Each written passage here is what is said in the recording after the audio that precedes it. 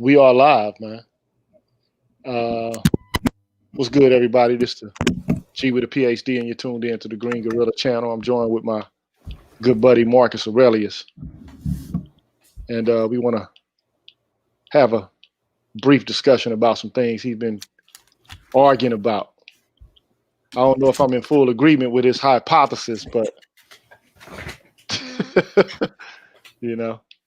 we'll see how that pans out. And nobody in the room right now, so might want to give it a second.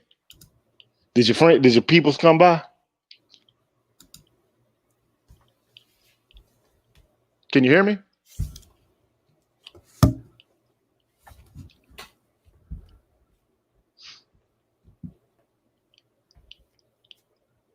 Mark.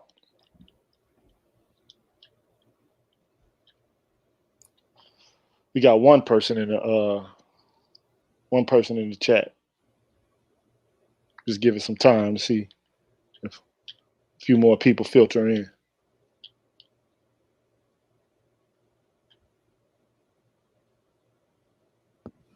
We got 10 in the house. Mark, are you there? Marcus.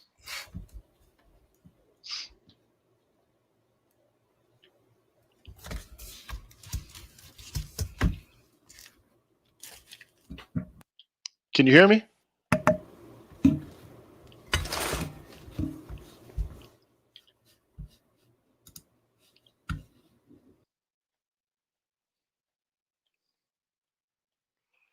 Just give it a second. He's having some technical difficulties, and as soon as he gets those worked out, we're gonna get underway, man. What's good, y'all?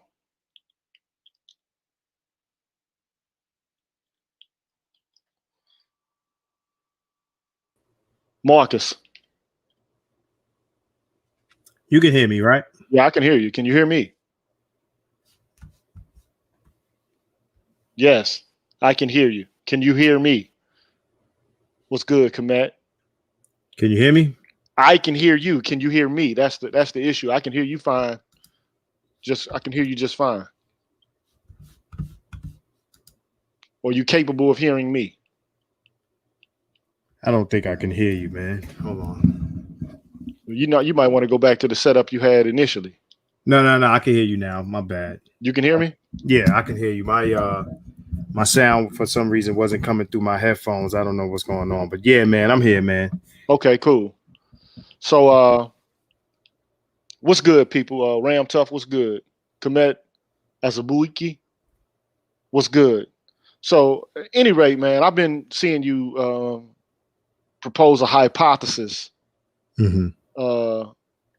And it seems to be a recurrent theme that, you have about Black women and they're suffering at the hands of abuse. So what is that thesis? I mean, just to let people know what it is that you're thinking along these lines. So, I have some thoughts about it, but go ahead.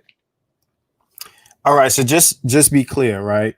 Now I know that our conversation, the one that I had with you, circled around DV, but most of the posts that I put on Facebook are more about murders, right? So it's more about homicides, right? Okay.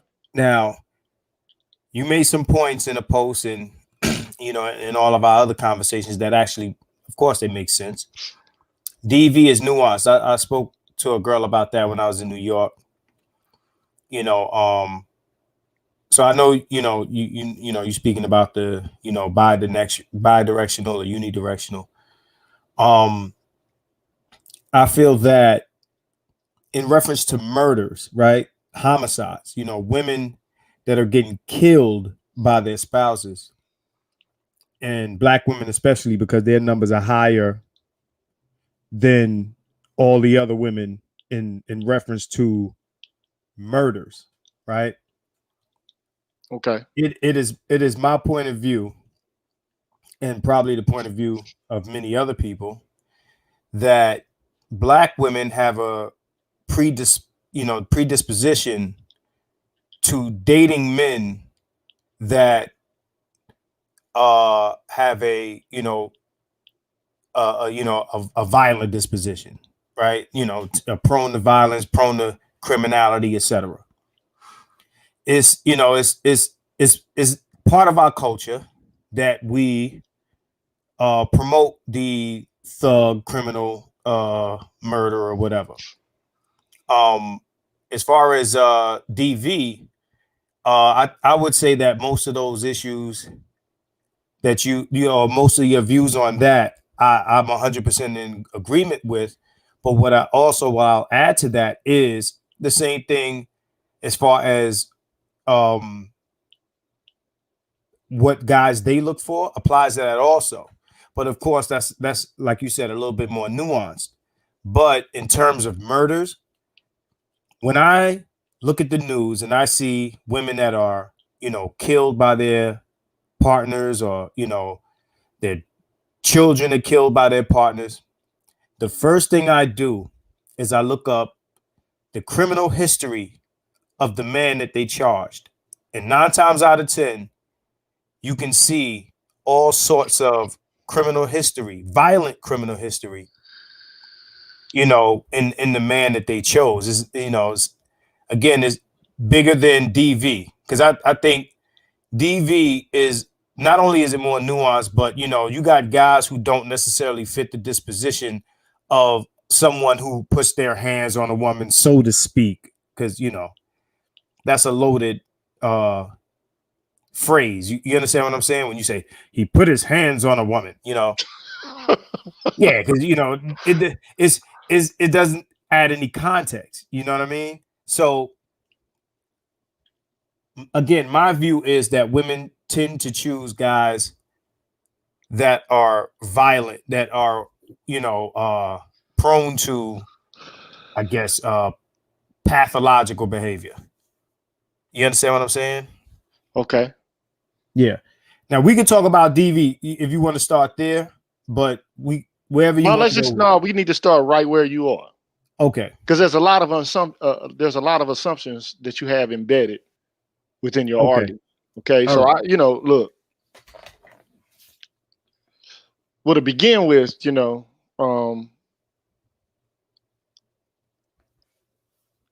I would have to say that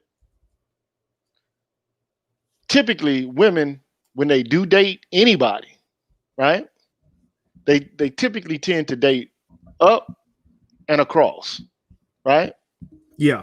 Now, can we accept that as up and across as an assumption, just to begin with, right? No, that's absolutely, yeah. Okay, so apparently these women who are choosing these men whom you're discussing, right, or whom you say have violent histories, that must be the dating pool that they're accustomed to, okay? And it would have to be because they are also immersed in that same kind of culture, right? Or am I wrong about this? So I would say that no, I just no. Wait a minute. Let me just get this out though, right? No so problem. if it is the case that women are dating men who are involved in crime, or who are, I guess, as you're asserting, that these people are just pathological, they're career criminals, and that women seem to go for these kind of men, right? But it would have to be because these kind of men are from the culture that they're from, or in their immediate environment. My assumption is this: what woman is going to date a man that she's not familiar with, like that can't understand her? He can't understand her. She can't understand him, right? There has to be some sort of connect there. Otherwise, what was she dating for to begin with? Do you get what I'm saying? So obviously there's something familiar about this type of guy. I mean, just using your arguments. Nah, there's something familiar there. This is okay. This is what I'm going to say. Some of it is that, but that's not what I think it is. Okay, what do you think it is then? In Black culture, you know, and it's not just Black women. I would say that, you know, even women from other cultures, when they, you know, date Black men, they tend to date the same guys, right? I don't. It's almost like saying, well, these women date these men because that's who's there, and I think that the argument could be made, you know, when you look at the percentage of Black men that are actual criminals and the percentage that isn't, there's actually a greater pool of Black men to draw from that are not doing these violent things and criminal acts. And I think that our culture, and of course, Black women are part of that culture, they promote these men as the better choice than guys who are not these men. I'm not saying that all Black women date these men. I'm just saying that, you know, when you hear about Black women getting murdered, you don't hear about it coming from guys who don't have this, you know, sort of history. You know, there are women also that go to school, get degrees, become professional women, and still date criminals. So it's not just the hood rat chick with the hood rat dude. It's also women who are not from that background that seek these sorts of men out. And what happens is when these guys hurt these women or kill these women, it is the men who are not these men that have to wear the blame for it. So these women don't come back and say, well, you know, I was dealing with these thug niggas, and these thug niggas fucked me up or killed me or whatever. And I you know, I don't want to keep saying fuck you up, but like when we see news and we see, like, I just posted something on my Facebook page about a guy who killed a woman and killed her 5-year-old daughter. Okay. And when you look at this guy's criminal history, this guy was running from state to state doing wild shit. Okay. You know, I had, and this is going to be touchy what I'm about to say.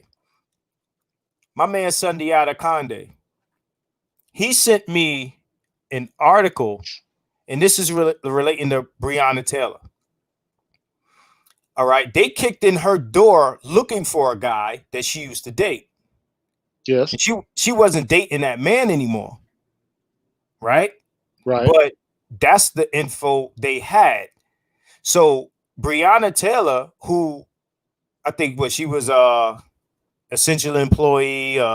What exactly did she do? I think she worked for EMS, emergency management services or something like that. Yeah. Yeah. They kicked in her door and shot her looking for that guy. And that's the thing that nobody's talking about. They didn't just kick in her door because the guy they were looking for was in 5E and she was in 5C. That's not what happened. They kicked in her door looking for a guy that she used to date, and she ended up getting killed in the process. And I'm not saying or taking any responsibility away from the police. You know what I mean? But this is what happened because they were looking for a street dude. Like, they, you know, not, I don't want to just say street dude because there's a lot of street dudes who they're from the hood. Man, I'm just look, Marcus, man. All I'm trying to do is point out this is my misgivings with your whole presentation with this. No. I'm not trying to deride you, man. I think you're a stand-up guy. I think you're smart. No. Listen, I got more to say before you jump in. Okay, go ahead, man. I'm gonna let you speak your piece. I just want to let you know that I'm gonna play devil's advocate with you about this all day, baby. Let's do it. All so right. what I'm saying is, at the end of the day, these are the guys that women are dating, and these are the guys that are killing them, right? These are the guys that are murdering their girlfriends, and women on the internet are saying that Black men are killing them. They're not telling the world which Black men, because in a way they're protecting the preferred man in the hood, which is the thug. Okay. So when I say the thug, I mean criminal. I don't necessarily mean you from the hood, you doing this, you doing that. No, I mean a motherfucker who's a career criminal. All right. And these are the guys that when you look up who's responsible for any murder of a black woman that you may come across, is always one of these types of guys. 9 times out of, matter of fact, 99.9% of the time, it's one of these types of guys. This ain't motherfuckers that's going to school and MIT and they got degrees and shit like that killing black women. Okay. You know what I'm saying? But this is the guys that they seek out first. They learn later that these guys are not the best choice, but they're predisposed to dealing with these types of dudes. And hopefully they don't get murdered. Okay. Are you done? I mean, I'm just. No, I got you. Because there are people in the chat who are in agreement. Like, for instance, my brother LSN is like, "Yep, on Pizzle." But I tend to share the opinions of the origins of man here. I don't know if you can see that. Absolutely. So, my viewpoint is this. And you got some echo going on. I don't know if you have your volume turned up really high. Yeah, if I turn the volume down on the computer, then I don't hear you. That's how we came in. Hold on, let me turn it down a little bit. Okay, go ahead. I'm listening to you. Can you hear me? Yeah, I can hear you. First of all, I want to shout out DS1 for hitting me up on the Cash App, and Marvin Battle also. Thank you very much for the donations. But look, what I want to do, we can talk about this phenomenon. So what you have is a hypothesis, right? Now, I don't know. You seem to be saying that you have it all confirmed. That like when you go and look at the history of what you see in the media, most of these guys are career criminals, and these are the guys that women are picking. Okay, now, just to do the science, behind this, right? Mm-hmm. When it comes to intimate partner homicide, right? It is the case that 2/3 of the victims of intimate partner homicide are women, but also that 1/3 of intimate partner homicides are men. Generally speaking, I mean that's across races. Okay? I got you, but you're making a different argument than I'm making. I get what you, but I have to temper what you're saying with the data. You get what I'm saying? So I'm not trying to. And the reason I'm saying what I'm saying is, and I'm just playing devil's advocate to you, right? Mm-hmm. Because ultimately, this is how I view the argument that you're making. If I just had to put it in hood terms, right? No doubt. So women like bad boys, so they go for these bad boy motherfuckers. And they end up getting fucked up by the bad boys because, all the girls like bad boys. The guys that go to MIT and Harvard or go get an education, they're boring, right? So instead of dealing with the boring black man, they go for these guys that they consider to be exciting. And then these guys end up turning on them and then they end up killing them. I think bad boy is a term that you can use to describe white girls who date white boys who aren't straight and narrow. Black women, our culture is a little bit more aggressive. And the thing is, when you have women who come from a more aggressive environment, their bad boy tends to be a little bit more aggressive. Okay, so, bad boy is kind of taking it light to describe some of the guys that these women end up with. The typical white boy, bad boy don't end up murdering his girlfriend, typically. And I'm not saying the typical street dude thug nigga murders his girlfriend. What I'm saying is, when you got, the women in the culture dating these types of guys that live, these edge of your seat lifestyles, the likelihood that you'll run into a guy who's really about that life is there. And again, the problem that I have with that is that, the overall collective of black men end up wearing the jacket for these murders. What you're saying as far as 2/3 and 1/3, that can be true. At the same time, what I'm saying is true. I don't think that those two realities conflict with each other. I think that 2/3 can be women, 1/3 could be men. And what you're saying, I don't even have a problem with it. Like the difference is 2/3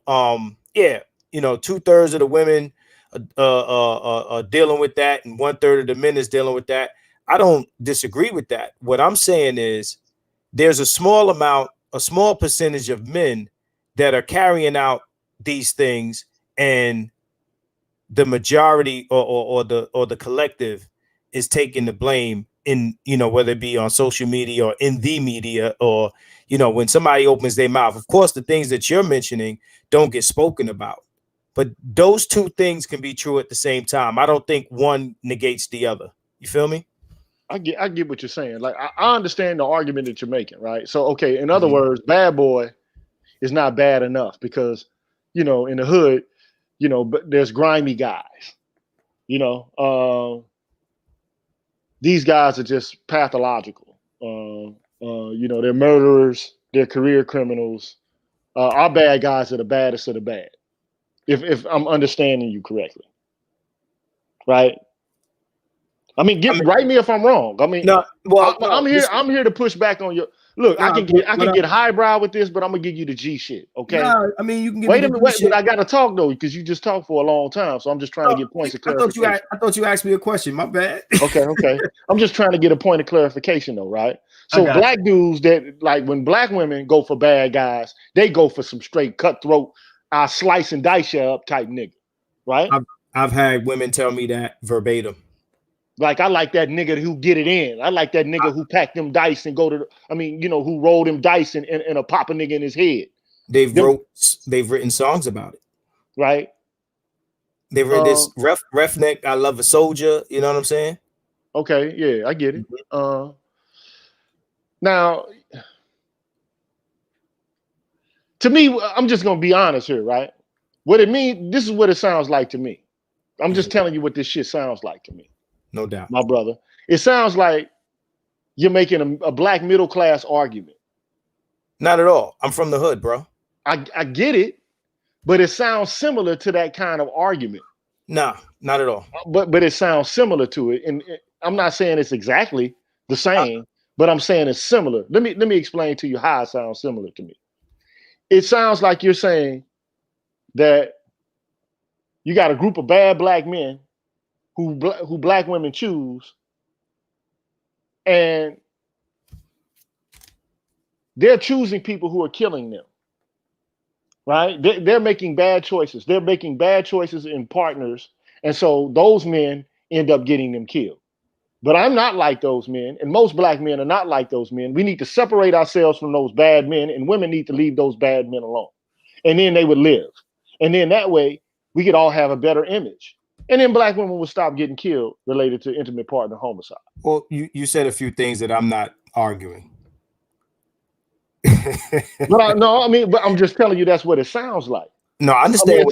It sounds like, to me, it's like, okay, I understand the idea that you want to hold women accountable, and it seems like to me this is part of what you're saying. You're saying that black women choose poor mates, a lot of them.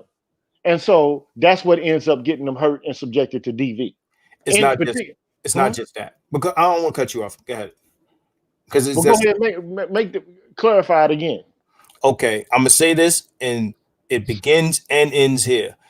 I'm saying that black women are blaming the collective of black men for the actions of the few men that they make it well known on every platform they have is the preferred chosen type.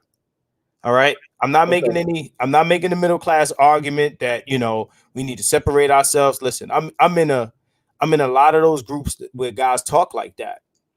And this is what I'm saying is not even putting men down. It's about, listen, you got to wear the consequences of your choices and stop blaming everybody else. So yeah, this is a whole black women accountable rationale that I'm pushing. At the end of the day, women are the ones who choose, right? They got a bunch of motherfuckers in their face, and they skip past a whole lot of motherfuckers to pick this guy. And then when that relationship is over, they skip past a whole bunch more motherfuckers to pick another guy like that guy. And their experience, if you want, if you listen to them tell you, is negatively the same. Relationship after relationship after relationship. You mean to tell me that, these women who are going from relationship to relationship and are encountering, and whether if we're talking about DV, we're talking about what you're saying, like, it could be bi-directional, unidirectional. I've said to someone today, I said, listen, you got a woman that's dealing with 5 different dudes and they all whooping her ass. You understand what I'm saying? Either you picking motherfuckers that whoop ass, or you creating ass whoopers out of motherfuckers that ain't never whoop ass. It's one or the other. Okay. I get it. Now, Get it. Yeah. But I would tend to think that, look, go ahead and finish your thought though, because I do interrupt you a lot. Go ahead. Nah, it's all good. But my point is, when it comes to homicides,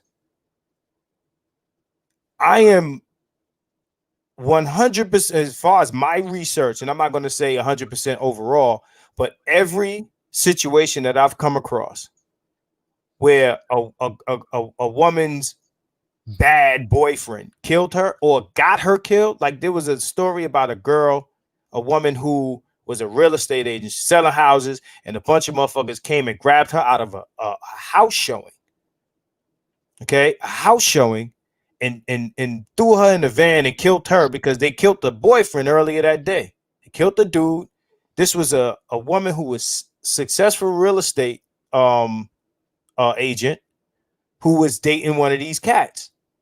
You understand what I mean? And that's my argument. My argument isn't about, we would look better and this and that and the third. What I'm saying is guys like me and you, and I understand, yeah, you the G with the PhD and you yourself have a pass.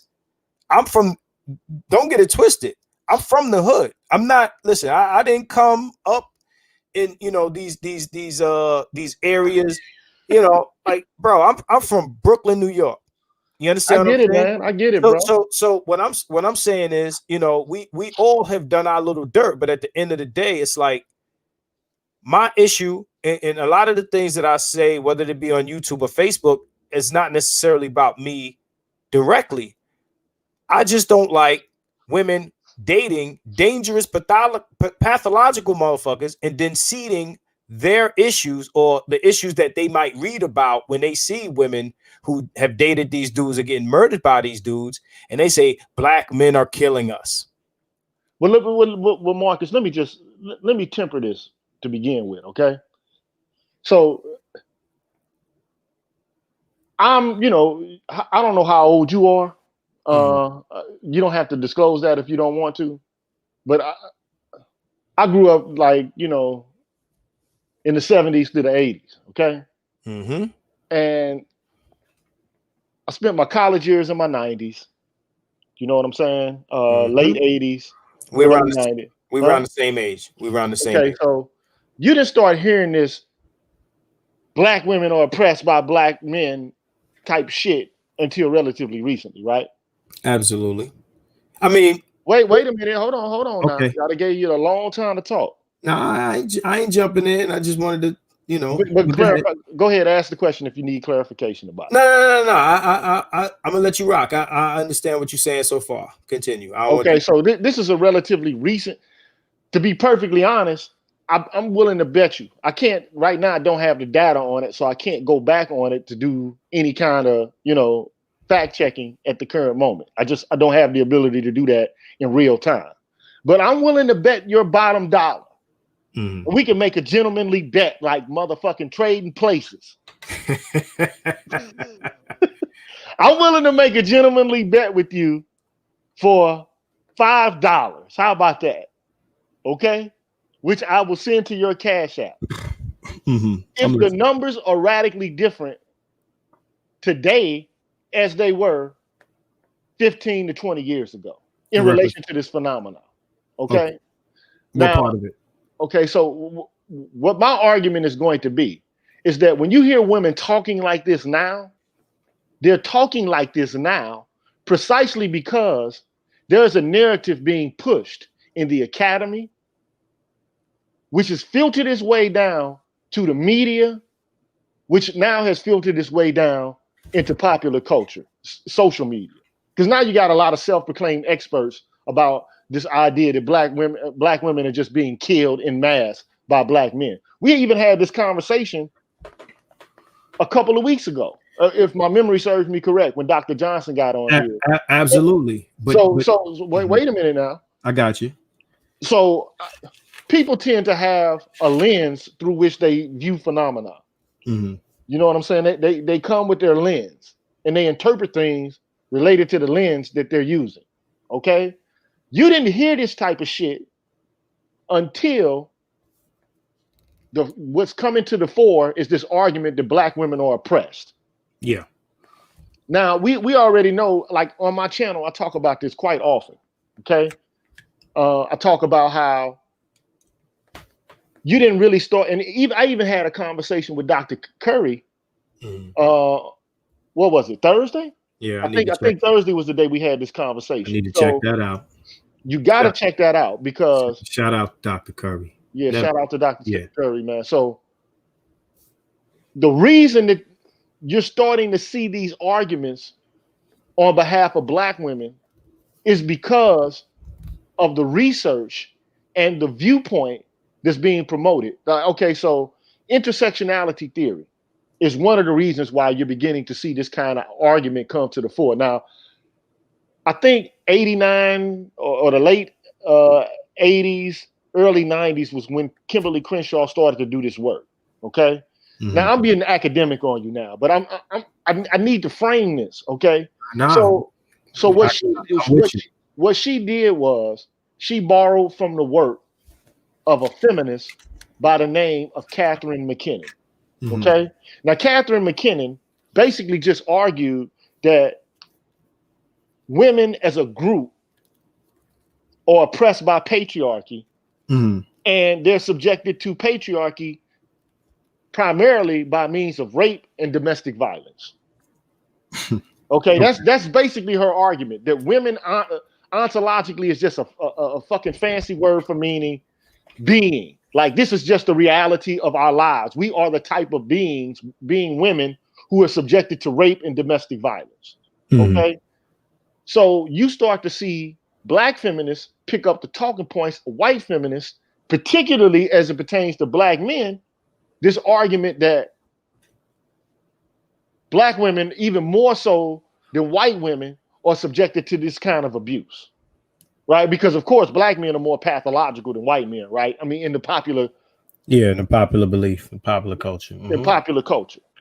So we become these fucking homicidal maniacs that are just going around doing wanton criminal actions with no rhyme or reason. It's just we're fucked up and pathological. Okay? And it seems like what you're arguing is that black women have a particular penchant or some sort of predilection for these type of guys. Because, I mean, of course, other black guys who are not killing and murdering and shooting up motherfuckers, they're lame. You know what I mean? They're square. I need that type of nigga who,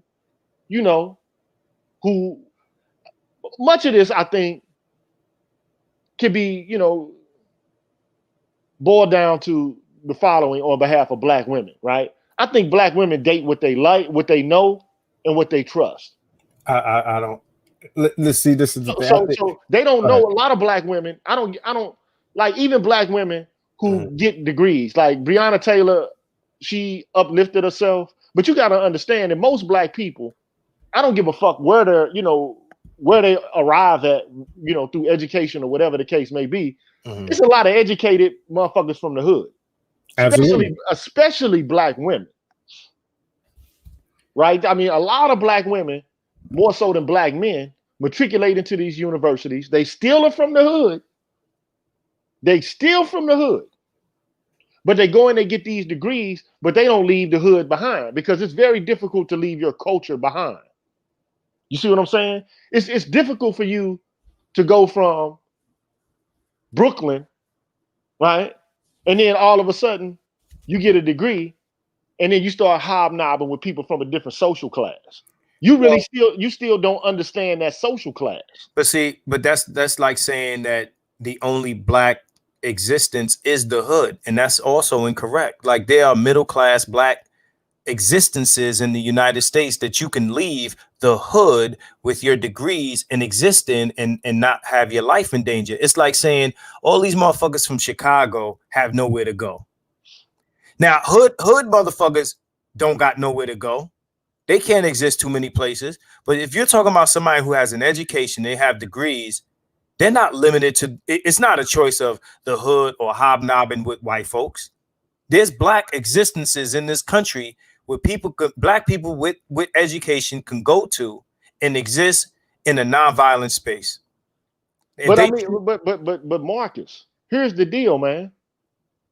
Criminality is not the province of poor black people alone. This is the only point I'm trying to make is it just seems like, and I don't mean to be, like I'm just pushing back against what you're saying, right? And I'm just devil's argument, right? Because we thinkers and we don't give a fuck about. At the end of the day, we can go have a brew or whatever the case after we make these arguments or whatever. Bro, this is all banter, baby. Let's do it. Okay, so at the end of the day, black people ain't the only motherfucking criminals, dog. Of course not. And I think middle class black people, man, are criminals too. Trust me, I've seen it. I know it. Okay, but some of these motherfuckers are killers too. Understood. But let's be real. Let's be real. There are certain spaces where certain types of crime is more likely to happen than others. Now, listen to this though. You sound like a white guy now, man. No, it's facts. It's facts. Sound like a white dude, man. No. Because if you're in a middle class existence and you work for your shit and you got your shit together and you got shit to lose, okay, you're more likely, to like when you talk about like, and I ain't gonna say a place like Chicago. Again, I'm from Brooklyn, New York, right? There's people from my hood and I'm from Flatbush, Brooklyn. So whoever's listening from Flatbush, Brooklyn, that's where I'm from. Okay. And there are different types of classes of people living in the same place. We have crime and then we have people that are educated. All right. These are not, I think what you're hearing from me or what you're taking from it is stuff that I'm actually not saying. You understand? Okay, that's Joe from DC. Check this out, Joe from DC. Keep It 100 is my YouTube and, Marcus Aurelius on Facebook. All right. Just wanted to throw that in there because he asked. But okay.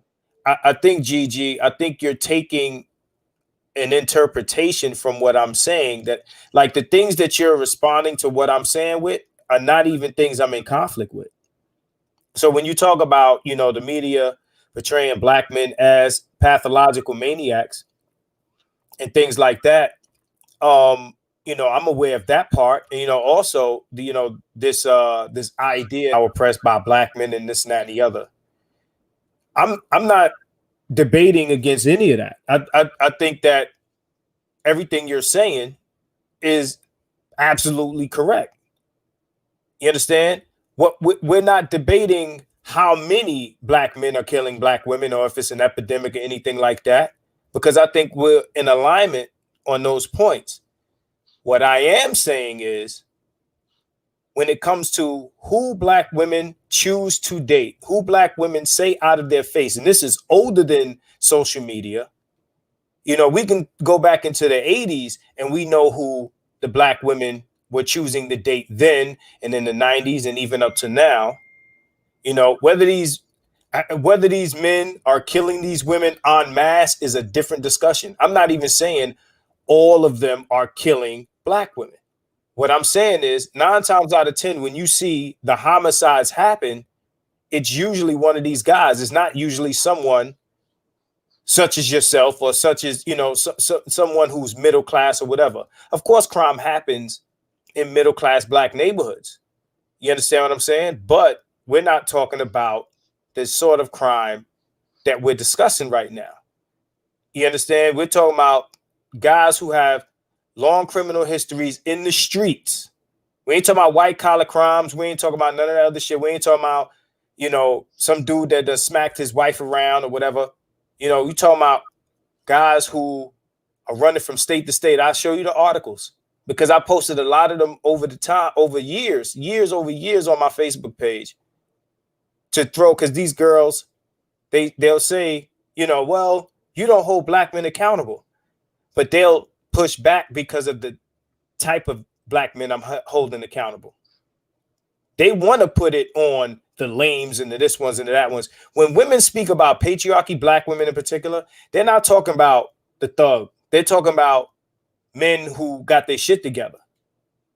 So it's just like the guest is saying, they date men who they can control. And typically they can control these street guys because these are the guys who more so are in line with the matriarchal functions of the community. You understand? Those are the guys, but it's like the pit bull that you can't control that one day attacks your ass. I'm not saying the masses of black men are attacking black women or any of that stuff that you're deriving from what I'm saying. What I'm saying is that when these things do happen, these situations that these women point out as some sort of pathology connected with being black and male is usually these men that are the culprits. Okay, but this is what I'll say to that, man. Yeah. I'll say that we had to go do the research on that and figure out. Because we can't take 10 articles in any given fucking cycle of time and say, okay, well, this person had out of the sample of the articles that we see, because most of the time when people get, convicted for intimate partner homicide, it doesn't reach the media. You know what I'm saying? Although there are a vast amount of cases that do, or a large amount of cases that do, we don't get the full picture. So we would have to go and look and see, right? We would have to actually go and look at each case to determine whether or not, because we can check this. It's possible to do. You know what I'm saying? This is not something that's like impossible to fact check. But the only reason, I'm just telling you, man, I smell something foul in this though, Mark. I'm just telling you, dog. I want you to address what I'm actually saying, not what it sounds like I'm saying though. Okay, well, this is what it sounds like. This is what you're saying. I'm gonna repeat it. Okay. Women are choosing men that are career criminals, and then they end up getting fucked up in the long run, and they are responsible for the choices of men. And then when they get fucked up, they try to pin it on hardworking, decent black men.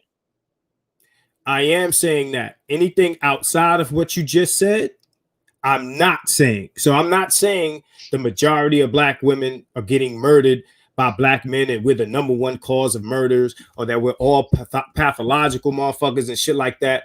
I will argue that the percentage of these men in the greater black collective is small. But these women find their way to these dudes.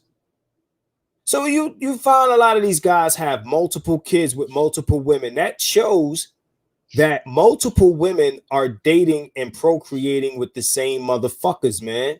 The same dudes. When you talk about guys who are productive, this and that, you'll find that more is over half of men in this country, black men, that don't even have children. And these motherfuckers that's locked up have multiple children. I have a family member that's locked up right now that's telling me, yo, I got a daughter over here. I got a son over here. I don't know these motherfuckers. These are my cousin's children. Okay? I'm not making any statements as to the percentage of black men doing this or the percentage of, black women that are doing that and this and that and the other. What I'm saying is, these men are the desired men amongst black women. I'm not saying anything else. I'm not putting any, value. That's a hell of a statement, but that's a hell of a statement to make, though, man. But it's what they say. Yo, bro, every day I post shit on. But that is like one of the guests says, that's anecdotal, right? Like I tend to believe that. I tend to think, look, what part of it? There's a lot of men who are going to believe what you're saying because What is your argument against what I'm saying? Are you saying that women do not prefer thugs? Because I'm not saying anything. I'm not making any judgment against the behaviors or the pathology of black men. I'm speaking of black women's preference for one type of black man over another. That's all I'm speaking about. So, look. Okay, so I'm from the hood, right? And I wouldn't consider myself to be a thug. You know what I'm saying? And I've had mad women in the hood choose me. Hood niggas are not necessarily thug niggas. And exactly. I'm saying, I'm saying, if it's the case that women prefer men that shoot and kill and sell dope and slice necks, why would they have ever chosen me to begin with? Which is anecdotal anyway. But you're making an absolute argument in reference to my argument. Basically, you're saying, well, there are exceptions to your rule. Yeah, if you're saying if women prefer thugs and I'm not a thug, then why do I get pussy? It's like you're saying that I'm saying women are fucking nothing but thugs, and if you're not a thug, you don't get pussy, and that's not what I'm saying at all. You understand? It's like at the end of the day, I mean, we've all fucked a woman outside of our preference. You know, I would prefer a motherfucker that looks like, I don't know, back in the days, Nia Long or some shit, but I've smashed less than that. You know what I mean? I mean, we all operate outside of our preference, but when we do, you know, the thing is, men, unless you're a high value man or a high sought after man, we tend to date women that may or may not be within our preference, but women who have numerous options in the dating game tend to, especially in their young years, end up with men that they choose more often than not. You understand? And these women, again, their outlook, their worldview on men is based on the men they chose. So when these girls jump on everywhere, every platform they get a chance to, and they talk about what black men are doing to them, they are directly speaking subjectively about men that they picked out of a crowd of men that hollered at them, because the average woman walks down the street and she gets hollered at. You know what I'm saying? So hold on. So let me respond to somebody here. Red to the bone. The brother doesn't have any stats, but any educated man could tell you about women in his family, co-workers, or any black women they know and personally choosing a Pookie or has a kid by one. Okay, listen. We could talk about empirical. We talk about empirical shit. If we talking about black women who 75% of black women that got kids are single mothers, right? You look at the average woman's first baby daddy. The first baby daddy. We talking about my eyes, man. And you know, if we're going to talk about stats, I mean, if you talk about, well, I would have to holler at each and every person. Again, that's an absolute argument. I don't think that even the stats that we have on anything else are absolute. It's just it's sample data. You understand? And again, when I look at these articles and I see these women that get killed by black men, that's not necessarily a indictment of black men as a collective. What they say in response is an indictment of black men as a collective by saying black men are killing us, as opposed to saying this subset of black men is doing XYZ to us. You understand what I'm saying? Instead of saying black men as a collective are killing us, describe the man that killed you. Describe the man that is doing this, that, and the third to black women. So yeah, serious Killmonger seems to think that you're winning the debate here. Look, all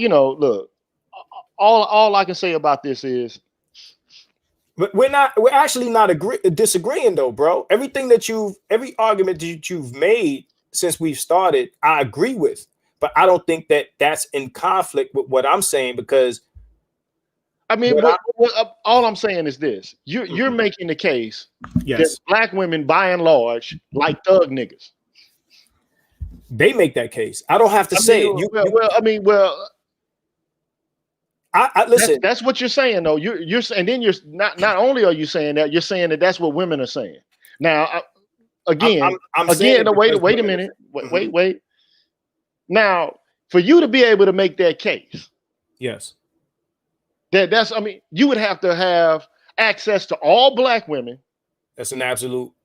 You're making an Or absolute a argument. humongous sample of black women and what their preferences are. And then you would have to record and tabulate. Because what you're saying is, think about it. You have, so you mean to tell me you are arguing that by and large, black women prefer criminals, that they want to date criminals. Those are the most desirable men, and not only criminals, but violent criminals. That's what gets them moist at night. A fucking man that's killing and murdering and committing robberies, that's what they choose. Well, it doesn't necessarily have to be that. But what I'm gonna say is this, right? Let me say this, and this is in reference to you talking about getting. And then everybody's agreeing, but I'm saying to me, if you're gonna be able to make that case, right? If you're gonna make that case, then you have to demonstrate to me, beyond a shadow of a doubt, that that's what women are actually choosing. I think they're recording or registering their preferences in that way. Yeah, they are. Because I know a whole bunch of black women. Like I got cousins, right? Mm-hmm. And I was speaking about this the other day. Like I got 6 girl cousins, and none of them, none of them. And then I got extended family members. None of them have dated violent men. None of them. And then I went to college with a bunch of women. So I went to Xavier University. Now, some of them dated thug guys, but by and large, they dated the people that they were around. I think that you're now making an anecdotal argument. I'm just saying I am making an anecdotal argument, but I'm saying that you're making an anecdotal argument as well. No, I'm not, because what I'm speaking on is not just people in my circle that I know personally and this person or that person that I may have went to school with. I'm looking at not only, because I speak to women also. I don't just look at people I know, people I've spoken to, but I'm looking at this is years and years and years. So when you say that what I'm saying is incorrect because I haven't spoken to every woman walking in America, I would say that any study or research is typically based on a good enough sample size to come to a conclusion. And what I'm saying to you is, in the years that I've come to this conclusion, because again, me and you are around the same age, and like I tell T. Hassan, like these conversations I've been having since I've been in high school. I've been observing these types of things since I've been in high school, right? So, from then all the way up to now, over the course of over 20 or so years, these are things that we're seeing in front of our own eyes. I don't think the argument has to be made that women only like thugs or bad boys, or that they have to be guilty of a particular sort of crime or whatever the case may be. I mean, this is something that we've known even before our generation, bro. Like, this is not new stuff. I think that these types of arguments have been getting made for a long time. You talking about the 80s when dudes was out selling crack. These motherfuckers had all the women, bro. I don't think that is but why do they have all the women, Marcus? If you're gonna say money, I'm gonna say this. I would say money is a part of it, but what I'll say is nowadays you got the same bottom denominator of motherfucker living with women, not contributing any bills. Woman makes all the money, and you know what I'm saying. And these motherfuckers are still the preferred man. And this is something that these women over the years say directly. This is not something that you got to take my word for. You understand? Like, again, I'm not making any absolute claims. And I think that you're trying to debunk what I'm saying with an absolute opposite. You understand what I mean? So, it don't have to be all, but a good portion of these women, especially the ones who are suffering the most death. I'm not saying that men who go to school don't kill their girlfriends or kill their wives. They just the smaller pool that does it. You understand? And you know, I'm not making any absolutes. Again, most of the things that you said since we've been doing this, I agree with, and I absolutely agree with it. And okay, so if that's the case, then if women choose more than not to date across and up, then what the fuck they dealing with Pookies and Ray-Rays for then? Because if we're going to talk about hypergamy, you know, hypergamy isn't limited to money. Okay, so but then you would also have to put in so women are dating these guys. What's alluring them to these guys then? You would have to ask the women that tell you out of their mouth that, you know, if I had to put it in words, I would say that, you know, because these are the women's usually, oh, these guys, they're protectors, they're safe, like, you know, in, I guess, the hood that would be considered an aggressive, dangerous environment, these guys would offer the most protection. And the lames or the this and the that, you know, these guys can't protect us because, you know, they're suckers, they're weak, or whatever the case may be. In a hood setting, the thug would appear more aggressive, stronger, and you know, to have more power than someone that's considered a lame or corny or whatever the case may be. Okay, now also we have to, like, okay, I'm just trying to find out the assumptions embedded within your argument. Also, you would have to assume that because a man has a criminal career, that he has a particular penchant for being violent to the women in his life. That's not necessarily true, but at the end of the day, it's like women say thugs got better dick than niggas that are lame. It don't have to be true. It just has to be the perception. You understand? So, so you're saying that, okay, so I just think about domestic violence in terms of the data. Okay. So, you know, look, just looking at the data, here's how the data unfolds. Okay. Domestic violence is a situation in which, by and large, the violence is reciprocal, meaning it goes both ways. Okay. Absolutely. In the vast majority of cases, that's the kind of violence that takes place within the context of intimate partner relations. That's just how it is. Okay. Then add to that unidirectional violence, like where one partner is hitting the other partner, right? We already know that in the vast majority of cases, 70% of the time, it's women acting violent towards men. That's the facts. Okay. Now we can talk about what women's choices are, but when you look at the data related to domestic violence in and of itself, just the numbers, just the data, okay, most of the time women get hurt when they are fighting with men and men are fighting back. However, when women are dating men and those men are violent by themselves, they have a 20% chance of getting hurt because a man typically will not. I don't care if he's a thug or nothing. I know thugs, okay? I know violent criminals. I know guys that'll jump out of the car and hit the convenience mart, okay?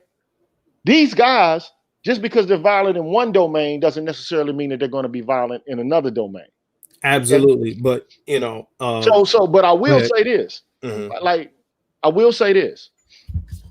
When you got alcohol involved, when you got drugs involved, when you got a guy who does have a gun, that just adds fuel to the fire, right?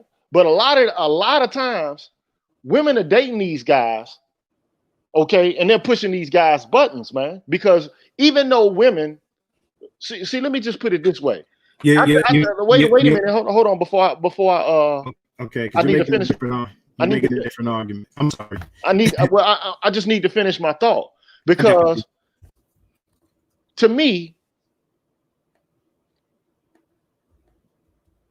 even though women, it just seems like to me all of the blame is being shifted on to these Pookies and these Ray-Rays here. That's what it just sounds like to me. It's like, okay, women decide to date Pookies and Ray-Rays. They already know that Pookie and Ray-Ray has a penchant for violence, but you like that. You like that kind of lifestyle. So you're enticed by it. It gets you moist at night. You want that. So you end up getting fucked up by these guys. And sometimes you end up getting killed by these guys. That's your fault. Okay. But at the same time, what I want to do is, because I also want to keep women accountable all the way through and through. Right. I don't want to just have them accountable for the choices they're making in terms of selecting their mates. I also want to have them be accountable for what they're doing when they decide to date a Pookie and a Ray-Ray. Because I'm going to tell you this. I've seen guys, man, in my hood, when I'm young and they're young, these guys are like innocent as hell, man. They're shy. They're not really talkative. They really don't, have a lot of experience with criminality. Then all of a sudden, 2-3 years later, they start hanging around with another group of guys. And the next thing you know, these guys are doing some of the sickest, most insane shit I've ever seen done. Like one kid that I grew up with, I used to invite, because I used to do music. So a whole bunch of the guys would all come through my house and they record music. And then, the most quiet guys in the world, man. 2 or 3 years later, man, they get past the point where they like 17, 18, they become 20, 21, 22. The next thing you know, these guys, man, are packing guns, selling dope, snorting heroin and shit, and they become a problem. They become a problem. So I'm saying, first of all, when you talk about Pookies and Ray-Rays, I don't think that there's just me personally, I don't think that there's a specific type of guy who just has a penchant for violence in the hood. I think for the most part, these guys become Pookies and Ray-Rays because of disenfranchisement, because of a lack of work.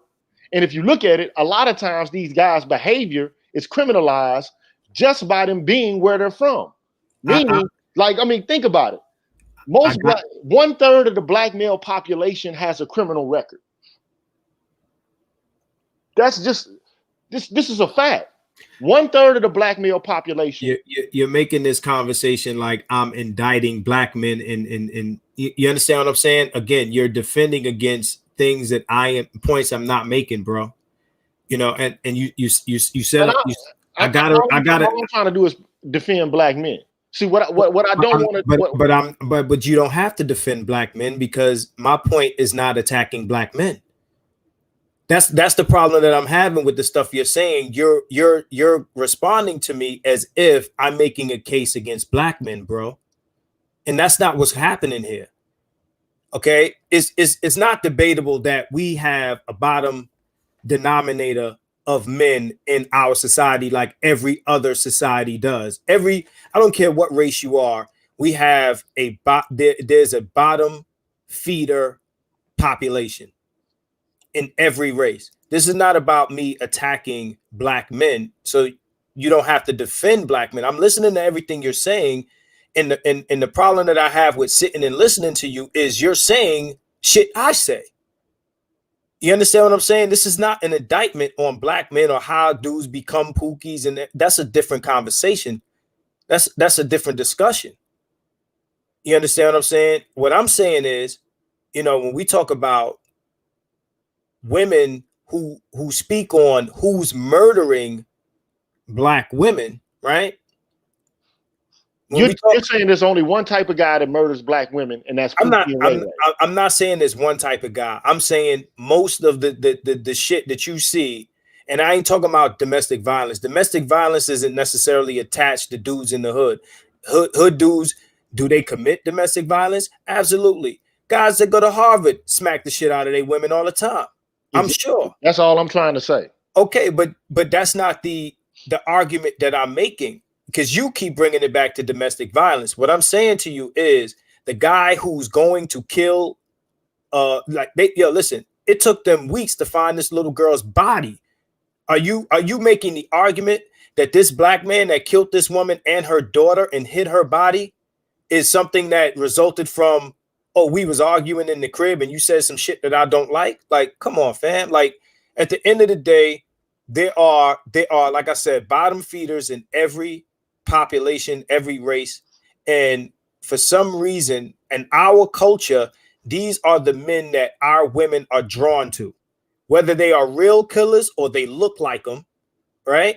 And I'm not saying that every guy from the hood or every hood dude or every guy that sag his pants or wear his hat to the side is a killer.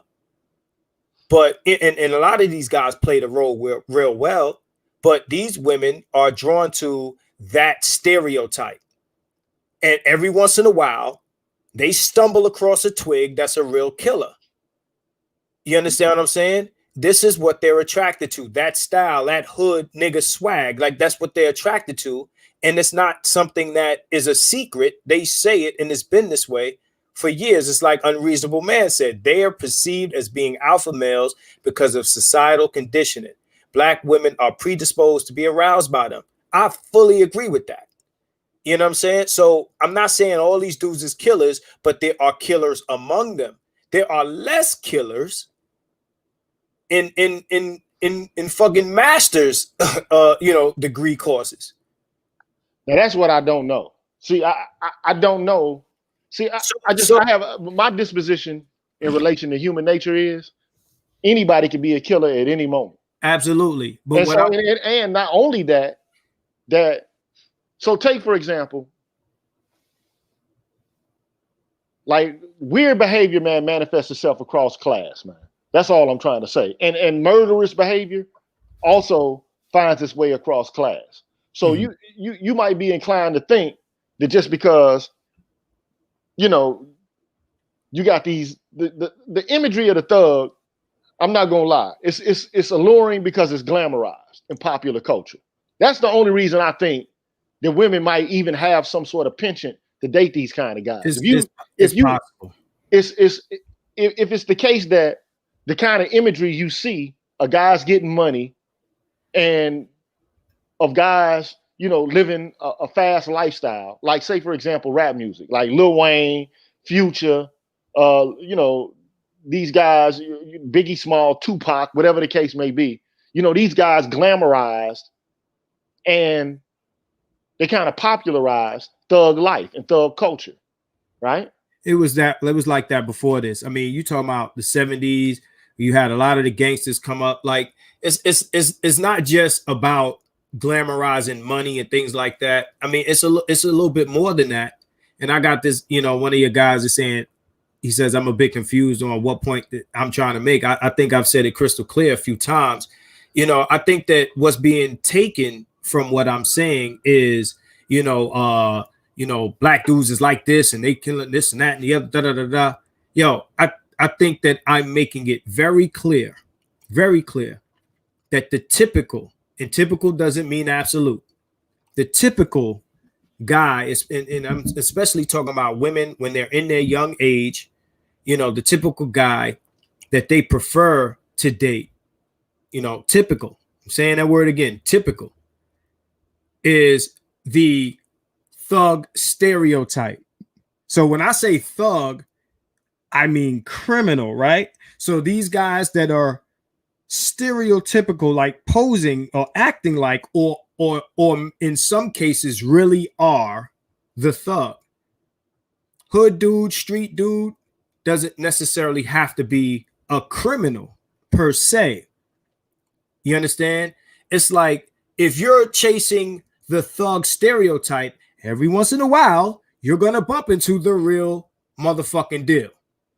You understand? We're not talking about DV. We're talking about that motherfucker that, yo, look, you come at that motherfucker the wrong way, or that motherfucker feel like you doing this and doing that motherfucker is about that life. You understand? And I'm not, and that doesn't mean that a motherfucker that go to high school or college or master's or whatever is not about that life. And I think that what we're trying to, what's happening here is that there's an argument being made against my argument that what I'm saying has to be absolute in order to be true. All dogs don't bite, but some dogs do. You know what I'm saying? But that's not what you're saying, though, Marcus. This is what you're saying. Go ahead and say it again. This is what you're saying. Yeah. You're saying that most women prefer Pookies and Ray-Rays. Most black women. I'm saying most black women That's who they choose to get impregnated by. That's who they, when they lay down and go to sleep at night, they have visions of a thug nigga. It's the typical black woman's preference. That's what I'm saying. Yes, I'm saying that, and so, I'm standing hard on that.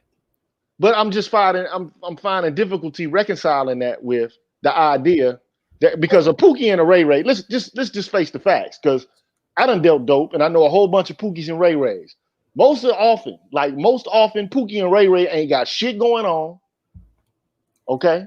You're making the same argument again and again. Wait a minute. Wait, I'm not. Look, we already said we established women tend to date up and across, right?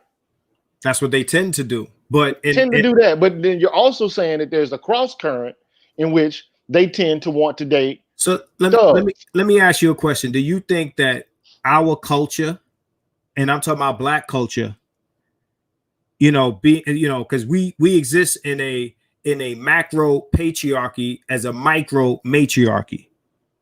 So if that's the case, right? You got women, of course, like you said, they date up and across. You got women that date thugs who are, I guess, successful thugs. But then you have a lot of women complaining about like guys in your in your chat is saying like, thug niggas that sleep on, chill on the couch all day, etc. Play PS whatever. And these are motherfuckers. If we're gonna use the greater example that black women date up and across, and apply that to the black community, we wouldn't have a lot of these problems that we're talking about. So black women don't date up and across. So they don't. Black culture is, what I'm saying? We got women that are seeking to be the breadwinners or competing with black men. There's a lot that goes against the typical norm in our culture. Our culture is not a patriarchy. It's not. So our women don't date up and across. Hold on. So let me ask you something. Our women don't want to secure the bag from dudes. Let me just say this. So I've heard so many different things about what women like and what they don't like. No, but I got a question. I got a question for you, bro. Hold on, man. I let you talk for a long time, so I'm just saying. Let me get this out, though, Mark. All right, but keep it 100. Let me get it out. All right, no problem. You got it. So I've heard women say they like a whole bunch of different shit. So I know that like when you talk about preferences from men, a lot of different men like a lot of different shit. Okay, some men like dark girls. Some men like light-skinned women. Some men like thin girls. Some men like shit. I don't know. Women with fat asses and slim waists.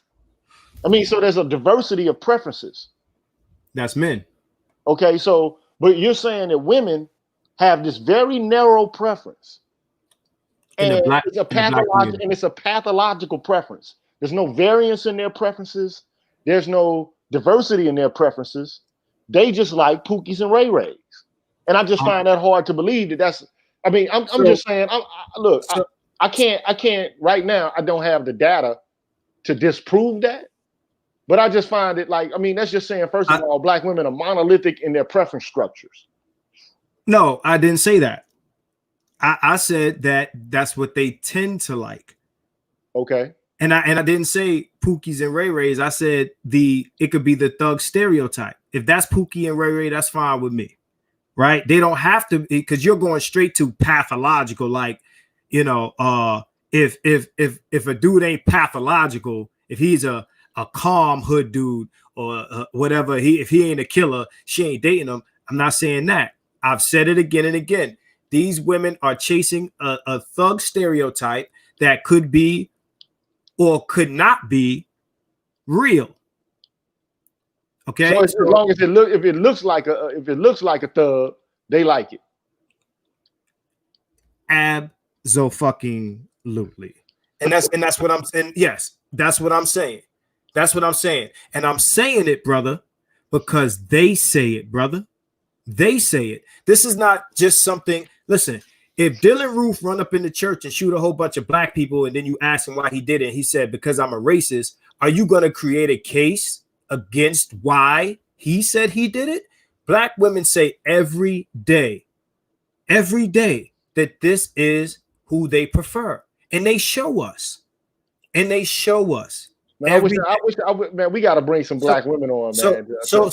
We got to bring some black women on to confirm this, man. Now, so let me ask you a whole bunch of them too. We got to bring a whole bunch of black women on to confirm this, because because what we're doing. See, this is one of here's the thing, right? So this is what I know.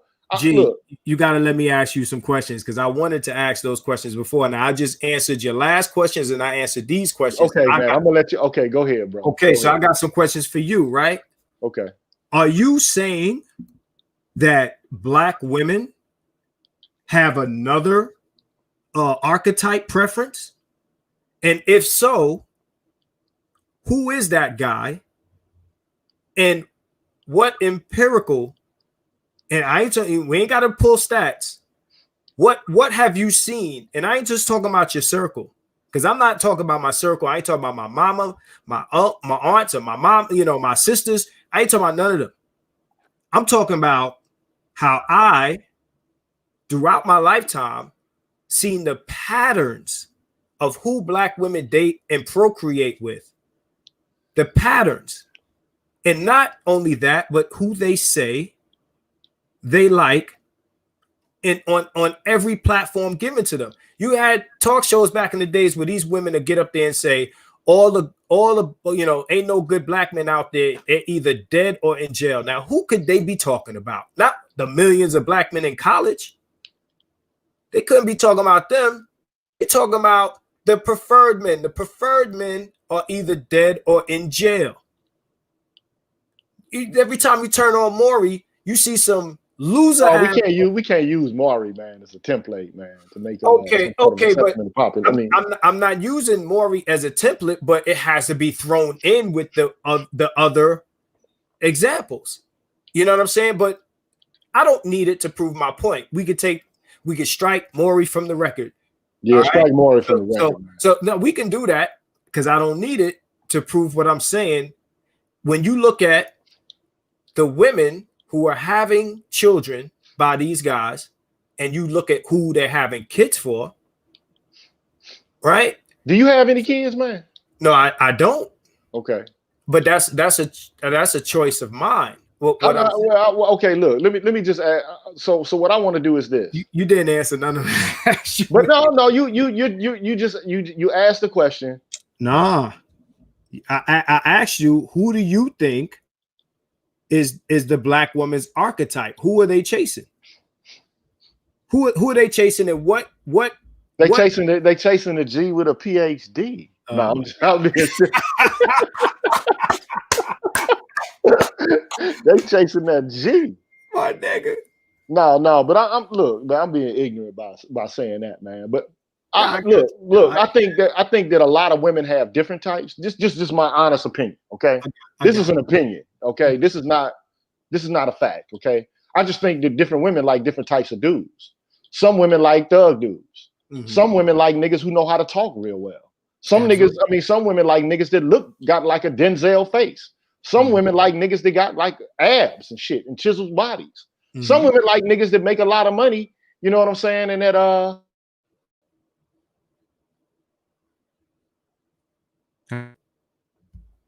you there?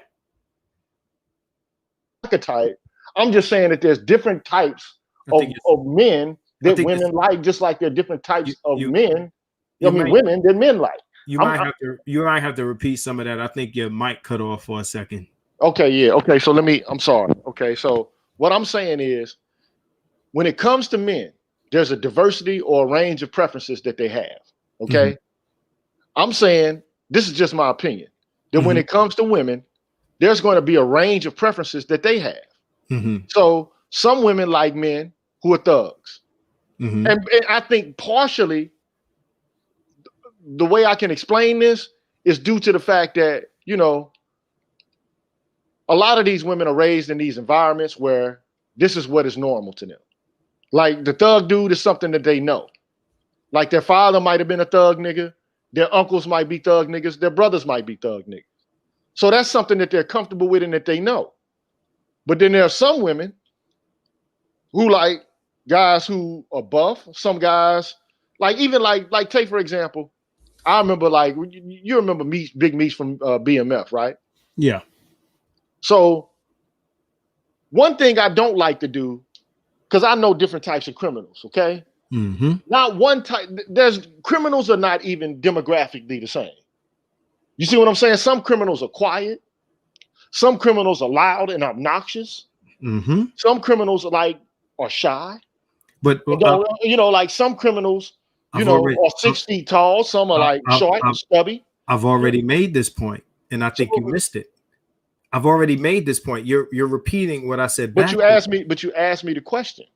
So you're saying like, what do they go for? And I'm saying, what's the archetype? But I'm saying that there's so many different archetypes. Everything you're saying, like you're saying, they could like buff guys. They could be buff thugs. So that's not necessarily a when I say archetype. All right.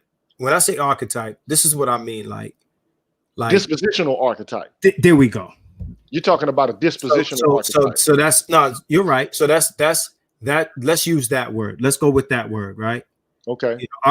Disposition. If that's a better word, let's use disposition. Because again, but see, even if we go with disposition, a thug nigga can have a certain disposition, and I don't want to go down that road. Yeah, that's what I was about to go down next. So let's put a barricade on that road, because we're gonna go long down that road for nothing. What I'm saying to you is, there's different types of thugs. There's thugs that just chill. There's thugs that just kick it. And there's thugs that will kill your ass. And I said maybe 4 times in this conversation is that women are attracted to those dudes. Though all those dudes are not necessarily killers. This is the stereotype that they're attracted to. Now, they might be lucky enough to So you mean the killer? I mean, not just a thug, just the killer thug. No, that's not what I said. I said I was just making sure, because I thought but you've done that over and over, where you're like, well, you're saying that the black women like pathological killers. No, I'm not saying that. I'm saying they like that type, and that type may or may not be the real killer. Be a killer, and I've said it again and again and again. So you understand what I'm saying. So when you respond to that, you'll say, well, some niggas ain't killers. Okay. Well, we agree on that. I've already said it. So what I'm saying is, with your responses to what I'm saying is not in conflict with what I'm saying. And you're defending against what I'm saying because you might think I'm saying something else, but I've already covered that part. Right? Okay. So what I'm saying is, by the time you see a black woman, and her daughter get killed by some guy, it's not DV related or anything like that. It's usually one of these guys, and by luck of the dice, she picked the thug that was out of his fucking mind. All right. So, that's all I'm saying. Women. So DV is not the reason that these women are getting killed. It's because they end up finding guys. I'm not saying that. Listen, they can get killed from domestic violence, but that's a different conversation. And me and you already agree on that point. Because if we're going to talk about DV, whether these women, that's the phenomenon. No, because when I talk about murders, all these murders are not necessarily about DV. Okay, so if a man's fucking a woman, right? I'm not saying, listen. So we just talking about homicide in general. That's what we talking about. That's what I said from the beginning. So we're not talking. So no, this is not the domestic violence argument. This is just. No, me and you agree on the domestic violence argument. Domestic violence is nuanced, and like you said, then why are we even talking about what women prefer? Oh, why is there even a need to have a conversation about what women want to do in terms of their sexuality? Well, I'll tell you why. Because if you're choosing this type of dude and you're blaming his actions on men who aren't that type, then there's a problem. Because that means you're blaming the actions of the man you chose on an entire group of men that are not living that life or that reality. So yeah, there's a problem. Because so I get your point, man. But let me say this. Let me say this. You're telling the world that black men are killing their women, bro. You can't listen. If you go to an apple orchard and all you do is pick bad apples, is that indicative of you or the orchard? So if I go into an apple orchard and I pick all bad apples with worms in them and brown spots and all this shit, and then I come with a basket full of bad apples and I say, all that's in this orchard is bad apples, I don't think we should fuck with this orchard. And everybody who would buy apples from this orchard says, damn, that motherfucker got a basket full of bad apples. None of us are going to fuck with this orchard. Then the person who owns that orchard suffers, right? We, as a group of black men, suffer because black women are telling the world we're killing them because they're choosing the killers. Okay. That's it. That's all I'm saying. I'm not saying all black men are killers. I'm not saying how they become killers or how motherfuckers become Pookie and shit like that. What I'm saying is women are choosing those men and they go through whatever, or they die. And then the survivors tell the world we're killing them. And guess what happens? We get knees in our neck, bro, because we're monsters. Yeah, well, you know, this is what I have to say about all that. Okay, so I'll assent to your argument that women like bad boys. Okay, they like thugs. Okay, but what I won't do is consent to the idea that black women are being killed in mass. I think it's hyperbole to begin with. I mean, because when you look at the numbers of of black women getting killed by homicide, I mean, like, what is it per year? Like 4,000? It's not. So that's not a point. I'm not debating that. Well, and look, all I'm saying is, but we are having an argument about black women and responding to the charge that they're being killed in mass, that they're being oppressed. That's not what this is about. But I'm saying though, but that's the reason for which you're even responding, correct? No, absolutely not. So what if black women are consistently saying that they're being oppressed, that they're being killed by black men? That's what they're saying, right? No, they're saying that the masses of black men are killing them. Because this small group of men are doing the most damage. See, what they're saying is bullshit. What the problem they are saying that though, but they are saying that though, right? They're saying in mass that black men are oppressing black women, right? They're using that small sample of men that they're fucking with that's killing them to make that indictment on the collective. And I'm with you when I say, or when you say that the masses of black men are not killing the masses of black women. Me and you see eye to eye on that. But we do see eye to eye on that. But what you're overlooking is that argument is derived from their choices and the consequences of their choices. So they get to make a case that the masses of black men are killing the masses of black women based on the small number of men that they allow into their proximity. Yeah, I get your argument. I understand your argument. That's all I'm saying, bro. But to begin with, like I said, I call bullshit on the argument from the start. Not your argument, but just the argument in general. Of course, no. I call bullshit. I call, like, first of all, you know, you're not going to stop black women from liking what they like, and then you're not going to stop black women from liking so-called thug niggas. But you're saying though that they need to be responsible for their choices because those are the type of men that they're choosing. If you don't want to get hurt, you should choose better. No, I'm saying, listen, look, you do what the fuck you want with your life. If you like jumping off buildings with no parachute, you do what the fuck you want, but don't say somebody pushed your ass off the roof. You understand? So what I'm saying is, if them the motherfuckers you like to fuck with, blame them motherfuckers when they fuck your ass up. When they kill you, when whatever they're doing, say that's what happened to you and that's who did it. Don't pass the blame to the motherfuckers you thought were too weak and too lame to fuck with you in the first place. You can't point the blame other places, because in reality, by doing that, you're protecting that type of nigga. You're protecting them. It's just like what we say all the time. Women protect, women and men protecting women from accountability.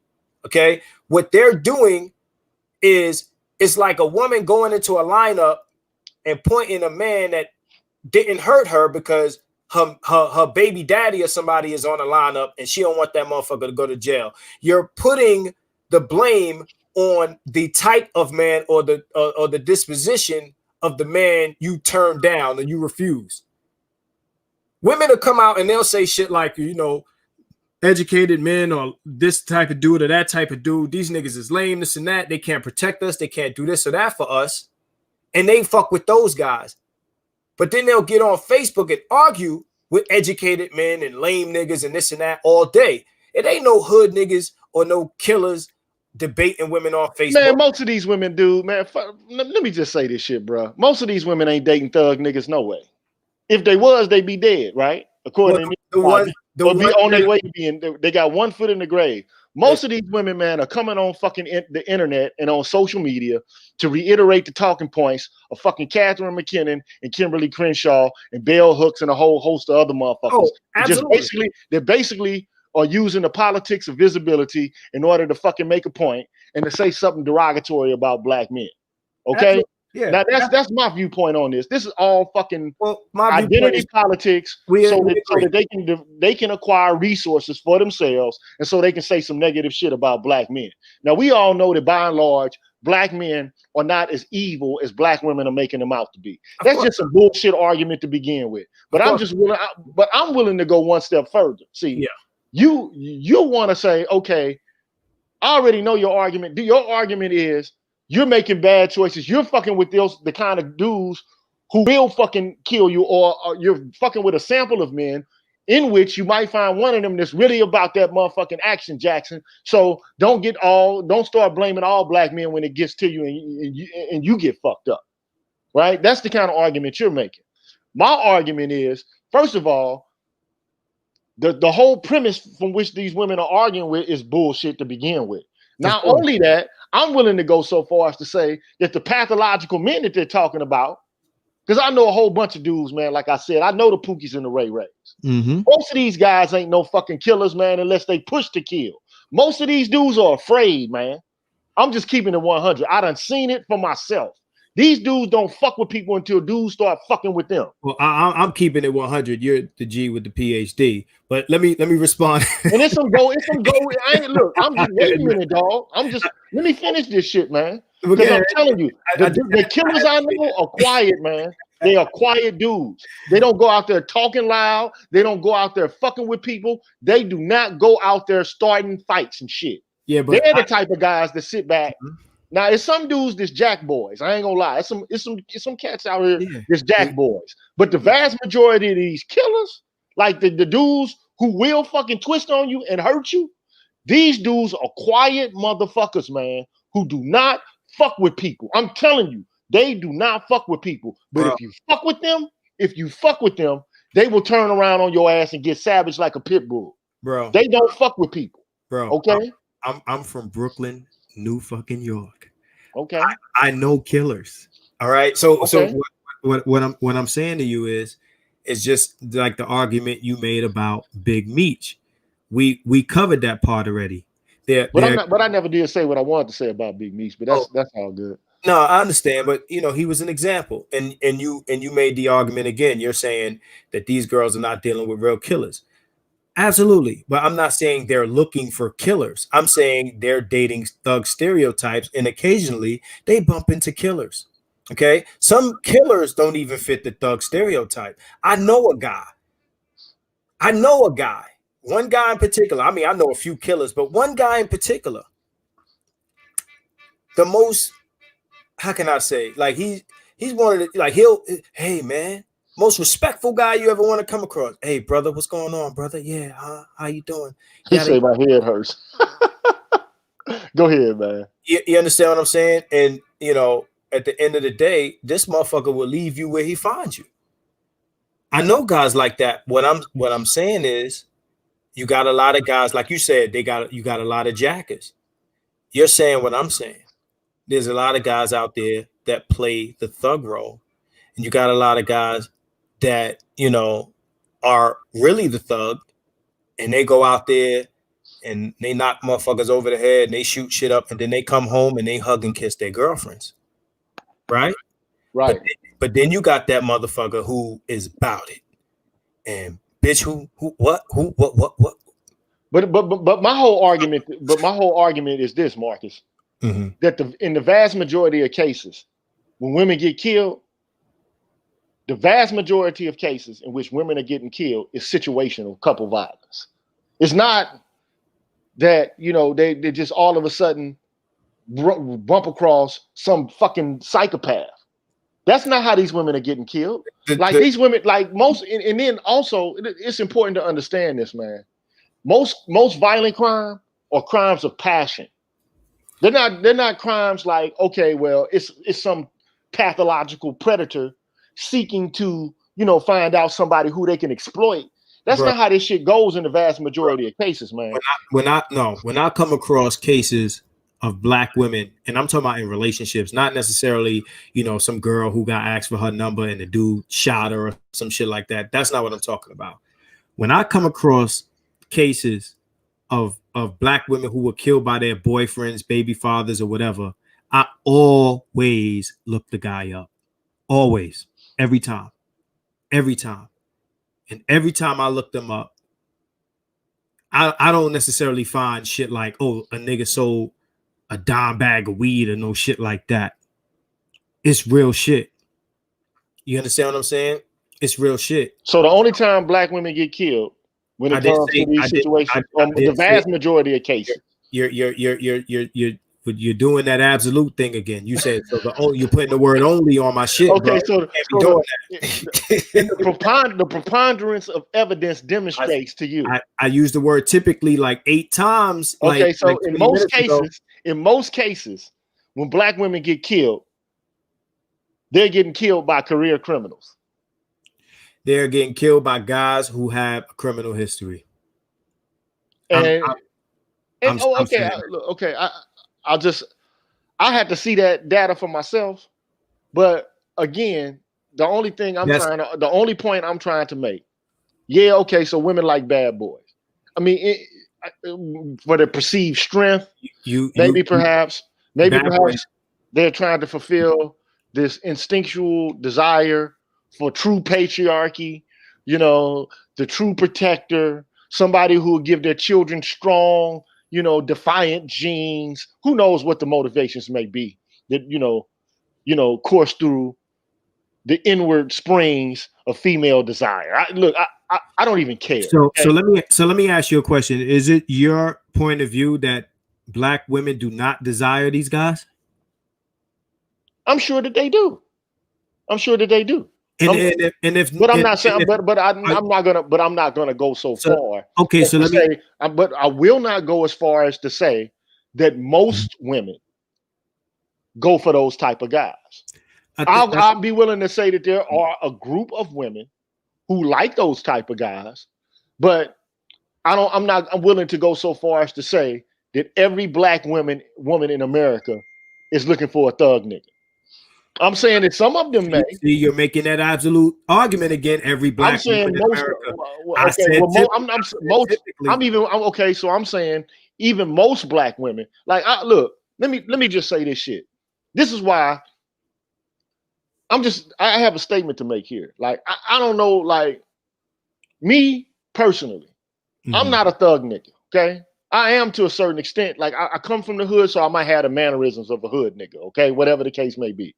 I do have a criminal record myself. I've been into many fucking fist fights with dudes. I have been. You know what I'm saying? I even been into fucking shootouts with dudes. Not that I desire to be in those situations, but it just so happened to be the case. Me being where the fuck I'm from, it just is part of the fucking territory, okay? It just, and you're a black man in the United States, it's a lot of black men carrying guns now. So it just stands to reason that if you get into a fucking verbal disagreement with a man or any other kind of disagreement and it leads to something else, you can find yourself in a fucking a bad situation. Bottom line, okay? Absolutely. So all I'm saying is I've never had a problem dating any type of woman, man. I just haven't had those kind of problems. Now, I've had problems after I've become engrossed in a relationship. That's a whole different kind of conversation. You've made this point already. You're making the point that if I'm saying black women typically date thugs and you're not a thug, then why are they dating you? And that would mean that I'm saying that's women, all they date. That's all they date, and that is not my argument. But they prefer.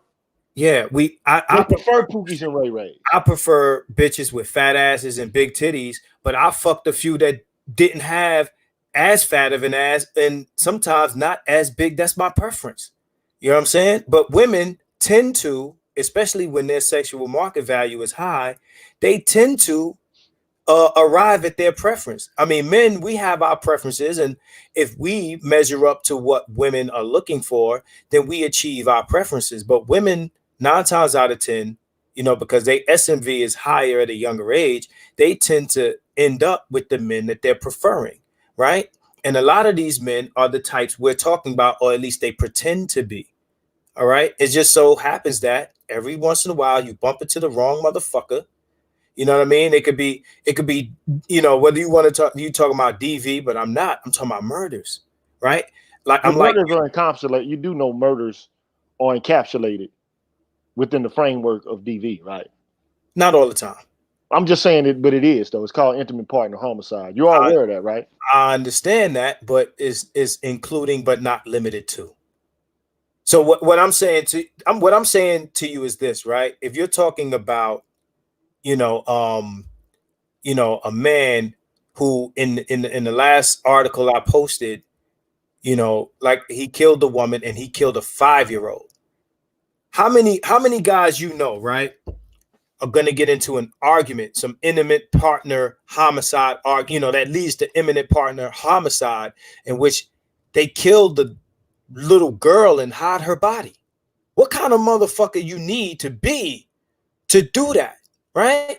So we're not talking about a guy who, he was on the street and he owed a motherfucker $5 and motherfucker said, you ain't getting shit. And then they back and forth arguing and you shoot him. And then you go to another state and you shoot another motherfucker in the same type of disagreement. And then you end up killing a woman and her child. And we're going to just say, well, this is the typical case of intimate partner homicide.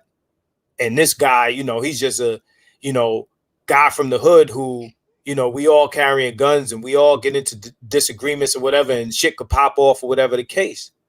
No, we're talking about the guys who I'm talking about that end up killing these women. A lot of them have a pathology, right? Not all of them, but a lot of them, right? And it all doesn't, come from, she talked to me wrong, or I came home and the dish wasn't washed, and what's this over here, and I found numbers in your pocket and shit like that. We're not talking about the typical disagreements. I mean, shit, we've all been in relationships, and I don't think any of us have bodies on us. We've all been in, back and forth and arguments with women, so yeah, you got women who attack you. I've had relationships where, if a girl decides she wants to fight me, I'm getting the fuck out of there because I ain't got time to have DV on my record and all of that shit, and there's guys who they respond to that differently. But this is not an indictment of black men, right? This is about who women tend to choose and end up getting killed by. Tend to, not only, not just, not absolutely, but the numbers are high when it comes to a certain common denominator of dudes. And I don't mean black, I mean a certain subset of black men. This is who they say they prefer. This is who they date. You can see it in real time. You understand what I'm saying? It's not even something that I have to look on social media for or in the white media for. This is what they say. Yeah, I got several things going on in the chat. I believe him. So I got several things going on in the chat. For one, I got a black man out here who's saying that Gigi sounds like a thug. I wonder if he looks like a thug. Oh boy. Which I think is, absolutely tangential to the conversation we're having. Yeah. But then also I got the origins of man, talking about the 80-20 rule, that 20% of the 80% of the effects are caused by 20% of the causes. About 20% causes. So look, hold on. Read them. Yeah. So that's what they call in business the Pareto principle. Ultimately, the Pareto principle basically says that 80% of the effects have or basically brought into being by 20% of causes. Yeah. And then like even BGS is in the house right now. He's like, look, most of the 20% are not thugs. Mm-hmm. Like I am not of the mindset that 20% of the men walking the planet are the fathers to 80% of the children in the world. I'm just not, to me, that's not reasonable. I would have to see data that demonstrates that there's only 20% of men out here who are walking around, who are having sex with women, who are impregnating them. Read the comment above that, because I find that funny. Which one is it? Black right women are mostly getting killed by black computer nerds who write code and watch anime, which is, it's a smart aleck comment. Of course. But it's something I would say. And look, but let me say this. Like, okay, so this is the thing that's strange to me, though, because when you look at murder, personally, when you see men do this kind of thing, you see it in white men also. It's not like something that's just, endemic to black people. Because white men kill women and their children also. Absolutely. Right? And even their own children. And then they follow up and they kill themselves. Okay. Right? Don't start defending black men, because again, I'm not defending black men. I'm because I already know. Look, I'm making the case for is that when it comes to this kind of behavior, I'm saying that it's not something endemic just to Pookies and Ray-Rays. I got you. But you can find it there amongst Pookies and Ray-Rays. But my argument is this: you can find that type of motherfucker anywhere.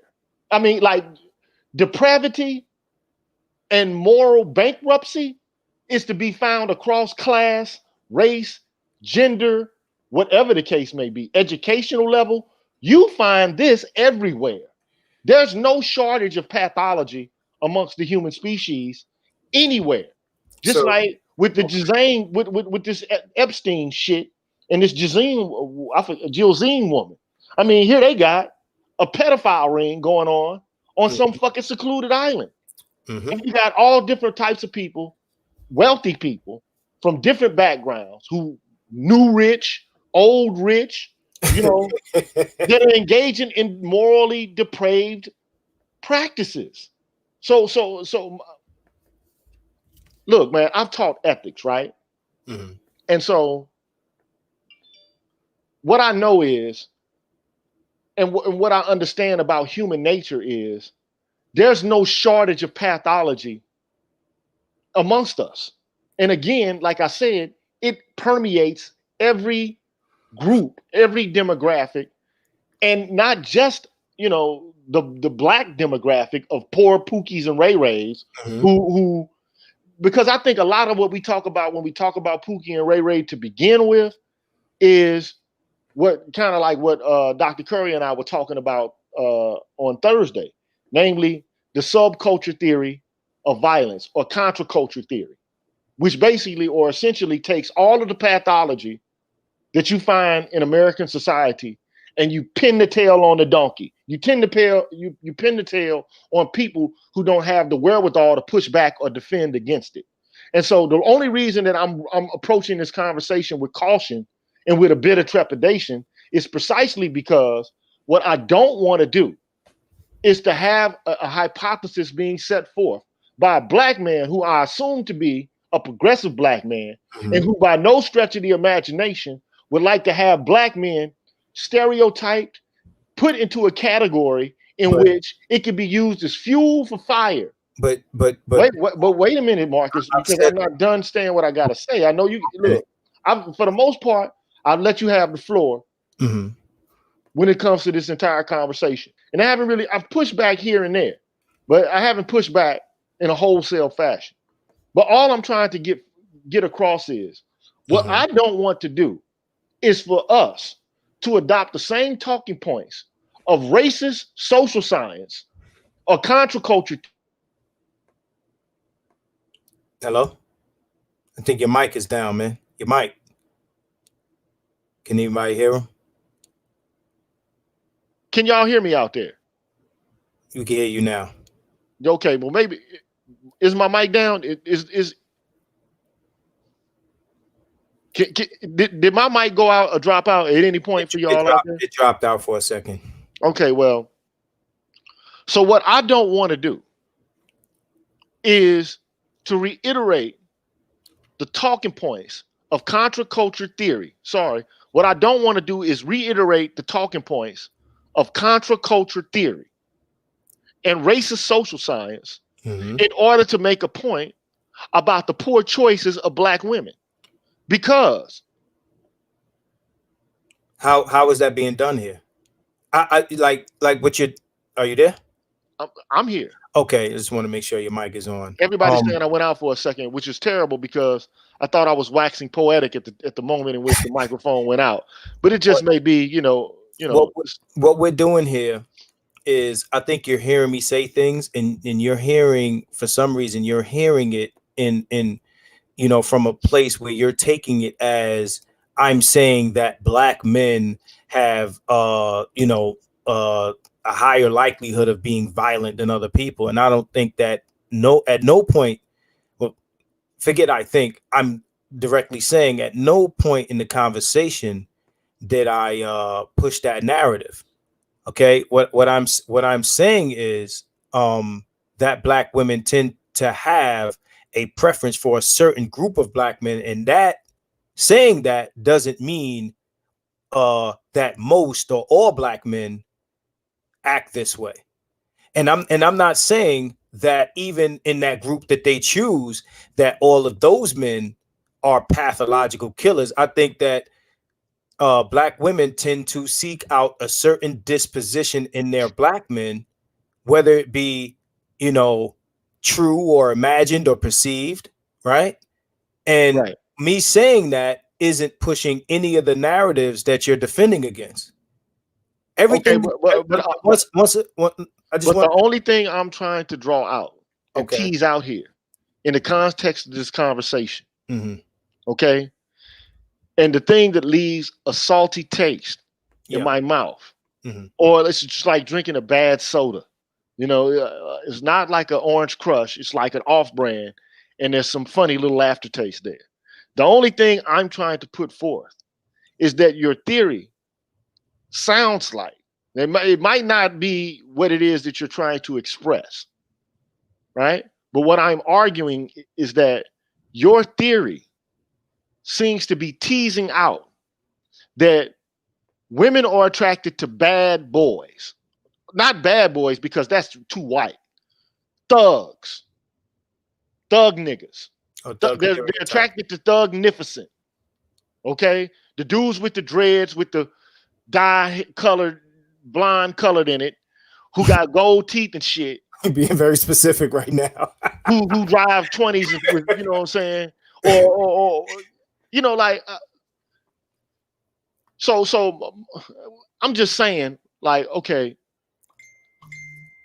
Well, what I'm struggling to understand is what part, other than the responses that you're giving me, which is not my argument, what part of my actual argument are you having a problem with? Because what you're doing, and we've been doing this for some time now, is I'll say something and then you'll respond by saying what you don't want to do is make it look like black men are doing XYZ, or that, that what the greater media and the greater dominance. What's the thug nigga, man? What is a thug nigga?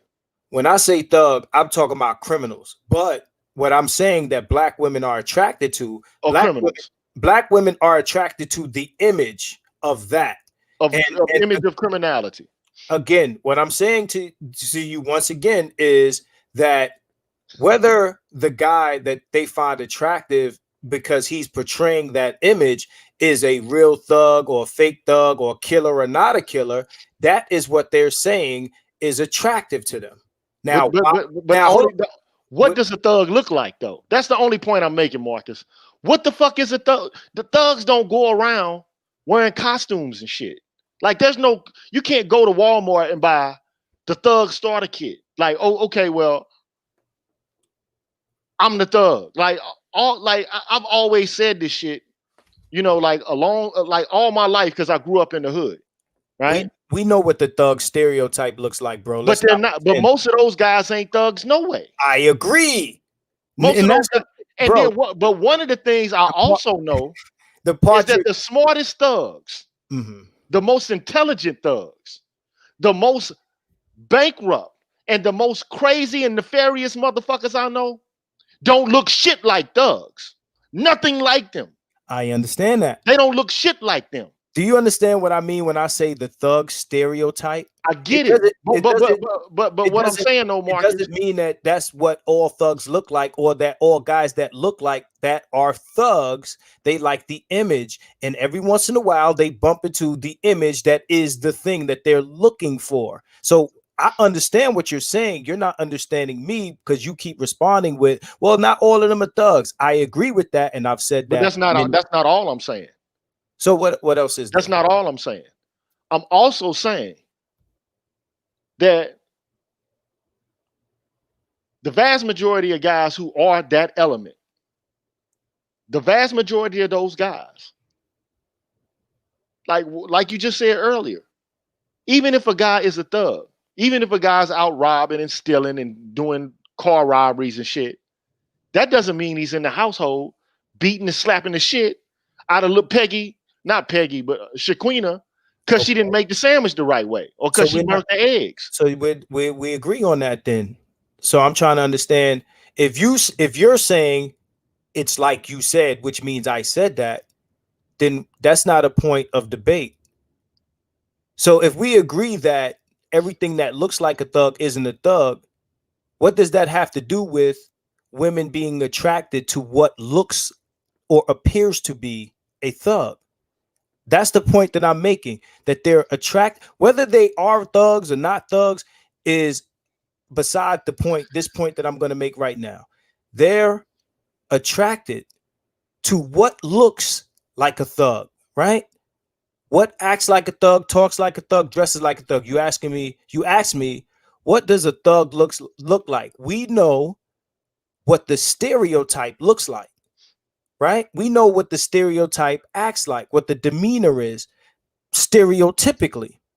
Because like you said, real killers don't always act like the thug niggas that they sell us as thugs. You understand? Whether that's all popular culture, and it's all absolutely all it's based on is what a snapshot of what a thug once was. Okay.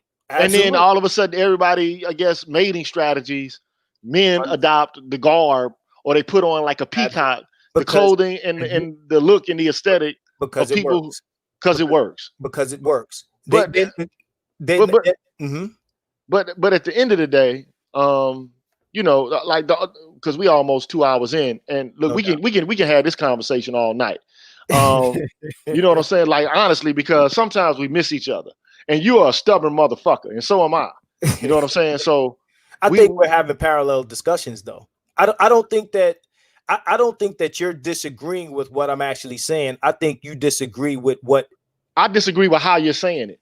I disagree with your strategy. Well, we're having semantic noise because this is what you're doing. You're saying women are choosing bad men, or the stereotype of bad men, and so therefore when they get killed, they need to be held accountable for their poor decisions. No, what I'm saying is women are choosing these bad men, and they're taking that and using that to blame all black men, black men as a collective, group for the but I action. don't even think that that's what they're doing, though, Marcus.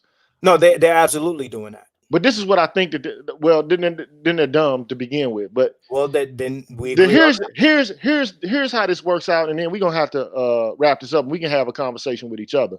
But at the end of the day, the theory that allows them to say this to begin with is the following. Is what? Is the following. Okay. It's a theory developed by a feminist named Catherine McKinnon. She wrote a book called Towards a Feminist Theory of the State. Okay? Now, in this book, and in many other areas of research that she's, engaged in, she makes the case that women, in virtue of being women, are subjected everywhere and at every turn by the threat of rape and the threat of violence. And this is just how it is across the board. This is the academics that gives rise to the sentimentality that you're pushing back against. Okay, so what they argue is, and it's not any particular type of man, right?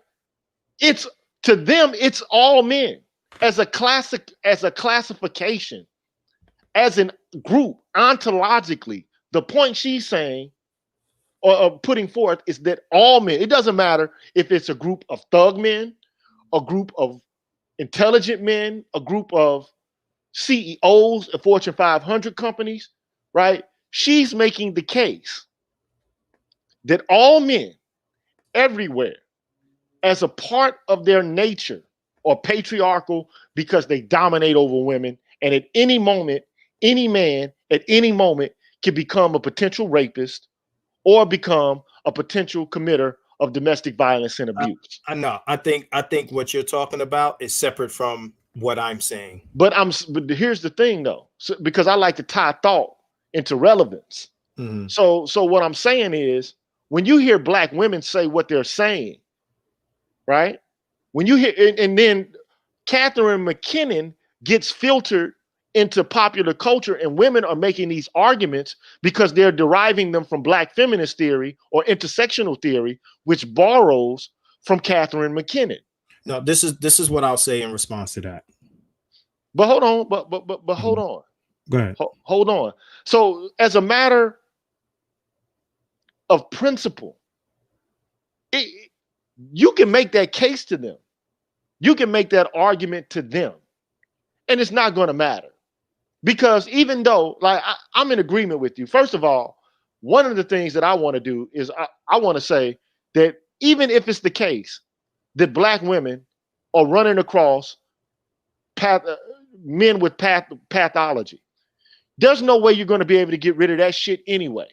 Well, that's not the point. I'm not making a point of getting rid of pathology. What I'm saying is this, right? Because they're going to be exposed to pathology regardless. I think that in our culture, and let's not pretend, let's not beat around the bush. In black culture, even we align black culture with criminality, right? We you got guys who want to go to school, want to get educations. These are not the celebrated black men in black culture. Okay, we celebrate. No. Let me make this point, right? And I'm talking about in the hood, right? Okay. When I say black, you know what? Let me use different words. Let me reiterate.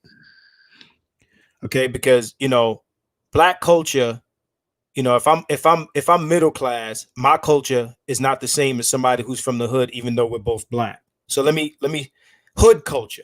Okay, so when we talk about the hood hierarchy, you know what I mean, and hood culture, we place our criminals, in up front, and I say we, I mean hood culture. Okay, in the hood, the thug or the thug stereotype is the revered sort of guy. If you ain't that guy, you weak, you ain't accepted, you're ostracized. Okay. Now, there's guys in the chat. They hear me talking. All right. Now you say keep it 100. You are wrong and missing the point. I don't. Big J XXX. I want you to type in what the point is to me, because what I'm saying is I understand what you're saying, G, about not wanting to make black men look like criminals and et cetera, et cetera. But what I'm saying is we all grew up in the hood and we knew that the hood niggas, the niggas that was out there doing this and that and the other, they was getting money. They was getting money. Aside from getting money, whether you were getting money, whether you just carried yourself a certain way, you got more acceptance and more respect in that environment than guys who were not carrying themselves a certain way. Okay. So what I'm saying is, and I have these same back and forths on my page with black women, even where they'll tell you who they desired earlier, and then they get older and realize that ain't the guy that they want, because it's not a how can I say, those guys are not necessarily life partners. Notice I said not necessarily, right? So those guys are not necessarily life partners. So they end up choosing guys who they would not have chosen once upon a time, right? But at the end of the day, these women, these are the types of guys that they like. They'll defend that image. And so when they decide to tell the world who did what to them, they're not going to associate what happened to them or what was done to them with those guys. They're just going to say black men. You understand what I'm saying? I get what you're saying. I understand precisely what you're saying. So what I'm saying to you is, if this was about a greater feminist argument about patriarchy, due to the fact that in the hood hierarchy, the thug holds more weight than the lame. So in essence, he would be described as the patriarch of the hood if you wanted to name somebody a patriarch. He's the guy that's being chosen. He's the guy that's handing out, or handing down shit. That and that's when he's in control, and most of the time women are in control, because we don't have a patriarchy, so to speak. But if you look at the hood, these guys are the guys, and these are the guys that other guys want to be like, and I think that we're pretending that this is not the truth. You understand what I'm saying? In the hood, in that environment, these are the motherfuckers that people want to be like. You understand what I'm saying? So I'm listening, man. I'm listening. So what I'm saying to you is, a lot of the things you're saying about black men and a lot of defenses that you're having for black men, I'm not making those arguments.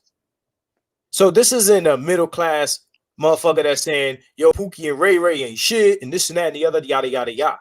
What I'm saying is, if you are dealing with a certain type of element, and some of that element is pretending to be that element, and some of that element is that element, you know what I'm saying? Eventually, you're going to stumble upon a real motherfucker. You know what I mean? We, again, like you said, you from the hood, I'm from the hood. We both know killers. Well, okay, this is what I'll say. So what I want you to do is, I want you to go back, and I want you to look at all as many cases as you can of intimate partner homicide, and I want you to see, in the black community specifically, I want you to determine for me what the class and the criminal background is of most of the men who committed intimate partner homicide, and whether, but the only thing that's going to be missing in this, I think, is an elucidation of the unfolding of events related to the homicide, right? Because oftentimes what ends up happening in these cases is that we end up seeing what was done, and we don't get an accurate depiction of the events leading up to why what was done was done. Do you get what I'm saying? So we don't have a proper etiology that teases out all of the nuances and why homicide was the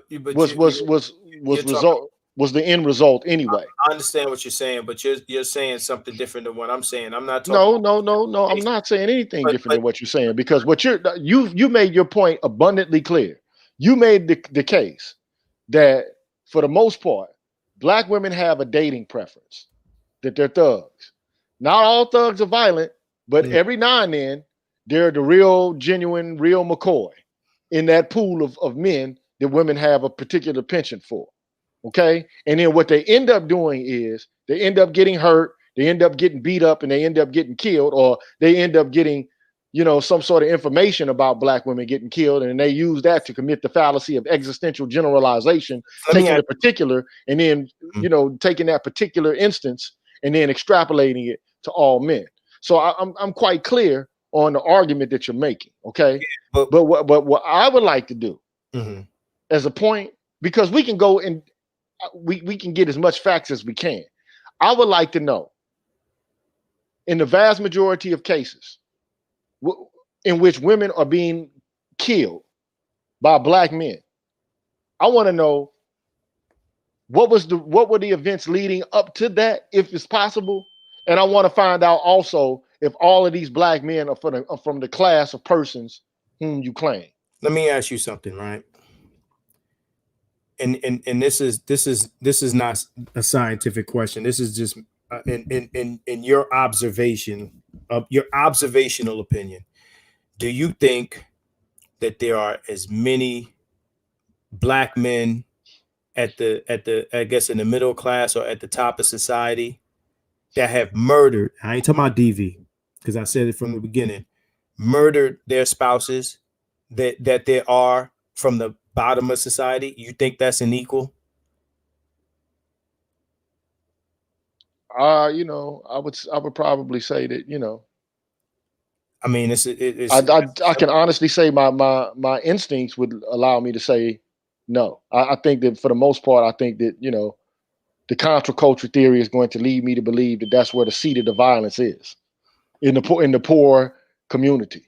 I mean, in the poor community of black folks, because but that's just an assumption that I'm making. Well, we just that's an assumption. Well, we're talking about black people, right? If we're talking about black people, right, and if we can say that less of these types of incidents, and I'm talking about homicides, happen outside of the environment that it is the hood, right? Then you can also say that at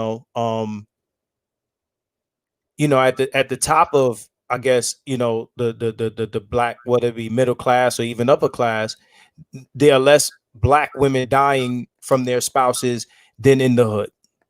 But that's an assumption we're making. I don't know. I mean, we don't know, but I just asked you for your observational.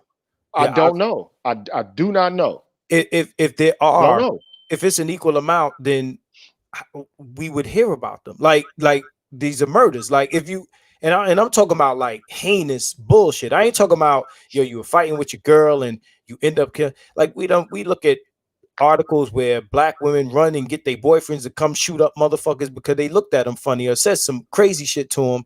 What I'm saying is there's a lot of violence in the hood, and we can talk all day about why that is, but that's not what this conversation is about. My conversation, Marcus, we can't use the media. I'm not talking about and the cases that they take and that they present to the public as a benchmark. No, absolutely. I wish to make any kind of assessment. So about we can't use the media. Okay. So are you okay? So let's get to because the media filters what they allow to come into the public to paint a portrait of the black community to begin with, and it's not flattering. Understood. So let's get away from that. I'm asking you because I got to ask you, because you're saying that you have an argument against my argument, and then when you'll repeat my argument, and then when you go deep into discussion, you'll say a lot of things that I actually agree with you on. So my question to you is, and this is relating to my original argument, is it your point of view that there is not a preference for thugs from black women? or the thug stereotype? I've never fully bought into that argument to begin with, but So are you I saying? don't. So who are you saying that Black women prefer? Because the argument could be made that there's always going to be an alpha male. So who do you think the alpha male is in Black culture or in the Black community?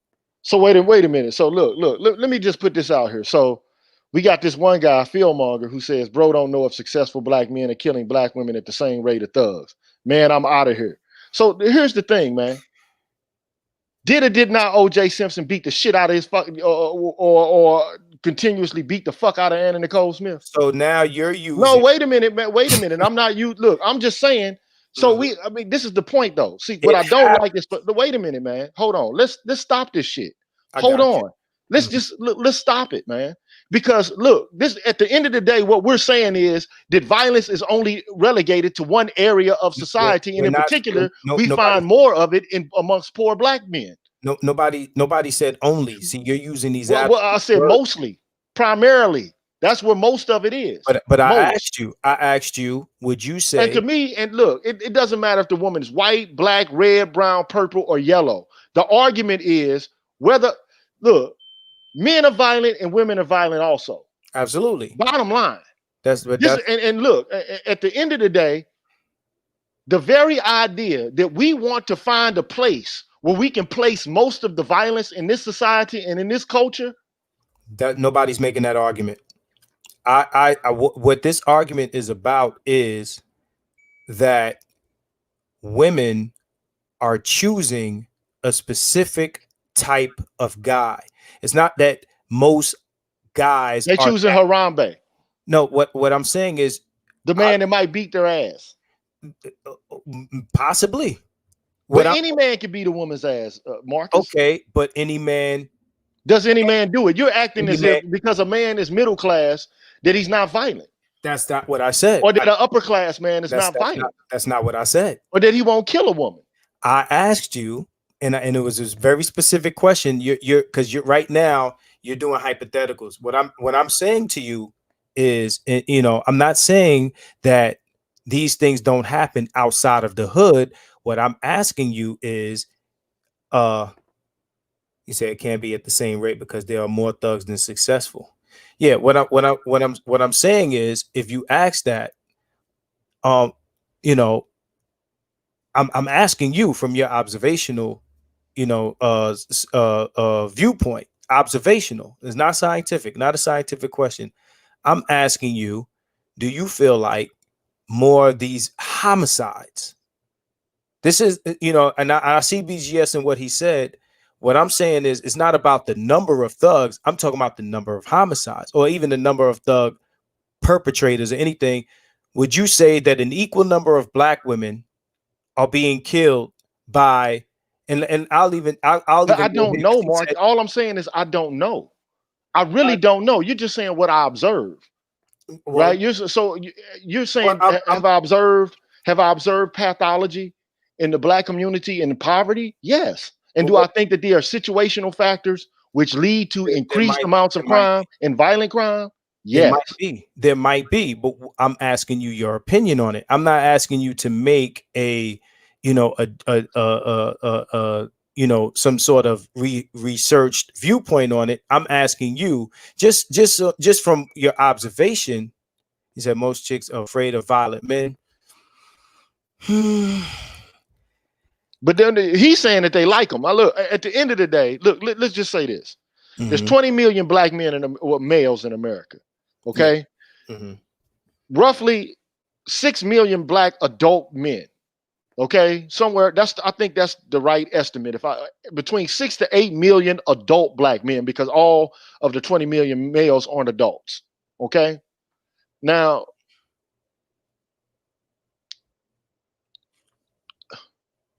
the only thing I am cautious. First of all, I haven't researched this. We're just having a discussion. So the only thing I've already told you that I have misgivings about to begin with is I don't like to place violence in any one area. I don't like to do that. It's not what I'm doing. I'm not saying you're doing that. But what I am saying is that your argument relies on the idea that women are drawn to a particular type of guy. Mm-hmm. And that out of those type of guys that they're drawn to, those guys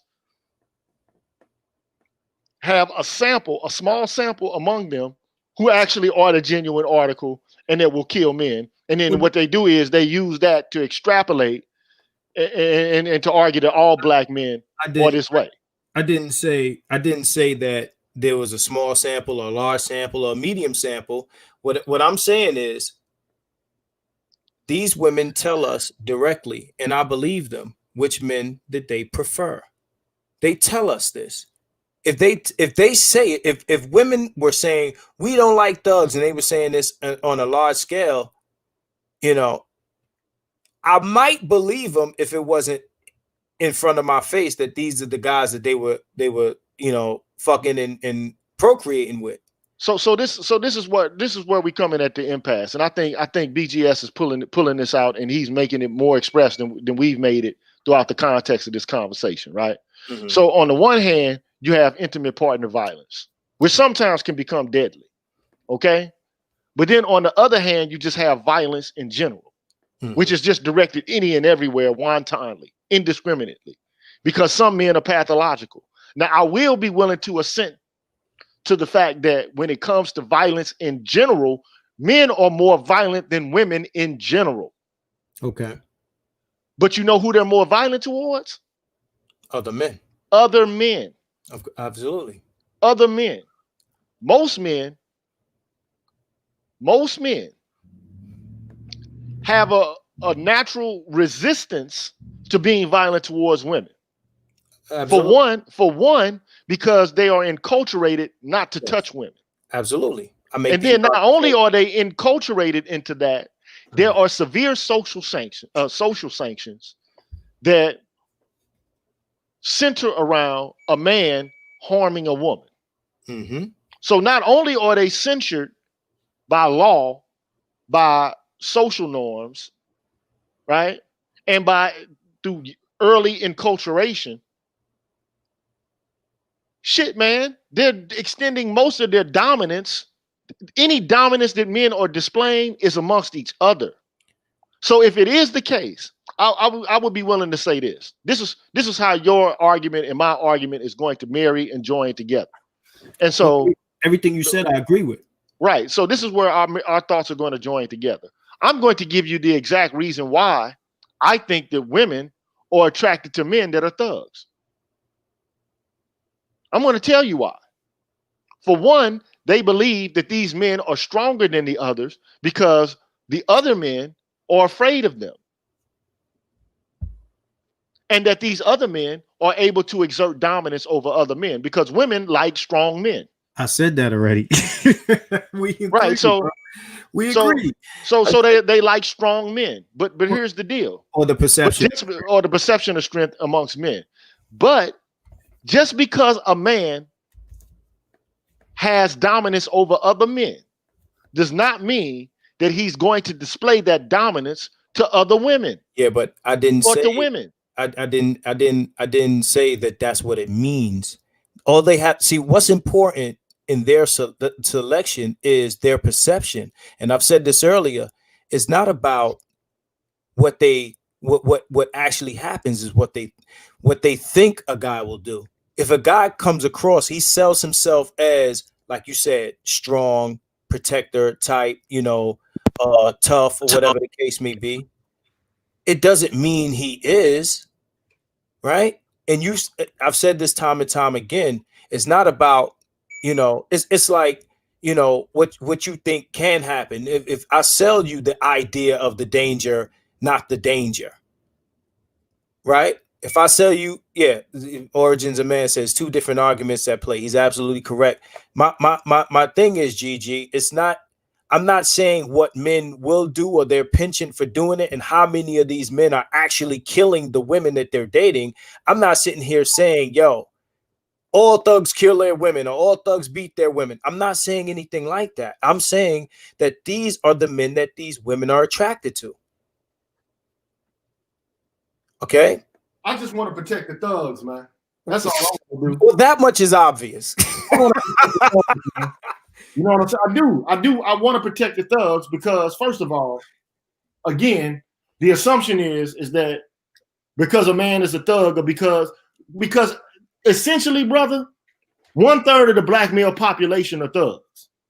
Well, it depends on what your definition of a thug is. Well, I'm going with what society in general is going to perceive a thug as. Well, a lot of niggas, they got thug swag and they play thug, but they're not thugs.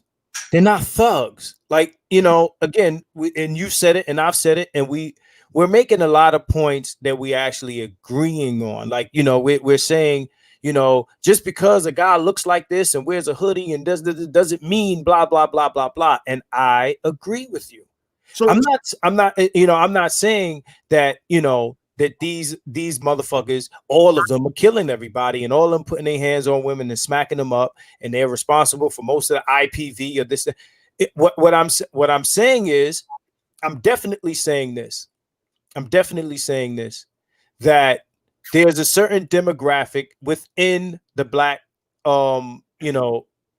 community or the hood community, or the hood, that is responsible for most of the murders. I am saying that, and I'm standing by that.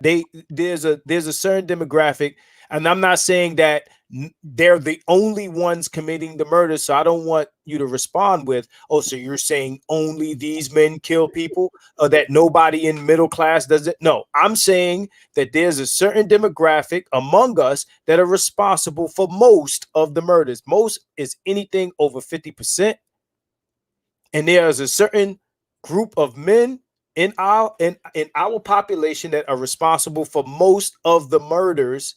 And these are facts. And I ain't making no Chicago comparisons or anything like that. I'm just saying overall that there's a certain group of black men that are responsible for most of the murders. And these men are the most attractive to our female population. That's all I'm saying. Yeah, I think Cortez Smith is, for the most part, you know, reiterating your argument. I mean, and look, I brought you on here, man, because I wanted to have this conversation. And look, I'm just trying to play devil's argument. I always play devil's argument with anyone with any argument. And I'm just trying to show you, if there are any holes in it, why is it? Why are there any holes there? The first thing the only thing I did was I tried to put forth to you the follow. And you're a strong guy in terms of like your rigidity in holding on to a viewpoint. If you are dead set on believing that you're right, you're not going to budge an inch. But because I know this about you, and look, I like it about you, but at the same time, Gigi, what I need from you, is. But you didn't let me finish though, Marcus. No, because you're talking about how stubborn I am. I've asked you questions where I'm trying to get to the part of the argument that I'm actually making, because I'm not making an argument against anything you said. You're not addressing my actual argument. You're saying, well, black men ain't like this, and most black men ain't, the thugs that most of them don't kill people in this. I'm not debating against any of that. I think that you're making like parallel arguments to the argument I'm making. But here's the deal. I think ultimately your argument is made with one purpose in mind. But that's your my opinion. This is my opinion about what your argument is. Okay, let's get and why you do it in the first. Why you even develop the argument in the first place. You made the argument up to respond to black women who are saying that black men are killing them, right? My argument is, if these are the guys. No, I didn't ask what your argument is. Okay. I asked you why you made up the argument in the first place. You're asking me that question? Correct. Okay. Not a long drawn out exposition, but just the reason why. Well, it's not a yes or no question. Damn, man. I knew you was going to get complicated on this shit. Go ahead, man. Go ahead, bro. I'll make it short. My argument is based on having the collective of black men responsible for the actions of the men that women are choosing to give pussy to. Okay, got it. So, in other words, don't look at me, nigga. Look at them niggas. You made the choice to fuck with Pookie and Ray-Ray and them niggas. You like the thug niggas. So you got, like, if I was 50 Cent, you like these niggas. You like to get shot in the foot. These the niggas you like, right? I mean, am I right or wrong? If those are the guys that you like them niggas, so that's what you get that comes along with that. Listen, every guy that's in the chat right now, women come out their face and they say, the thug niggas got swag. The thug niggas are sexy. The thug niggas got good dick. The thug niggas getting money. The thug niggas, this, that, and the third, whatever positive attribute, fill in the blank, right? So when the thugs do XYZ, why nobody says the thugs did this to me? If you're going to be specific. I know that's your argument, right? So your argument is, why are you blaming all black men for the actions of thug niggas? If you're good, no, let me finish it. If you're going to be specific about the positive attributes of these men that you're dating, when they flip on you, be just as specific about which men are doing the dirt to you. Because you were specific when you made it, about who you liked. You were specific when you made it about who you liked. So when these things happen to you, you have to be just as specific the other way around. Okay, so here's the deal, and because we're not going in circles really. This is what happens when you talk to people and you have arguments with people, right? And we're not arguing in the sense of getting angry with one another. We're just arguing in the sense of trying to, like, so even if we, like, one of the things that I never try to force on anybody when having a conversation about anything is consensus, right? Okay. All right. So I'm not going to force, and then maybe it's just that you have a different viewpoint than I have, and I have a different viewpoint than you have, right? And then there's a certain set of assumptions But we're not disagreeing on anything. You're thinking that we're disagreeing. I'm telling you, I'm not disagreeing with what you're saying. Oh, okay. Except for. So let's get to that. Except for the way you're going about doing it. And which way is that? For the most part, I've said it I don't know how many times I got to say it. You're saying that black women like a specific type of man, right? Yeah. Or they say, yeah. Or they say they do. They say they do, and then they act that preference. Now, first of all, I would have to do a survey of women to figure out, like, if that's what they really like. But I'm going to take your word for it and accept it as 100% gospel. Black women like thug niggas. Okay, they like Pookie and Ray-Ray. Now, I think it's nuanced because I'm sure that even if a black woman likes a thug, she would like the most shining thug. Because, I mean, like, all thugs are not made equal, I don't think. I don't think that, like, the low life thug nigga is the type of nigga that, like, the black woman would love. Well, I know a whole bunch of those guys. If you like shiny niggas, then why say you like thugs? Just go after shiny niggas. If you make a point to say that you like thugs, then let's not be, because it's just a bunch of broke ass thugs out there, bro. It's a bunch of dudes that's hustling and they hustling backwards. And a lot of them dudes are the I guess the disposition of these women are searching for. Well, then, I get exactly what you're saying now. So if this was about broke niggas, I get exactly what you're saying now. Okay, so you're saying that it doesn't matter if this dude is a successful thug or not. Doesn't matter because there are hierarchies amongst thugs. Okay, fam, you said you disagree with the way I'm making my point, and I want to understand. I'm giving you the nuances of why. Okay, so I'm listening. Giving you the nuances of why, because I always the devil's in the details. Okay, so You're saying women like a specific type of guy. That's what they say. That's what they say. Okay. They like thug guys. How often are you on the internet and you see women complain about I don't, man. Look, fuck boys? I don't fucking pay attention to half the shit women say. Well, I'm just keeping it, unless they're intelligent women. Like most of the people on my timeline are academicians. So okay. And, I mean, I'm just saying, like, I'm just keeping, or people who I went to college with, or people, and I don't know a lot of. I personally don't associate with a lot of women that fuck with riffraff niggas. Okay, so my thing is, if you're not paying attention to what women are saying, and I am, and I'm telling you, this is what they're saying, right? Then what are we doing? Because if you're not paying attention, I told you I was assuming that I'm saying I'm assuming that you're right. Okay, I'm saying I'm assuming that you're correct here. Okay. So what part of the way that I'm saying what I'm saying? Because you said you agree with me, but you don't like the way. I said I agreed with a certain part. So what part are you disagreeing with? I'm disagreeing with the following.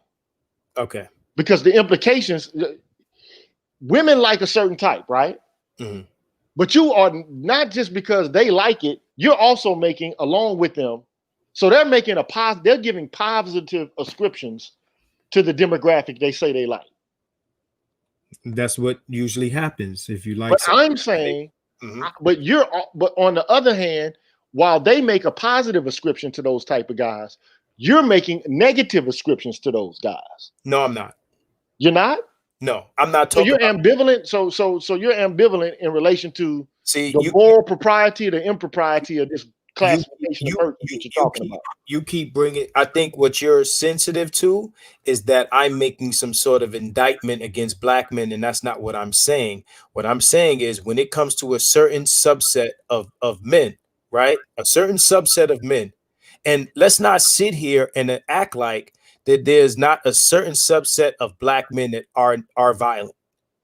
Okay, so and just like BGS said, he said every non-thug is not a good guy. I agree with that. It's just like every thug doesn't beat on his woman either. You know what I mean? But that's where you're most likely to find the beating taking place. No, that's where you're most likely to find the murders. See, you're talking about beatings. I'm talking about murders. Okay. And there are definitely more murders happening when it comes to black women in a certain space than other spaces. That's not even debatable. I'm not willing to debate that part of it. What I'm saying to you is this. Okay. What I'm saying to you is this, homie, is that, you know, black women are choosing a certain demographic in black men. Okay. Do you disagree with that part? I am taking that as the gospel truth from you. You're saying that women like that group of men, the demographic. Right? No, but do you disagree with it? Whether you know it to be true or not, do you agree or do you disagree? Because I talk to women all the time in real time and online, and this is what they say, and there's videos on it, and there's songs about it. Motherfuckers sing about, I want a soldier, and gotta get a roughneck, right? They tell us this, and for some reason you're saying because you don't speak to these women directly that you're oblivious to what their preference is. And I'm saying this is what they say out loud that they prefer. Do you disagree with that portion of it? You telling me you're from the hood. You telling me you never heard the idea that women like street niggas, thug niggas, whatever? Like you're totally lost on that. I'm not lost on that at all. But I'm just saying. No, but so okay. So are you disagreeing with that part? I'm trying to get to the part you disagree with. That's what I don't want to talk about things that we already agree on. I'm trying to get to the part that you disagree with. So if you understand, because if you're from the environment that I'm from, then you understand that there is a desire, thug passion, whatever you want to call it, that black women have for a certain type of black man. You know that. You're not defending that part. I don't even think you have a problem with that. I think you have a problem with me saying, oh, these are the guys that's doing this and that to the black women, and I think you identify with these men somewhat, and you're getting defensive. Because I come from the same place, and you do too. I come from that place, and I'm saying what I'm saying. And so look, at the end of the day, hold on, let me put my headset back in because I took it off because I had to do something right quick. So, and I carried the computer around with me. So look, at the end of the day, all I'm saying is this. I can't lie that women don't like bad boys. I can't make that claim because I think that they do. All right. I think they do like bad boys. Okay, I think, but I also think that they fuck with them not the long way. You ever heard the song Marvin Gaye and Chardonnay? Where they, like the long way, the strong way. I don't think they fuck with these guys the long or the strong way. Shout out to James Cole. You feeling me? Your man James Cole put something up there. He's, If you quite like it up. He said you caping for the thugs, man. I think. But I am caping for the thugs. I'm gonna tell you precisely why I'm caping for the thugs. Okay. Because thugs exist not in a vacuum. Thugs don't exist outside of a social context. But that's not the discussion here. But you asked me why, so I'm telling you why. I got you. You want to go down this path. I'm telling you why. Now, first of all, look, I'm just telling you, I am from the hood. Mm-hmm. You're from the hood. Absolutely. Okay. Now there's some men who would like to distance themselves from the hood, and then they would like to, because they've made this kind of what's the better term what's the best term or way that I can express this? They've made some sort of conciliation with neoliberal capitalism. What I mean by that is they've said, okay, me being productive in relation to what the capitalist system tells me I should do in order to be successful, I've accepted it. There's a group of pathological black men who don't have the capacity or the ability to conform. And then I stand above these other people who aren't able to do so. And I'm in a different moral position than these other groups of persons. I think that you're thinking that I'm taking some morally high position against guys from the hood. Listen, that's why you keep defending black men, or AKA. But wait a minute, Marcus. I think that's what you're doing. And this is why I'm doing it. You want to know why? I'm trying to give you why. I'm trying to explain to you why. I'm just trying to give you some insight as to why I'm thinking the way I'm thinking, and why I have the kind of disposition that I have. You think I'm on some Thomas Sowell shit right now, and that's precisely. I am exactly. I'm not. No, I know you're not. I know you're not. That's not what. But I know you're not. I know that you're not. I know you're not on Thomas Sowell. I know you're not on William Water. But fam, I've spent zero time in this whole discussion putting down black men or thugs. Zero. I've spent zero time, and your interpretation of what I'm saying is not what I'm saying. I'm saying I don't know how else to interpret it though, bro. Put it this way. But I don't know how else to interpret it because implicit within what you're saying is that violence resides in the context of poverty. And thugs and the culture of thugs. What I'm telling you is in hood culture, okay? Hood culture. I mean, we can sit here and we can pretend that the shit that, because again, you say you're from the hood, I'm from the hood. We're from the hood. And we've seen shit in real time and we've lived that shit. You understand? So this is not me standing above the hood to look down upon the hood and say, well, these guys are like this and da. So they're beneath me or beneath this or beneath that. Bro, we know that, like, you being someone who has, your beginnings and you've gone where you've gone, what exists there because you've been there. We're not people that are on the outside looking in. We're from that place. But look, I want to address somebody in the audience right here, right? Why are we defending the lowest of the low men? And I'm gonna explain to you exactly why I'm defending the lowest of the low men, particularly in black culture, right? Or in black politics, why we have a vested interest in this, right? Because what white people this is a function of what white people do. So when you see black women doing this, they're not doing anything more than what white men do. White men don't look at or portray or project humanity or black humanity accurately, because what they do is they only highlight that which takes place in what they consider to be the subculture. And not only that, though, Marcus, they create the subculture. I've gone through this like so many times. Like I don't know how many times I have to go through it. But here's the deal, man. Black people in America, by and large, I mean, I'm not talking about the second diaspora or the third diaspora of African immigrants from the African continent or the Caribbean. I'm talking about ADOS people, right? So we know the history of ADOS people and the kind of dysfunction that they have and the pathology that they have, and it is primarily environmental. And let me say this. But that's my point. But hold on though. So this is why I'm caping for the thugs. I'm gonna make it. So people want to know, well, why are you trying to cape for the lowest of the low men? Because primarily, when you look at if you look at the stats and the data on it, most black men are the lowest of the low men. Even if they go to college and they get a good job, they still suffer from depression, and at any moment they can be thrust back into a position of the lowest of the low man because you're a black man in American society. That's precisely the point I'm trying to make. And it doesn't matter if it is the case that you're a black man who went to college. In the eyes of the public, we're all thugs to them. I'm laughing at VGS comment. Right, we are all thugs to them. There's no exception. Okay, but and they bro, let me explain to you. Okay, but there's no white men in this conversation. We're not having the conversation. I get this, but I look.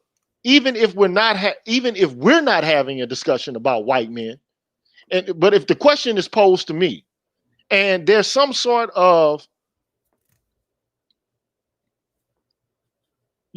disparaging remark put forth to try to, I don't like at any point in time anybody who's black to point the finger at another group of black people and then use that group of black people to distance themselves from that group in order to demonstrate or to illustrate to women, to white people or to other men why they're better than those men. To me, that to me is approximation to whiteness. Okay, so or social, trying to create a social distancing whereby you can demonstrate, well, I'm not like those persons. I'm better than those persons. Okay, so stereotyping, stigmatization of pathology, which white society in general has brought to fruition. Can I respond to that?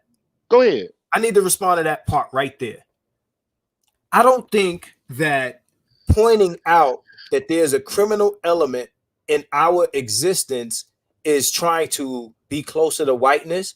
I don't think that in this whole discussion that we've been having that me personally, and let's say about me personally, that I said anything that would be taken or implied as me having a higher moral position or try to distance myself from a certain group of men, but more so their actions.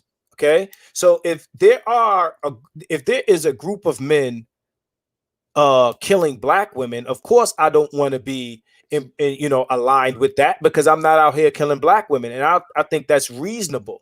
Okay, but I think that what you're doing is you're interpreting what I'm saying, because I know what I'm saying, and I think that you're deriving a bunch of things from what I'm saying that aren't being said and that I'm not implying, and I'm telling you that I'm not implying them.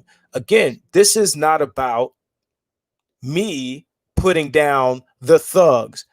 This is about reality, bro. And we know that there is a certain criminal element that we have in our neighborhoods, and pointing that out isn't begging proximity to whiteness. I think that's ridiculous. But here's the deal though, bro. this is the thing that fucks me up, right? Like, okay, so I'm not trying to excuse bad behavior. Like James Cole is basically saying, why am I caping for the thugs? Let me tell you why. Let me explain to you why I'm caping for the thugs. We're getting away from our argument by but your argument is part of what his argument is. No, it's not. It's not. So there's a criminal element in the black community. No, what I'm saying, he's saying, you know, Gigi is excusing bad behavior. What I'm saying is the bad behavior exists and we know who's doing it. And that's not the same as taking a moral position higher than the people that are doing the. But what's bad behavior? I mean, we just talking about murder? Right now we're talking about murder. We're talking about murder. All right. Okay, so my view on murder in the black, I even did a video on this shit. First of all, black people are not the only people in the country committing murder. Nobody made this assumption. So but one could argue though. You're getting away from the point. But can I make the point? I'm sorry, God. Go ahead, man. Can I make the point?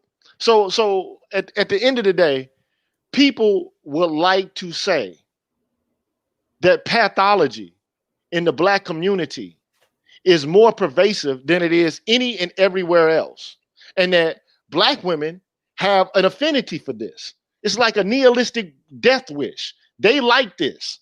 There's some excitement and titillation that they receive from this. That, you know, that this now, although though we say that maybe perhaps women want ambitious men, they want men who are able to progress, to thrive, and to function, and to be progressive.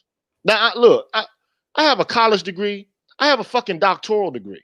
I'm not by any stretch of the imagination dumb.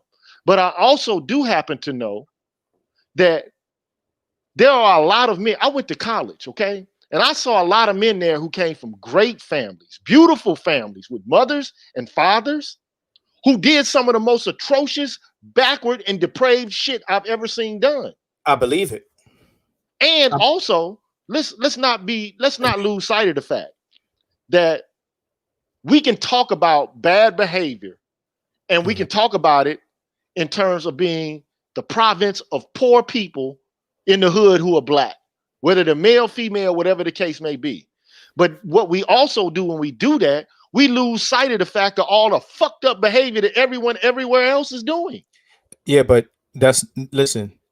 Because I'm telling you, like, okay, I got colleagues, right? I'm not gonna say who they are because I'm not here to tell on anybody. But I'll say this: I'm from the hood. Okay, I've never done cocaine, methamphetamine. I've never done ecstasy, speed, none of that shit. I've never done heroin. I've never done acid. I've never done shrooms. None of this shit.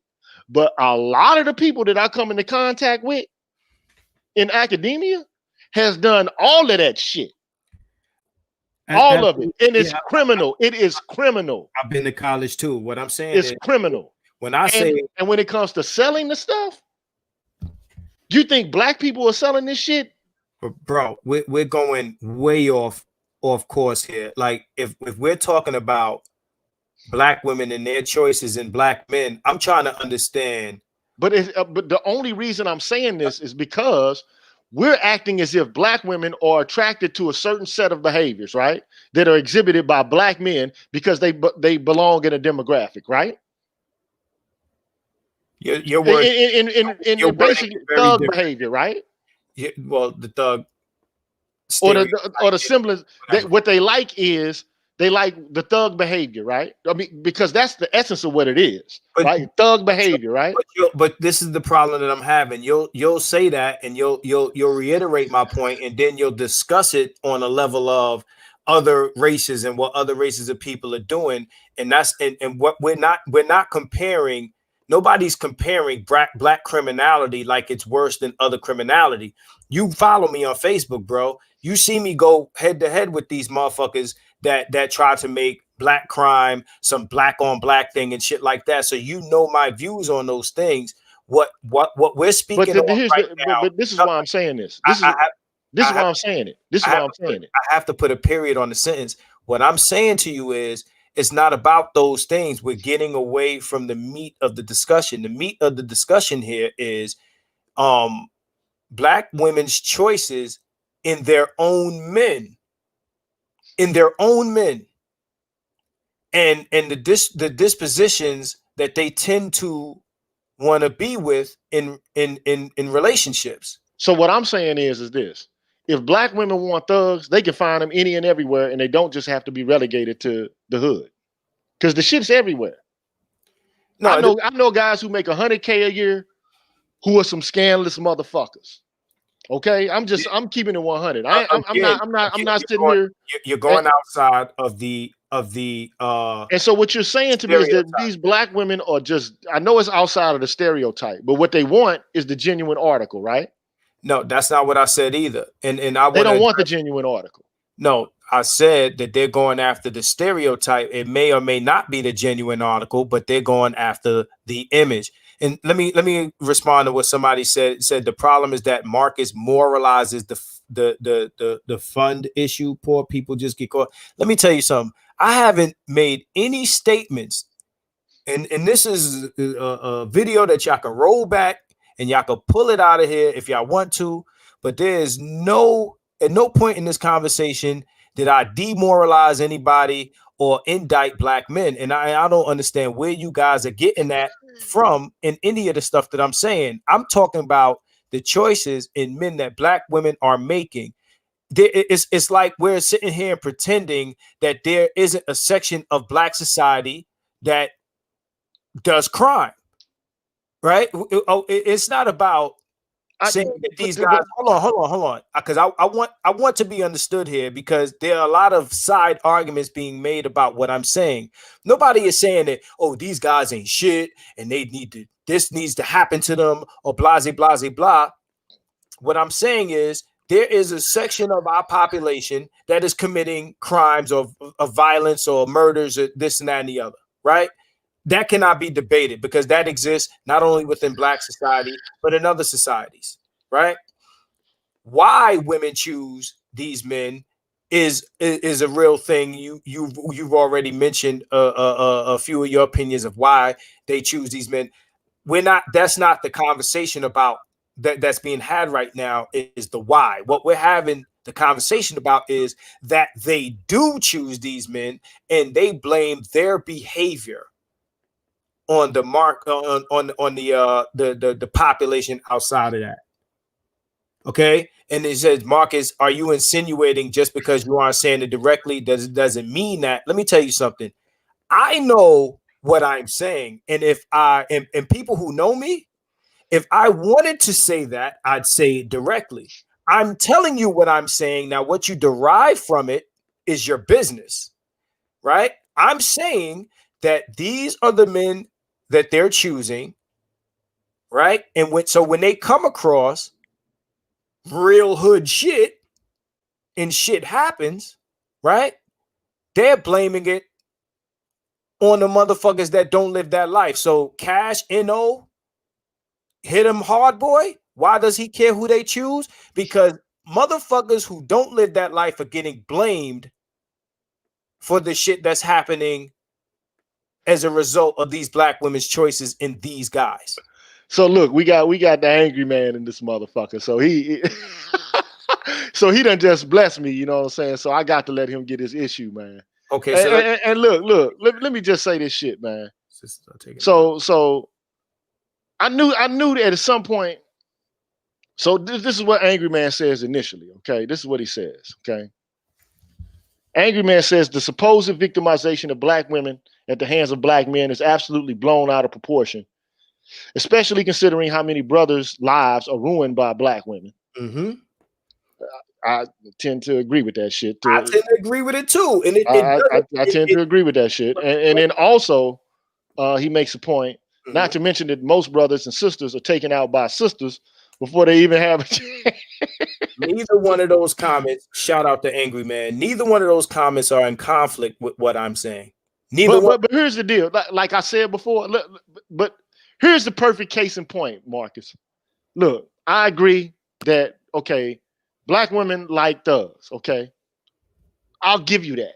And even if you say that, that doesn't mean that you're also saying that, you know, most black dudes are out killing black women, or most black women are, it's not even the same argument. It doesn't even imply it. It's not even the same thing. I'm not saying that what Angry Man is saying is said for the reasons to go against what I'm not saying he's debating me or that he meant to debunk anything I'm saying.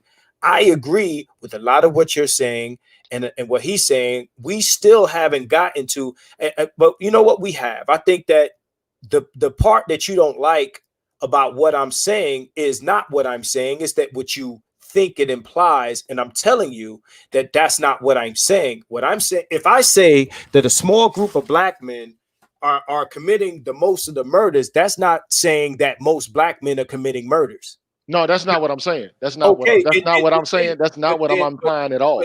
But then you're saying you're also what you're also doing is you're identifying with the group that I'm saying is like, I intended to do this on purpose, Marcus. I knew it would be controversial, and I knew it would touch upon your sensibilities, man. And let me tell you why I decided to do that. But I'm not, because I'm defending it. I'm defending what I consider to be the defenseless. Because let me just put this. Let me put this shit out here, right?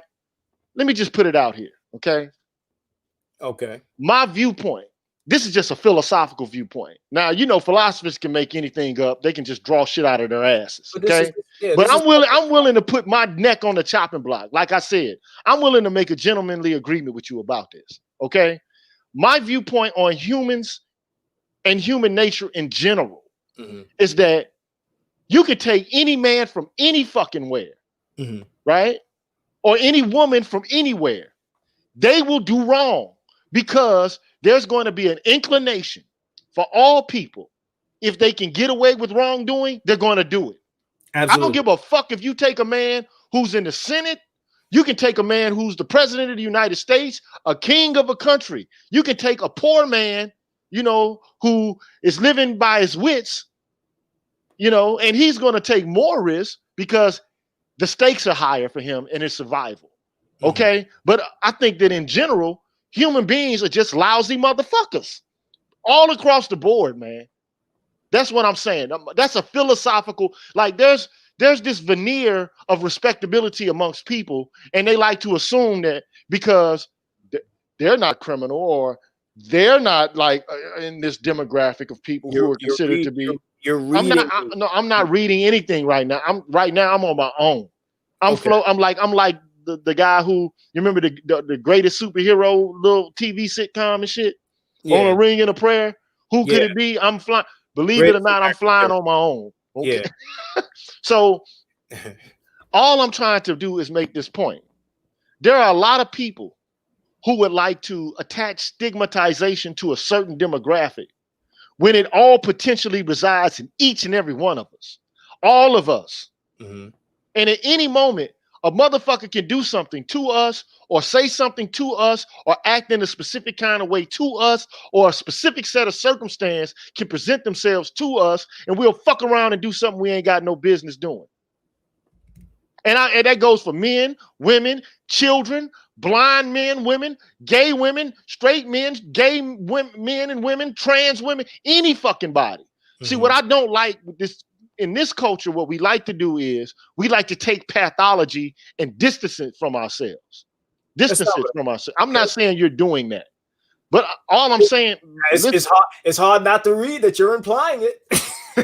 Yeah. Well, fuck, I don't give a fuck if you think it is or not, because I told you I wasn't implying it, so therefore it means that I'm not.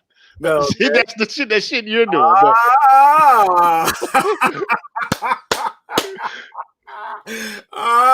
Touche, motherfucker. Touche. But look, I'm not. Look, again, like Origin of Man has got me like. But I think that these kind of sessions are great. One thing that anybody must recognize. Look, one thing I want people to understand: it's good to have these conversations in general. Period.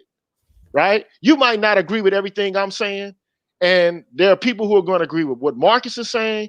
There are people who are going to agree with what I'm saying. And look, I'm not trying to defend the indefensible, but I am trying to, on the one hand, I'm a philosopher, but I'm a naturalist philosopher. I believe that when you make arguments about people and their behavior, you have to do so within a historical context. I'm not trying to make excuses. I'm trying to find ways to mitigate the problems that exist in the Black community, because I want to see Black people win. And that's just not just Black men, actually, because I think that at some point we have to come to the conclusion and the realization that if we don't get our shit together, we're all going to be fucked up out here. Bottom line. So if women are doing well and Black men aren't doing well, by proxy, they're not going to do well, because most of the time they're going to mate with Black men. So they need to. We both need to have thriving constituent parts working within the context of the Black community. And if that doesn't, because we're inextricably interconnected. Bottom line, whether we like it or not, you might say, I'm not fucking with Black women, but you gotta fuck with some Black women. Because you gotta, unless you're an orphan, you gotta fuck with your mama. And if you got a sister, you gotta fuck with her. Or unless you just decide that you're not gonna deal with these people anymore. I understand. You know, so our fates are tied together inextricably. We're interdependent. We're interrelated. And so my whole case has been from the jump, right? So this is an argument about Black pathology and Black women's desire for Black pathology, like a moth to a flame. I don't know why I'm attracted to it, but I am. And it lures them into danger, because we all know that if the trap is set, just like the traps that kill flies, there are these these electrical lights. They're lured to it, they like it, they love the light, but they don't like the danger associated with it. Gigi, let me ask you something, right? So you have agreed with me that women like, you know, what you say, because that your words are the bad boy, right? That you agree with that part, right? You also agree that I'm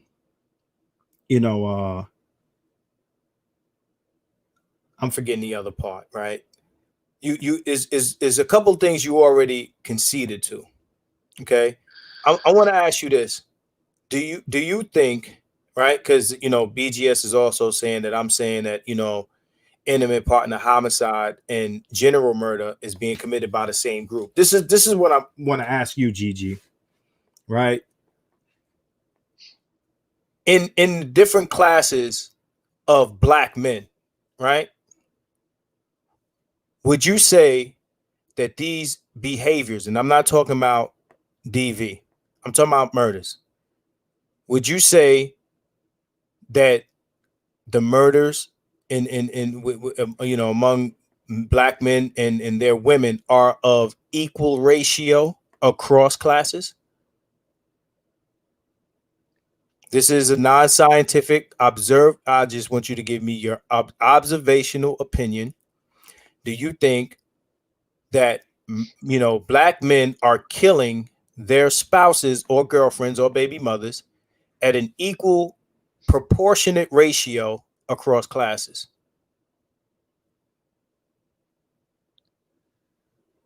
I would have to argue that probably not. No, I think that the more pathology you're going to see is going to be concentrated at the poverty level. Why do you think that is? Because there's extra stresses and extra factors which create, a preponderance of passion. Now that just doesn't exist. But then again, I can't look when you're talking about intraracial violence and where it exists and where it rests. I would go so far as to say that it's going to be concentrated at the poverty level because of extenuating circumstances and factors. Okay, so let me ask you this, because I don't want to get too far from it. I'm trying to make a point here. Okay, what you just said. Look. This is also where I kind of am with this. I am, because I always talk about it. Like, but Angry Man came in at the later part of the conversation. Yes, we discussed that. We discussed it because at the end of the day, my viewpoint is this, and I've said it, and I'll say it again. Most crimes of violence in the Black community, in the poverty level, are crimes of passion. Bottom line. And let's not lose sight of the fact women are not angels, man. Women do a lot of fucked up shit, man. That's been my point. Not only do they provoke men, yes, like Not only do they provoke men, they slap and punch men, they kick and bite men, they destroy men's property, they call the police on men, they do all kind of ignorant shit to men. They do that shit to men. Okay, so but here's the, and we've like both of us have held women accountable for that shit. Because but at the end of the day, this is what I will say. You taking a motherfucking man who lives in poverty, who's engaged in criminal activity, who has a gun, you feel like you can go upside that man's head? Listen, you're putting yourself at further risk. And not only that, look, I'm not trying to defend the indefensible here. I'm just saying, at the end of the day, you get what you, I'm making your argument now. You get what you asked for. If you look, we could talk about morals all day long and create ideals about what men are supposed to do and what women are supposed to do. I'm a non-ideal theorist. That's how I think about the world. At the end of the day, I think about the world like this. Even the most ignorant thug motherfucker in this world, if that woman is treating him like a fucking king, I guarantee you that thug nigga is gonna treat that woman like a king. But let me ask you this. He's not gonna be slapping the bitch around. Excuse me if I, he's not gonna be slapping them fucking ass around randomly. He's not gonna be like, let me tell you, one thing that men live and breathe off of is respect. Listen, I'm not making, that's what they live off of, right? I'm not making the case that these things are happening without women doing something. Nowhere in the conversation did I imply that either. What I'm saying to you is this, right? I asked you a couple of things. I asked you, do you think that the murders are happening in an equal ratio across classes? And you said no, right? I'll also ask you, across classes, even when provoked, do you think an equal amount of murders are happening? These are not moral questions I'm asking you. These are just factual questions. Fact, you asking me matters of fact. Now that I don't know. I do not know that. Okay. So I don't, but I do. I would guess. This is what I would guess. Okay. I would guess that some of it has to deal with poverty precisely because you're going to find concentrated amounts of dysfunction where you find poverty. Okay. So you're going to find more drugs where you find poverty. You're going to find more guns that are illegal where you find poverty. But however, though, I will say you also will find guns and drugs across classes. You'll find crimes of passion everywhere. All right, my point is this though, because I asked you about ratio, which basically means I'm not making the allegation that crimes or murders only happen in one area, and then as soon as you leave that area, you don't come across crime. That would be stupid to say. But what I'm saying is, and I agree with Angry Man's last comment, but I want to continue with the point of why I asked you those questions. The why the things happen, whether it be environmental or poverty and things like that. Those are real things. You understand what I'm saying? But there are a lot of men that come from those areas who are not thugs, who don't engage in criminal behavior and don't engage in violent behavior, who are in the same impoverished environment, who do not do these things, and they are not the desired men in those areas by and large. I'm not saying they don't date. I'm not saying they don't get pussy. What I'm saying is they are not the desired men, and it's not something that we don't know or that this is a mystery or anything like that. I'm just saying that, let me see, the nerdy black men are not the ones causing these issues. It's a certain subset of black men. Like what I don't know. I don't know, man, because think about this. But you just said. But I'm saying I would tend to think that. But you know what? Come on, a lot of dude, look, a lot of people make assumptions. But you know what an assumption is? And you know what assumptions end up doing? They make asses out of you and me. Well, so we can make these assumptions. All I'm saying is at some point we got to go back and do the data on this. Because I'm guaranteeing you somewhere, I guarantee you somewhere, some fucking place, Like a lot of the people who go fatalistic are a lot of nerds, man. A lot of nerds go fucking fatal. You don't think reds like nerds go fatal? Like So, incels and people who don't, nobody likes them, nobody fucks with them, nobody fucks with them, nobody likes them. They feel like they can't get pussy. You don't think these dudes sometimes go postal?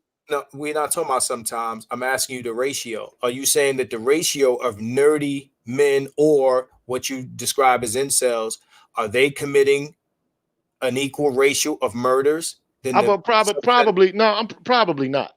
But that's my assumption though. That's just an assumption. Yeah, but then why go down these roads of it's not because about. I said it before and I'll say it again. Look, the science on domestic violence is this. Right, we're not talking about homicide in general, right? You're talking about domestic violence. I'm not. But see, what you're doing is but we're talking about black women getting killed by men who they're attracted to. So I don't know how to disconnect it from intimate partner violence. I'm talking about murders because this is what women are talking about. They're saying black men are killing us. They're not saying they're full of shit, man. Black women are using talking points of feminism. Of course, they're full of shit. But then what they're doing is they're pulling these situations in which where it does happen. They're using that small sample, and I'll keep saying it's a small sample. You're defending against it as if I'm saying that this is the pathology of black men, and I'm not saying that. I'm saying that there is a small subset group that have a high propensity for this shit. And let's keep it real, right? That's not even something that we can debate. What I'm saying is, when I look at these things that I see, these things that I come across, these murders, I look at the guy's history, and I usually find history of the same shit. And these are guys typically that are out here wilding the fuck out. You understand? And these are the women. I mean, these are the guys that these women celebrate. And we're pretending that this isn't true. And they are. It is. Silent Lamont, right? He said, by men they are attracted to, they ain't attracted to nigga nerds. And me and Silent Lamont. Are you a nerd, Marcus? Hey, look, it depends. Are you a nerd? It depends on who you asking. Sometimes any nigga with a motherfucking half a brain is a nerd to a lot of these chicks. Look, at the end of the day, man, I'm a nerd. I am a blurred, man. Hey, look, man. I am a blurred. Because you don't get a PhD without being a blurred. Okay? You just don't. I like weird shit. Okay?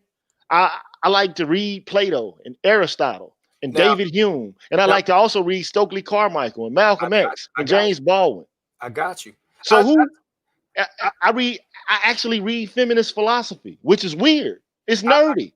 Bro. And I guarantee you, I don't know, like what I don't like, man. This is one thing that fucks me up, man. Like what I don't want the manosphere to become is a bunch of disgruntled motherfuckers who feel like they can't get some pussy or something. Well, get mad at black women because come on, man. That's just not. We gotta be sensible here, man. Huh? A lot of it is that. A lot of it is that. Listen, no matter what team you ride for, you're always gonna have your extremist side and your fundamentalist side who is there just because, hey, I'm riding with you guys. That is not my position, and I'm sure it ain't yours. You understand what I'm saying? But here's this is the crucial component, I think, that at the end of the day you are worried about, and I think Angry Man is worried about. I'm also worried about it, right? And this is why, like, even when we had the conversation the other day, the first thing I wanted to do is I wanted to give you a book, okay? And I downloaded this book, and I'll give it to you, but I don't want to cheat this brother out of some income or some money by like just sharing this book over the internet. I'm not going to do that, okay? But there's a black philosopher, man. His name is Tommy Shelby. Okay, not Tommy Curry, but Tommy Shelby. He wrote a book called We Who Are Dark. All right, I'm gonna send you some chapters of this book, and it makes the point that Angry Man is making right here, right? And here's the point: Black people get judged by the worst of them. Mm-hmm. This is what happens, okay? This is what happens to us. We don't get judged by the norm or the normality of the curve. We get judged by the subculture, as you're talking about it. These right? black women are helping to do that, bro. However, but wait a minute though. They are, but to me, it's profoundly racist. Understood. It's profoundly racist. But not only that, but not only that. When you see, first of all, you're going to have pathology wherever you go. And you're going to see concentrated amounts of pathology when you see poverty. That's just, you're going to see that. You're saying nothing that is conflicting with what I've been saying. But here's the deal. Here's the deal. Light up that. What I don't want to do. Light up that last comment. He says, Green, black feminists are trying to lump the criminal element within Black America within the decent, productive, law-abiding black men who are the majority. You can't align yourself with Pookie and Ray-Ray. But here's the deal. Let me just say this, okay? Here's why I'm aligning my interests with Pookie and Ray-Ray. Here's why. And it's practical. This is not something I'm doing because I just love violence and I love Pookie and Ray-Ray. I doubt it. I'm saying I think you identify because you have a past. And what I'm saying is, oh my God, Marcus, how you gonna know me better than I know me? Because I've heard you say this. This is what I'm saying. All I'm saying is you got 1/3 of the black male population that is going to prison or has spent, or is out of prison after having spent time there. Okay, you do understand that, correct?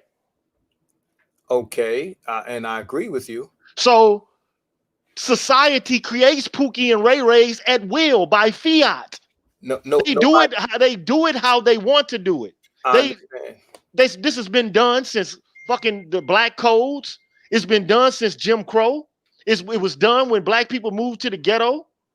And they created all kinds of laws. It happened with stop and frisk.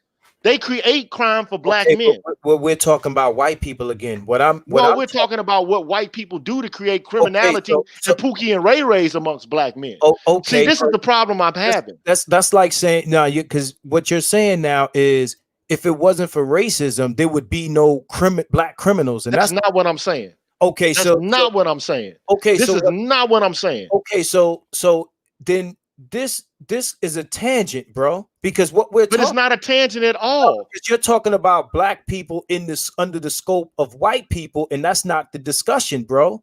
But when we talk about this, but it sounds eerily similar to it. No. It sounds eerily similar to it, bro. Bro, listen. My point again, and I said it. Thank you, Roger Report. Ad hominem. Okay, he said, I say women that are being hurt by men they sleep with should be viewed as a mate. Okay, look, they have a right to sleep with violent men. They don't have the right to blame non-violent men for the actions of violent men, which is the point. And that's why, you just This is true. Okay, but that's the conversation, bro. But look, I'm not disagreeing. I'm not disagreeing with your argument. I gotta say this. I gotta say it. Yeah, we still at it, man. We about to end this shit though, man. We can't do this shit till 1 a.m. No doubt. What I'm saying is this, bro. We're going on these other tangents, right? We're going off on these other tangents where we're defending black men from the overall, racism of white men in a conversation about who black women are choosing and blaming for those men's actions. And Abe, you're absolutely correct. What I'm saying to you, GG, is these women have the right to date who the fuck they want to. I agree with that man right there. They have the right to fuck and suck who they want to. But you don't get to drag or lump me into, or you into, or men who are not like that into the consequences of those choices. You can't do that. But see, there's more. This is This is the only problem I have with this shit. I told you. fam, you keep but see, every time you respond to me with what your issue is, you go into because we're attaching pathology to black men and yada yada yada. That's not what I'm doing here. What I'm saying to you is, listen, bro, undeniable, not even arguable. There are a section of black men who commit crimes, whether murders. All right, or whether they're abusive, whether they're murderous, that's not to put to put those men down. The acknowledgement that these men exist is not an indictment of black men. These men exist. The larger population of black men are not like this. So Angry Man said it more than once. The majority of black men are not like this, and we're getting judged because of these men. The guys who you're defending in this conversation is the people who they're aligning the collective of black men's dispositions with. And black women are agents assisting that when they come back to report that these men is black men. They don't say, oh, no, it's not all black men. It's these black men. No, they say black men. You should have a problem with that. Everybody in this chat should have a problem with that. So when somebody says to me, well, why is he concerned about who they date? I don't give a fuck who they date. I give a fuck what they report back to the world.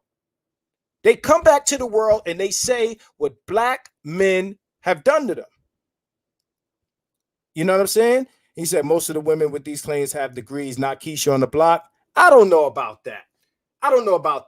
I know girls that are from the hood and girls that are, professional who date these types of guys. And I've seen articles where these, women from multiple classes, are experiencing negative shit dealing with these guys.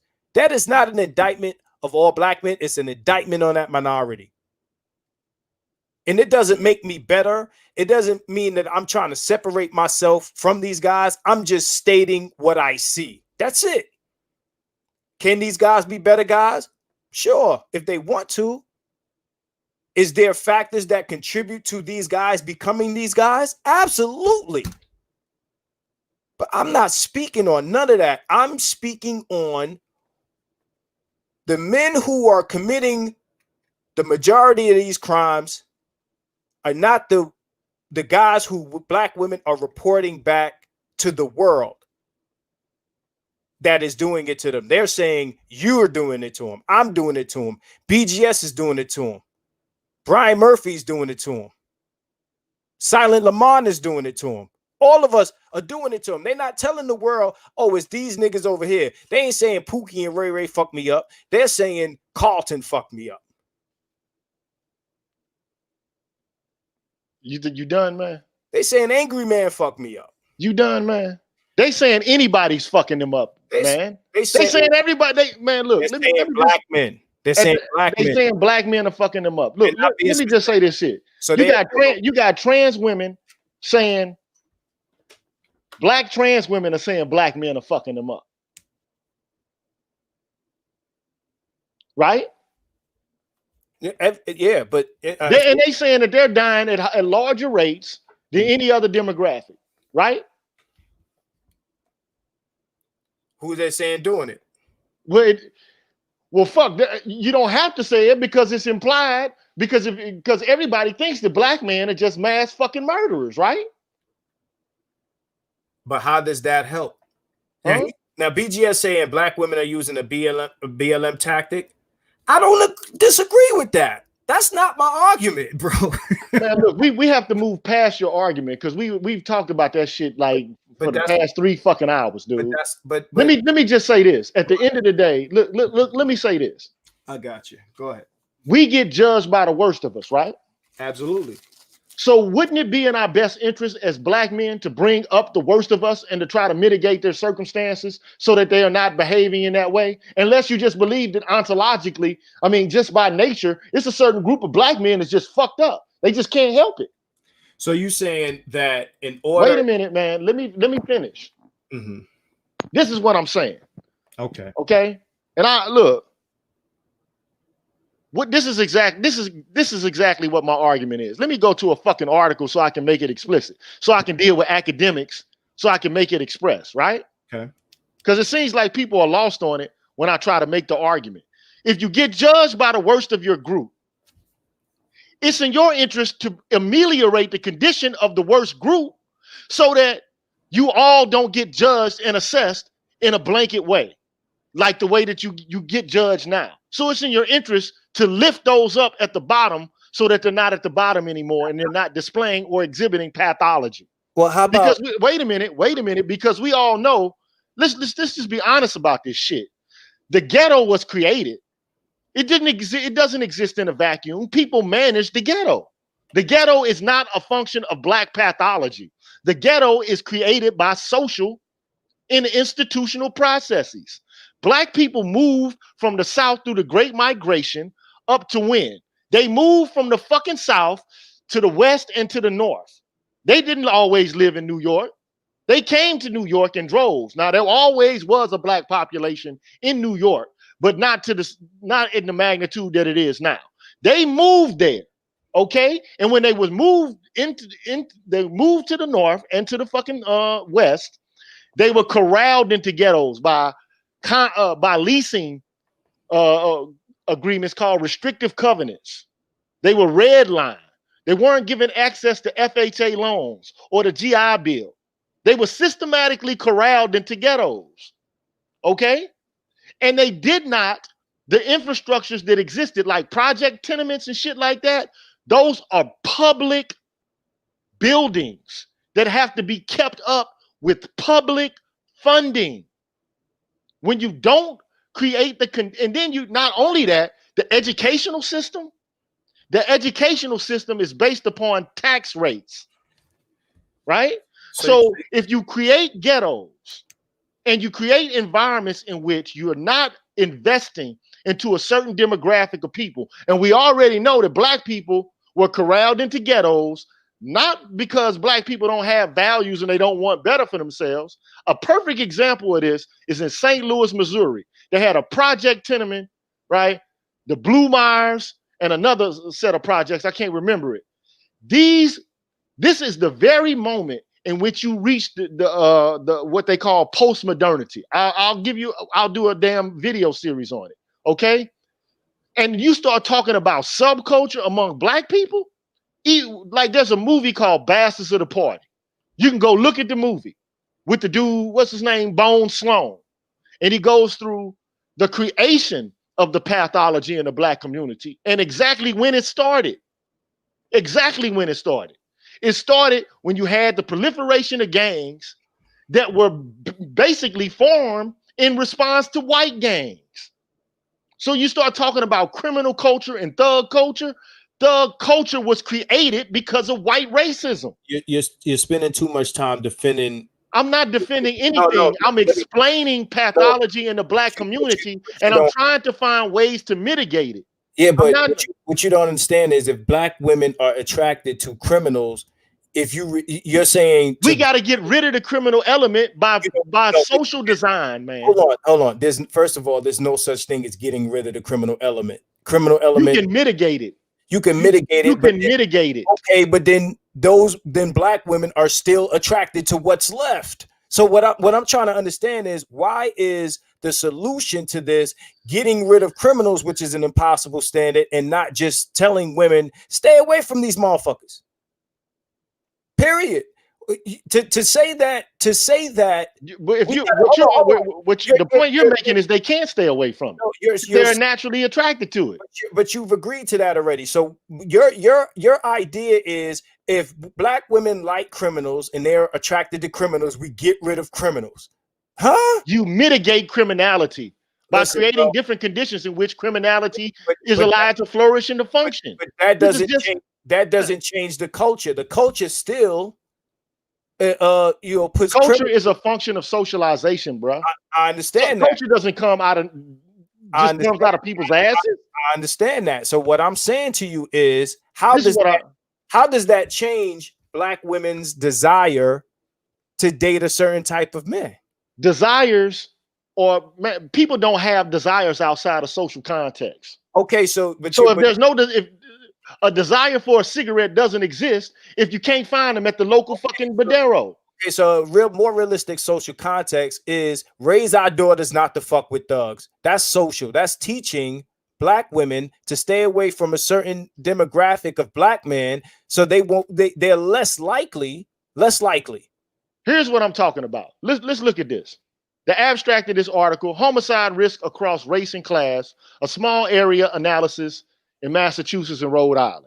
Okay, so some group of people did a study about crime and homicide in Rhode Island and Massachusetts. Okay, this is what they came to. These are people who study this shit. So we can make all the proclamations we want. But I'm worried about studying it, and I'm trying to figure out ways to mitigate the phenomena. Because we can all agree that homicide is not a good thing, right? Of course. And if there's ways to mitigate the problems of homicide, then we should seek those avenues, correct? What do you think is easier to do? To raise our girls not to glamorize? First of all, how you gonna raise your girls when men don't even have fucking access to their girls? Okay, so but still, they're being raised by women who have basically men don't even have access to this shit, bro. So basically, well, let me finish it though. Let me finish this. I want to read the abstract. Oh, okay. So man, I can tell you where I'm going with it. Because it's not easy. You can tell somebody all day long, you shouldn't make this choice. Don't make this choice. That's like telling somebody who wants to eat fried foods, don't eat fried foods. I'm gonna teach you not to eat fried foods. I'm gonna tell you not to eat fried foods. I agree with that. They're still gonna eat fried foods if they're fucking addicted to fried foods. End up with less criminals, but women who still desire criminals. If you can create the social conditions in which there's less homicide, you're gonna have more women who are less subjected to homicide. That's what I want to create. I want to create the conditions. I want to figure out what makes people criminals so that we can mitigate the circumstances of criminality to begin with. You blame most of the murders on, intimate partner homicide. If we're talking about guys who are pathological killers, you don't eliminate those with But most people aren't pathological criminals, man. Okay, absolutely. But most people aren't that way. Okay, but then you some of this shit is happening because of a lack of ability to resolve conflict amicably. A lot of this stems from early childhood development, like being spanked as a child. Bro, in our communities, we praise and glamorize certain individuals. Making less of those individuals does not eliminate the desire for those of individuals remaining. Bro, listen to what I'm saying, man. Just let me read the abstract, okay? I got you. Areas with higher absolute poverty and higher income inequality have been associated with higher risk of homicide victimization. Okay, you understand that, right? I understand. I've been saying this all throughout the context of what I've been trying to articulate to you. But in addition,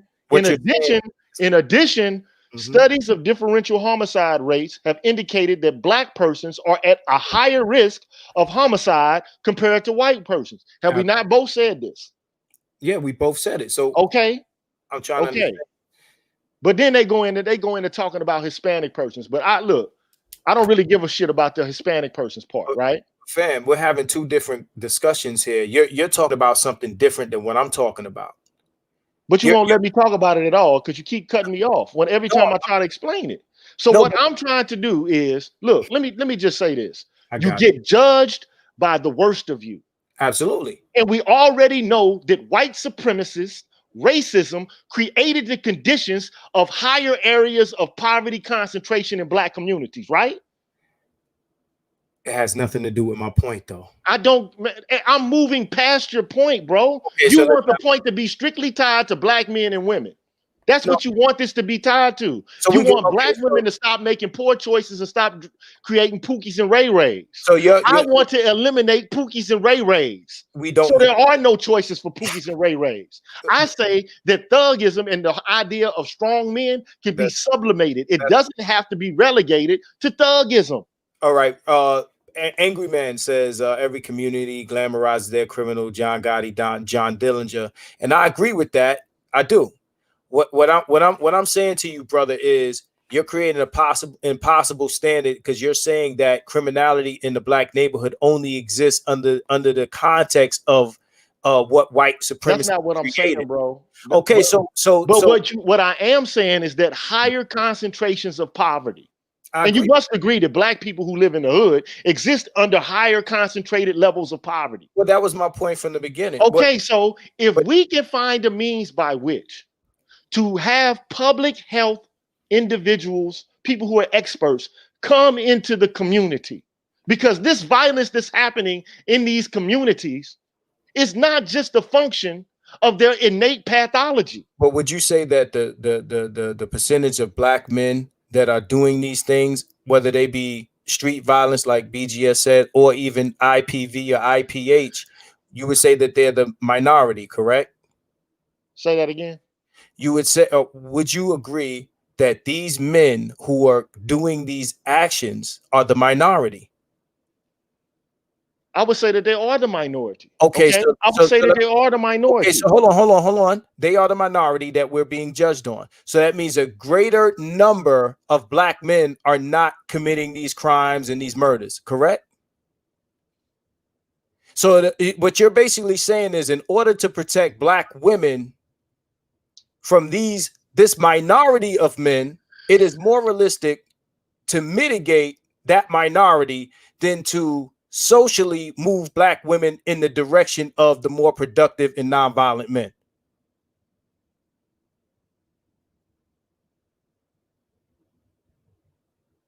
I'm assessing that. And here's what I'm saying. Women are attracted to men at a visceral level, right? I mean, or are they attracted to men at an intellectual level?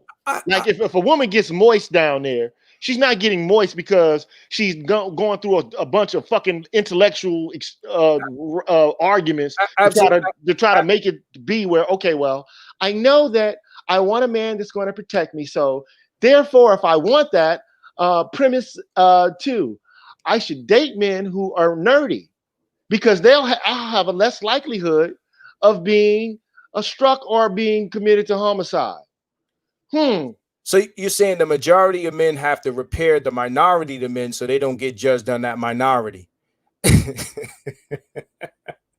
If this is a small subset of men that are creating these problems, why do the majority of men have? But they're not creating these problems by themselves. For one, we're missing the element of half of these women are from the same environments as these dudes, man. I understand that, but half of these women are just as violent as these dudes, fam. There's a larger population of men that are not doing these things for these women to choose from, and they won't have shit to complain about. Look, Fearmonger said, I just don't want to lose pussy to nerds. Come on, man. Look, here's my thing. Look, that's a dope name, by the way. That's a dope name, Phil Manga. That's hot. That's fine. Let me put it this way. Real talk, man. If you got problems getting pussy and you worried about getting pussy related to what women think about thugs and all that kind of shit, you ain't getting no pussy, man. I hate to say that. Like, you get pussy because of who you are. Like, it doesn't, like, women are just generally attracted to penis, man. Yo, I hear what I see. I just don't understand. I personally do not understand men who are having arguments about what women prefer. I don't understand it. I don't get it. I've said time and time again, I don't care what they prefer. I care who they blame. I get pussy, bro. I just don't understand that argument. I don't understand. First of all, I am a black nerd, so I don't understand why these dudes can't get pussy. I just don't understand it. I don't align myself necessarily with the arguments of guys who are in these sorts of conversations because they're, bitter about not being chosen. Because I got a chick. I'm in this conversation with you right now. I got a chick hitting me on Facebook in my inbox that I got to respond to after we're done with this. And the bitch is bad. All I'm saying to you at the end of the day, that's not where I'm coming from with this. I just don't like the fact that black women are reporting back to the world that the minority is doing what pardon me, the majority is doing to them what the minority is doing. So everything you're saying, everything Angry Man is saying, you're actually agreeing with me. But what you don't understand is, that the things that these women are reporting back is the actual issue. Y'all are saying black men are being judged by, black men are being judged by the small minority that doing this and that, but black women are helping that stereotype by reporting back that we're fucking them up. You understand what I'm saying? So I agree with you. Now, hold on, wait a minute, man. I got to respond to this shit right here. I got some dude in the audience, man, who says I talk like a black man. Oh man, come on, y'all killing us right now. Don't go at him, man. Like, come on, man. Like, look, dude. First of all, you don't know me, and I consider that to be an insult, man. You know what I'm saying? Like, I'm gonna let you stay in here, but come on, man. Don't come at me like a bitch ass dude, man. I don't play them kind of games, bro. So if I see you again come with some whack shit like that, I'm kicking you. You know what I'm saying? You can disagree whatever it is I have to say, and you can feel differently about what it is I have to say. But come on, bro. You wouldn't say that shit to my face. See, this is why violence happens in the black community. Because niggas come out of their mouth and they say slick shit to other men. Seriously, like the reason why men are aggressive is because men breathe and live off of respect.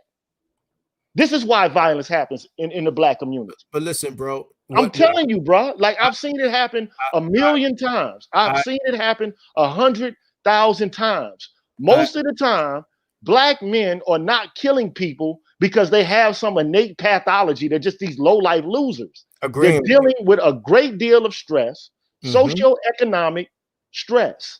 And so if we can mitigate that kind of stress, we can mitigate the problems associated with these issues. And then not only that, we can't disentangle the poor and the bad behavior of women to the whole fucking issue at all. Because if we do that, because a lot of these women, you can't, man, recently a woman shot a man, right? I recently, like you see the Dr. Tia Science Johnson's timeline. A woman shot a man recently. A woman fucking burned a man's car up with gasoline and shit. And then you got a whole bunch of women co-signing it. Then I saw another situation in which a black man had scratches and shit and slices all over his body from a box cutter. You know what I'm saying? Then there's situations in which, like this shit, we can't get rid of this problem.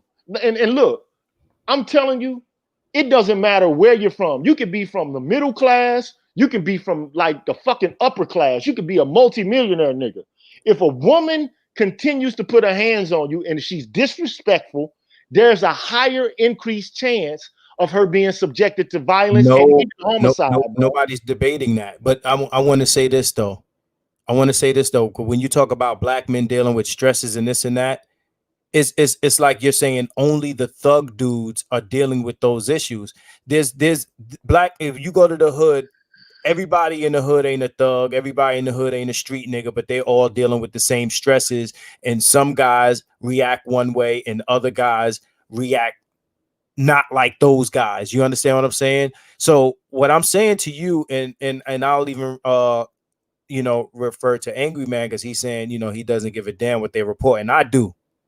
Because, as much as we don't want to admit the views and the thoughts of the dominant society, them being the ones with the guns and the missiles and the tanks and shit like that, do play into the real lives of black men who do not fit this criteria that black women are telling the world we fit. But they're telling the world hold on. Criteria because of talking points related to feminism. And it's complete and utter bullshit. Fam, on one hand, you're saying that you have a problem being judged by the minority, but then you're defending that same minority.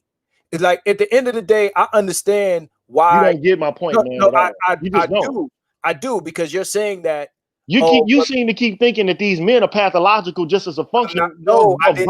I never said that. I agree with you when you're saying what creates that thing, but at the same time, those things that you're saying create thugs are affecting all black men, right? Who are not thugs also. So it's not just the thug dude that's going through these issues, navigating through the greater society. is also the nerds and the geeks and the blurs or whatever dealing with these same issues. You think that these black men who are not the thug stereotype are dealing with less of those issues than the black men who are thugs because of? You understand what I'm saying? You're making an argument to say that, well, black men are like this because of the issues that they're dealing with, as if that subset of black men are the only ones who deal with those issues. No, they are responding to those issues in a particular way, and they're responding to that within the environment that they're in. You understand what I'm saying? At the end of the day, we can talk about why they become that, but at the end of the day, we also, and you know me, I'm not the black on black crime guy. But what I don't like is here we are trying to defend the collective of black men being blamed for the actions of a few, but then we're simultaneously trying to, defend the actions. I understand how these things happen, but there's variables. So you talking about nuances. Every thug ain't a thug because of stresses. That's true. That's exactly the fucking point I've been trying to make, dog. No, how? Because you're saying, well, you kept saying that there's a certain class of Pookies and Ray-Rays who are thugs. No, and that they usually are concentrated at the bottom. I will consent to that. But all I've been saying is there's dysfunctionality everywhere across every class and race in this society. Okay, but I didn't say anything that conflicted with that part. What I'm saying is that, and black men need to lift each other up, even the most fucked up people. Okay, you remember the one reggae song? I don't understand. I don't understand how you took any of this to mean that black men are being put down. Nobody here is doing that. We're speaking specifically on men who commit a particular set of actions. We started off talking about murders. How do we defend murderers? If you're committing murders out here, right? Because this, I'm gonna tell you the truth, Gigi. There's no woman that I've dealt with in my relationship history that made me want to kill her ass and maybe her baby daughter with her. So yeah, they're dealing with stresses. We all deal with stresses from women and shit like that. But we don't got girls. We ain't shooting motherfuckers. We like, oh, let me get away from this motherfucker because she's gonna make me do some shit to her that I might get in trouble for. So yeah, I understand stresses and I understand, shit like that. But if motherfuckers is out here not just killing women, but just committing violent crime in general, we understand how that may have occurred, but at the end of the day, it's causing real damage. You can't defend these guys if they're out there causing real damage. You understand what I'm saying? Hold on, we got a couple of people on the chat that want to chime in on this, man. So especially if they're in the super chat.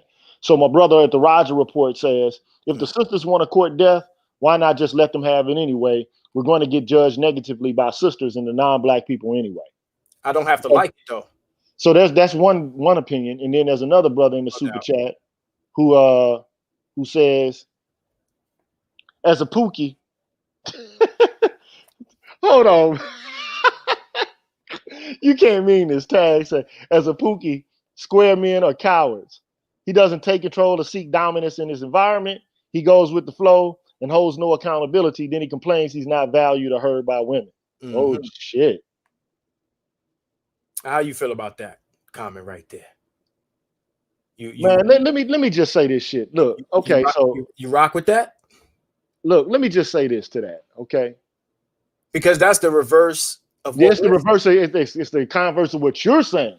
Mm-hmm. It's not exactly what I'm saying, but this is what I will say. Take somebody like Malcolm X, right? He was a Pookie. Mm-hmm. Was he not a Pookie or a Ray-Ray? Was he pathologized? Is he pathologized? Oh, he was a pathological motherfucker. I mean, according to his own testimony. You think so? You don't think so? If you think you don't think being a tiptoe burglar, walking around with a gun and raping women and pimping them out is fucking pathological? Pathology is deeper than circumstances, don't you think? I'm just saying, bro. We just saying. I said that 100 times, and every time I say it, you kick me down. No. You accuse me of attaching pathology to these guys, and then you explain their circumstances to me, and you don't really have to, because I understand the circumstances. What I'm saying is different people respond to circumstances differently. So when we talk about the pathological can't be fixed by improving shit in the hood. Those are pathological guys. They have a pathology that is not circumstantial. Now that Okay, so I don't know. I don't know about that. So what I'm saying is, what we can agree on is you may mitigate a lot of the guys who are in that life by circumstance by changing circumstances, right? So yeah, you do that, but what you end up not fixing is women's attraction to, you know, anything that looks like pathology or looks like a stereotype, right? So you don't repair that. So you're putting, you're doing this, and you're attempting to do this to a minority, bro. Something that we both admit is a minority. But this is what I will say though. So why do we have to repair a minority? Put it this way, to fix a greater problem. But here's the thing that you're doing. And then look, Origins, a man, he's bought into your shit, man. You may as well follow Keep It 100 channel and shit. Look him up on Facebook so you can like all his posts. But I'm okay. So this is my thoughts on this, right? This kind of psychopaths are not born to social classes, like in terms of socioeconomic classes. Absolutely. That's not how pathology is born in people. Okay. Yeah. So I mean, we can talk about, if you want to talk about that kind of pathology, that's natural. You can't get rid of that.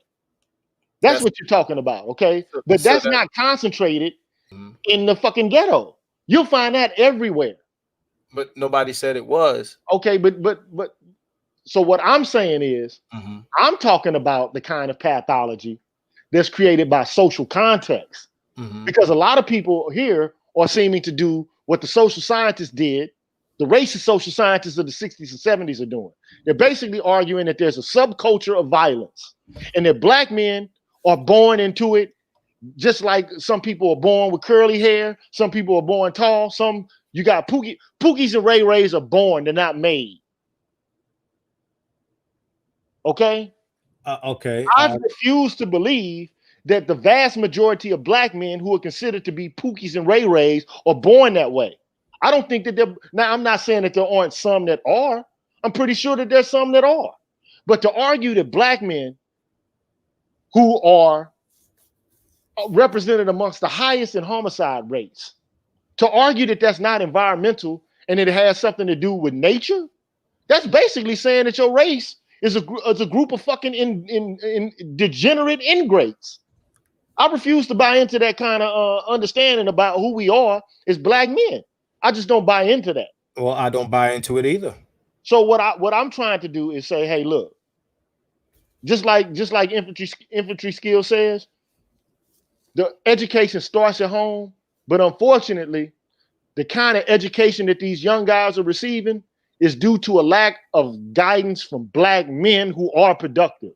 So when we can choose to intervene on the lives of these young guys, man, and to try to help mitigate these circumstances. So it will work to our betterment. It will work to the improvement of our image in this culture. But white people still gonna hate us regardless, man. They don't care. They don't care anyway. So let me ask you this: black women being the greater population or the bigger group, when do we educate black women on mate selection? Because you think that I'm focusing this conversation on black men. From the beginning, this was about black. But I don't give a fuck about them. Okay, no, you should. But you should. You said we're tied together. We are. Okay, this is what I care about. You can't say you don't give a fuck then. This is what I care about. Okay, look, this is what I say. Women are not dumb. Or they're not stupid, right? They have just as much insight and the ability. They have the same ratiocinative powers that men do, right? Well, depends on which woman you're talking about. But my thing is, by and large, I mean, you would agree that by and large, women are perfectly capable of making choices that suit them or not, right? You ask me this seriously? So, I mean, because if you don't, then you're going to say that they're not accountable for their choices. No, listen. Black women are the paradox that says we don't want to be held accountable, right? But we're autonomous. Fuck So, that shit. They can't get away with that shit with me. Well, not with you, but they're getting away with it by and large, which is what you're saying. So what I'm saying is this: if black women are getting killed by a minority of the greater black male population, why are we focused on that minority as opposed to, saying, okay, let's in a racist society that is going to default judge you by the worst of you. That's what you can't get out of that. But black women are aiding that judgment by saying black men are killing us. See, Then you know what? Then you're having a problem. Then you got to go back to tag. Then you're having a problem with the results of the thing you're defending.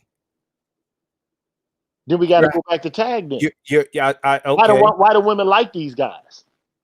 Well, we know why, but why? But that's his explanation. I'm fucking with that too. I got you. Of course. But what I'm saying is, it's like when I tell women, you can't like a Tiffany Haddish and then be mad at the ratchet image of black women. You can't defend. You can't hate the consequences or the results of the thing you're defending. I get that. Yeah, so I get that. I understand that. Yeah, there's an irony there. You can't say, well, I don't like the image of of black men being judged on the minority, but then we are talking about minority and what happened and how these guys. Let me tell you, we're not talking about hood dudes. We're not talking about motherfuckers wearing hoodies and things like that. We're talking about killers. We're talking about killers. So what's next? Are we going to talk about the rapists and why they rape, and rape happens because this and that and the other? Like, these are things that are indefensible, bro. And I understand the context. Hold on, wait. Rape, I would consider to be indefensible, right? Okay. I would. Okay. However, look, let me explain something to you, man. We do keep going on in circles, right? But next level respectability shit. What is? I don't get it. Like, listen, this shit is just illogical to me. Like, Marcus is on some next level respectability. But see, now we getting drawn in by the outside comments. Right I got you, but how do we getting drawn in? So what look, I'm saying is, how does one say that they have an issue with being judged in a minority, right? Which is the killers, right? Because that's what they try to depict us as, killers, right? But then you're identifying with the killers and trying to explain away the killing. You can't do it. Okay, so look, I'm gonna tell you why we're having an impasse. I'm gonna tell you why. I figured it out. You want to know what it is? You want to know what it is? I'm listening. You are a moral absolutist. Huh? You think some things are right and some things are wrong, right? No, I actually don't. We've had this conversation before, G. But wait a minute, then. How? No, I'm not even having this conversation from a moral position. I'm saying what it is. What it is we have a certain group of motherfuckers that are violent. The women like those motherfuckers. They fuck with them, get violence on their ass, and then come back and tell the world that the greater collective is doing this to them. And then I'm in a conversation with you and you're saying, well, we're being judged for the worst. You know what I'm saying? But you're defending the same shit. This is not even about respectability. You know what I'm saying? This is about, how do you defend the crazy shit, but then you're mad that we're all getting accused of the crazy shit? Marcus, are men violent? They have the potential to if I slap your ass in the face, which is fucked up, but what would you do? I'll be ready to fight. Right. But that's self-defense. That's not the same thing, bro. Wait a minute though. So you think that some of these guys that ain't doing this murdering shit in the hood ain't based on self-defense because other motherfuckers got guns and might kill them? Come on, man. I'm just asking a question. Come on, man. You think let's be real. Come on, man. Come on, man. You think I'm being ignorant by saying that? I think you're reaching a little bit, bro. You think I'm reaching? So if I'm born on Grape Street, if I'm born on Grape Street in California, all the motherfuckers that I'm reared around got guns and they banging. Okay, I'm a kid. I'm 5-6 years old. Let me ask you this. Huh? If I were to agree with you, let's say, and for the sake of argument, I was to say, yeah, some of that shit is self-defense. How much of it you want to lend to that theory? That is self-defense. How much of it do you want to lend to that is self-defense? What percentage, observationally, do you want to say, oh, it's self-defense? He said, dude must have been in the hood. It ain't all like that. Motherfucker, I'm straight out the hood. Okay? Straight out the hood. You know what I'm saying? Marcus, the only thing I'm trying to articulate here, man. I had no expectation that but you and I tend to do this. Which is we need to have a regular show, just you and me, goddammit. Yo, this is everybody know this is my man, yo. Like, yeah, that's my man too. Like we can disagree all fucking night. You know what I'm saying? We'll disagree, but I'll tell you what y'all ain't gonna do. Y'all ain't gonna make me hate my partner right here. Tag me to you don't know me, bro. Don't get it twisted. At the end of the day, I'm saying what I'm saying from my fucking naked eyes, observing human beings all my life. You know what I'm saying? Exactly. Self-defense ain't murder. Okay, we talking about cold. Hold on, wait a minute. Motherfuckers chop their bodies up. Now that's some fucked up shit. But it was a dude it was a middle-class black dude that just chopped some fucking Arab dude up, man. And was stealing, he stole 10, 15 G's from him. So let me ask you something. You saying that basically if I shoot a motherfucker, throw him in a van, cut him up, and dump his body off in several different places, that's some intimate partner homicide or self-defense type shit? Whoa. But we're not talking about intimate partner homicide. But this is what, okay, well, because you can't go there now. Because you keep saying every time I bring it into the conversation, you dismiss it. All I'm saying is this, man. Real talk. At the end of the day, look, okay, it's not black women. Let me just say this shit, okay? It's wrong for a man to beat up a woman. It's wrong, okay? I'm saying that. Well, it depends on why. I'm saying that. It's wrong, okay? It's wrong to do that, okay? Because what I don't want to do is start fucking making excuses for men beating the shit out of women. But see, but the attendant responsibility is not there. A lot of times these women are creating the context, not just by dating these guys, but by doing foul shit to these guys. Absolutely. So at the end of the day, women kill men. Like 2/3 of women get killed. And it's not, look, men don't just come out and kill women, man. That's a lie. I'm not saying that they do. That doesn't happen, man. It never has happened. I mean, it does happen indiscriminately where men rape women and shit like that. Fam, okay? they are saying, do you got two men responding to the same situation? One to kill his woman, and the other one to just fucking bounce. Okay, all right. The motherfucker that's killing his woman for whatever it is that got him upset or whatever the case, and we ain't talking about self-defense. Right? We talking about men responding to the same action.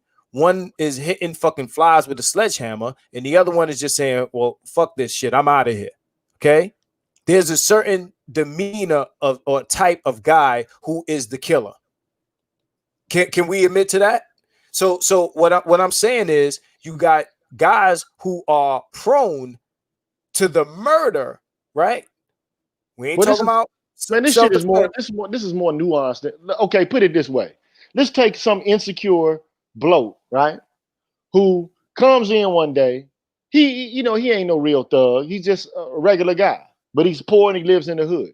He come in and he see his woman in the bed with some dude long stroking. Mm-hmm. You know what I'm saying? Like you acting like that shit is not like A crime of passion can't happen in that regard. Okay, well, I understand. I'm not saying that I'm not justifying the shit and saying that this guy ought to be excused and not be punished for what he's done. Okay. But I'm saying like their degree, like crimes of passion happen, man. Understand, like, and then look, like this is the thing that befuddles me, bro. And I'm gonna be done with this conversation for I'm gonna be done with it. This is what befuddles me, right? This is what befuddles the shit out of me, right? Men go to war and they kill on mass levels. Yeah. Then you got men who are black men who are respected in the community who've gone off and they've killed motherfuckers. And they've engaged in heinous acts. Yeah. And they come home and they get respected and lauded like they're some sort of fucking heroes. Okay? So when you talk to me about murder and say that it's absolutely wrong, there's no justification for it. Men murder like the French murdered the Spanish and the British murdered the French in trying to colonize the fucking landmass called America, where we live right now. Columbus was involved in murder. Like, I hate how people compartmentalize murder. And then they rationalize it and they give explanations for it and they give a justification for it in one arena or one area, whether it's macroscopic or not, whether it's microscopic or not. And then they act like, oh, I just can't understand why everybody do that. Yeah, but you have to understand it. I just you can't compare. Look, bro. Look, all I'm saying is human beings, men are violent, bro. Yes, women are violent. You know, if given reason to be, and I agree with you about. And the highest predictor of a woman being subjected to any domestic violence from a thug or anybody else is what? You're saying being provoked. Not being provoked, but being subjected to violence. The highest predictor of a woman being subjected to domestic violence is a woman committing an act of domestic violence. Now that's academic. That's like just so you know, I agree with that. And I'm not disagreeing with that, but I'm not speaking in the context of domestic violence. We're talking about murders. Okay. It's just like a woman should walk. If a woman is being beat by her man, it doesn't mean, yo, kill him. It means get the fuck out of there. If a woman is being abused by her man, I say she should leave, and vice versa. A man shouldn't stay for violence, or like if she's hitting him, I'm not even saying, yo, kill her. If a woman is getting her ass beat, can she not go and grab a gun and shoot the motherfucker? I mean, she can, but it depends on. I mean, it depends on the variables, bro. What I'm saying is you're making a case that all of these guys that are killing these women, or even most of them, is because of. And I understand you're saying the greatest predictor, but like again, some of the stuff that I'm coming across doesn't come across to me as a guy that killed this woman and did all this heinous shit to the body because they got into some petty agreement up in the crib, or that he walked in and she was fucking some other dude type of shit. You know what I'm saying? What I'm saying is there is a difference between a man that will respond to a fight or a physical fight even with his wife one way, and another that will respond another way. You know what I mean? And I would say that a guy who takes I guess a fight that they're having with their woman to the point of murder, and I ain't talking about hitting her so hard that she just dies. I'm talking about like stabbing a motherfucker 30 times or some shit like that. You telling me this motherfucker doesn't have a propensity? Or a woman who cuts a man's penis off? Are we making this a man? Or a woman that takes a box cutter and slices a motherfucker? You're making this about men's violence versus women's violence. Again, this is not my point. My point is these are the men that these women are finding attractive. The men that have a higher likelihood of responding to their bullshit even this way, whether the bullshit is provoked or not, whether their issue, whether the murder that the men are doing is provoked or not.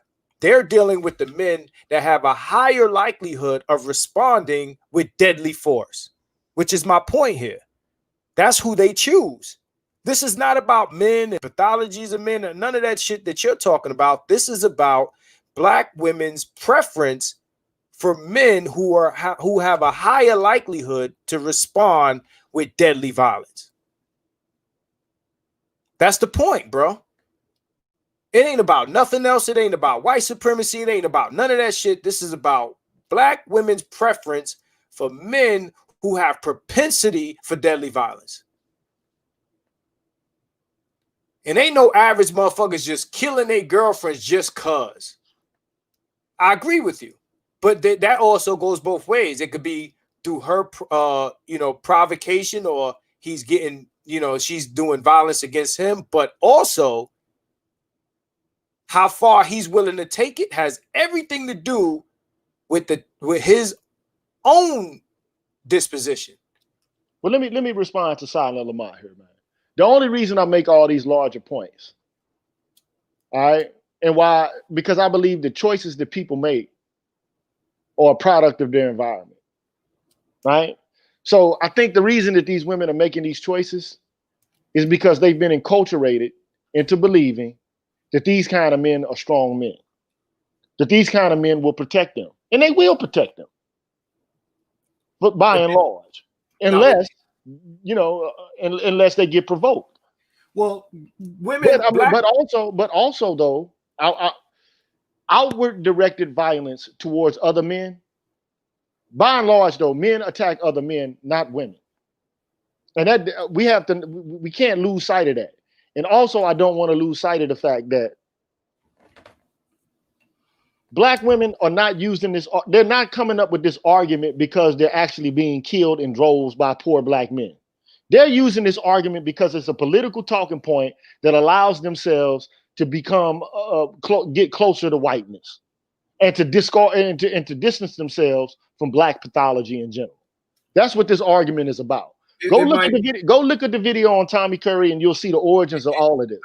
I'm not disputing that. My thing is, again, that has nothing to do with who Black women are choosing to date in the real murders that happen. So yeah, they might be using it for those political aspirations or whatever the case may be. But at the end of the day, these Black women say out loud who they want, who they like, who they're choosing, and that's who they're with and who they're going through whatever issues with.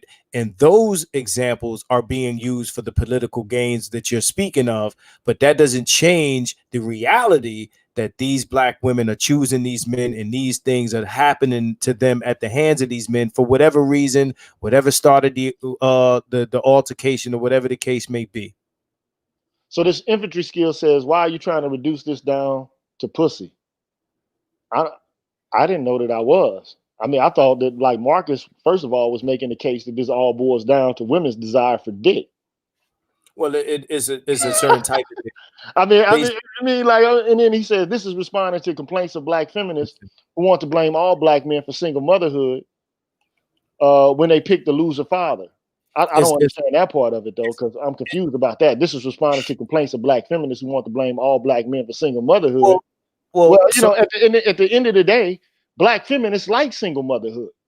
So I don't get that. Like, Black feminists love single motherhood. Yeah. This is what they like that. They want to destroy the mononuclear family. Like, if you want to understand the intricacies of that, just go look at the Black Lives Matter website. They don't like heteronormativity. They don't talk about the mononuclear family in glowing terms. They want this shit. I mean, and BGS did like a talk on the prevalence of single motherhood. And ultimately, man, this all boils down to the fact that women are safe and secure. All this shit about men oppressing women, women have never lived in such a safe and secure environment in the entirety of the history of the planet, man. Ain't no more women more secure and safe than women in America. You got 300 million women, man. 300 million women.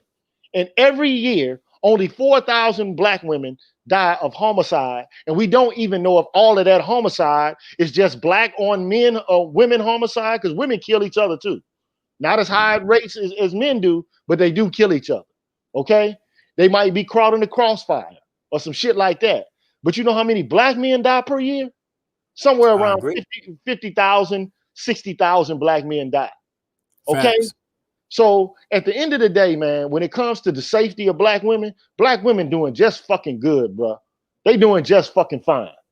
And one of the ways that they can decrease or minimize their exposure to violence, again, and I'm agreeing with you now on this. Don't choose motherfuckers that are high risk for violence. Find a rich nigga or find a nerd somewhere that likes to play, likes to draw anime or some shit.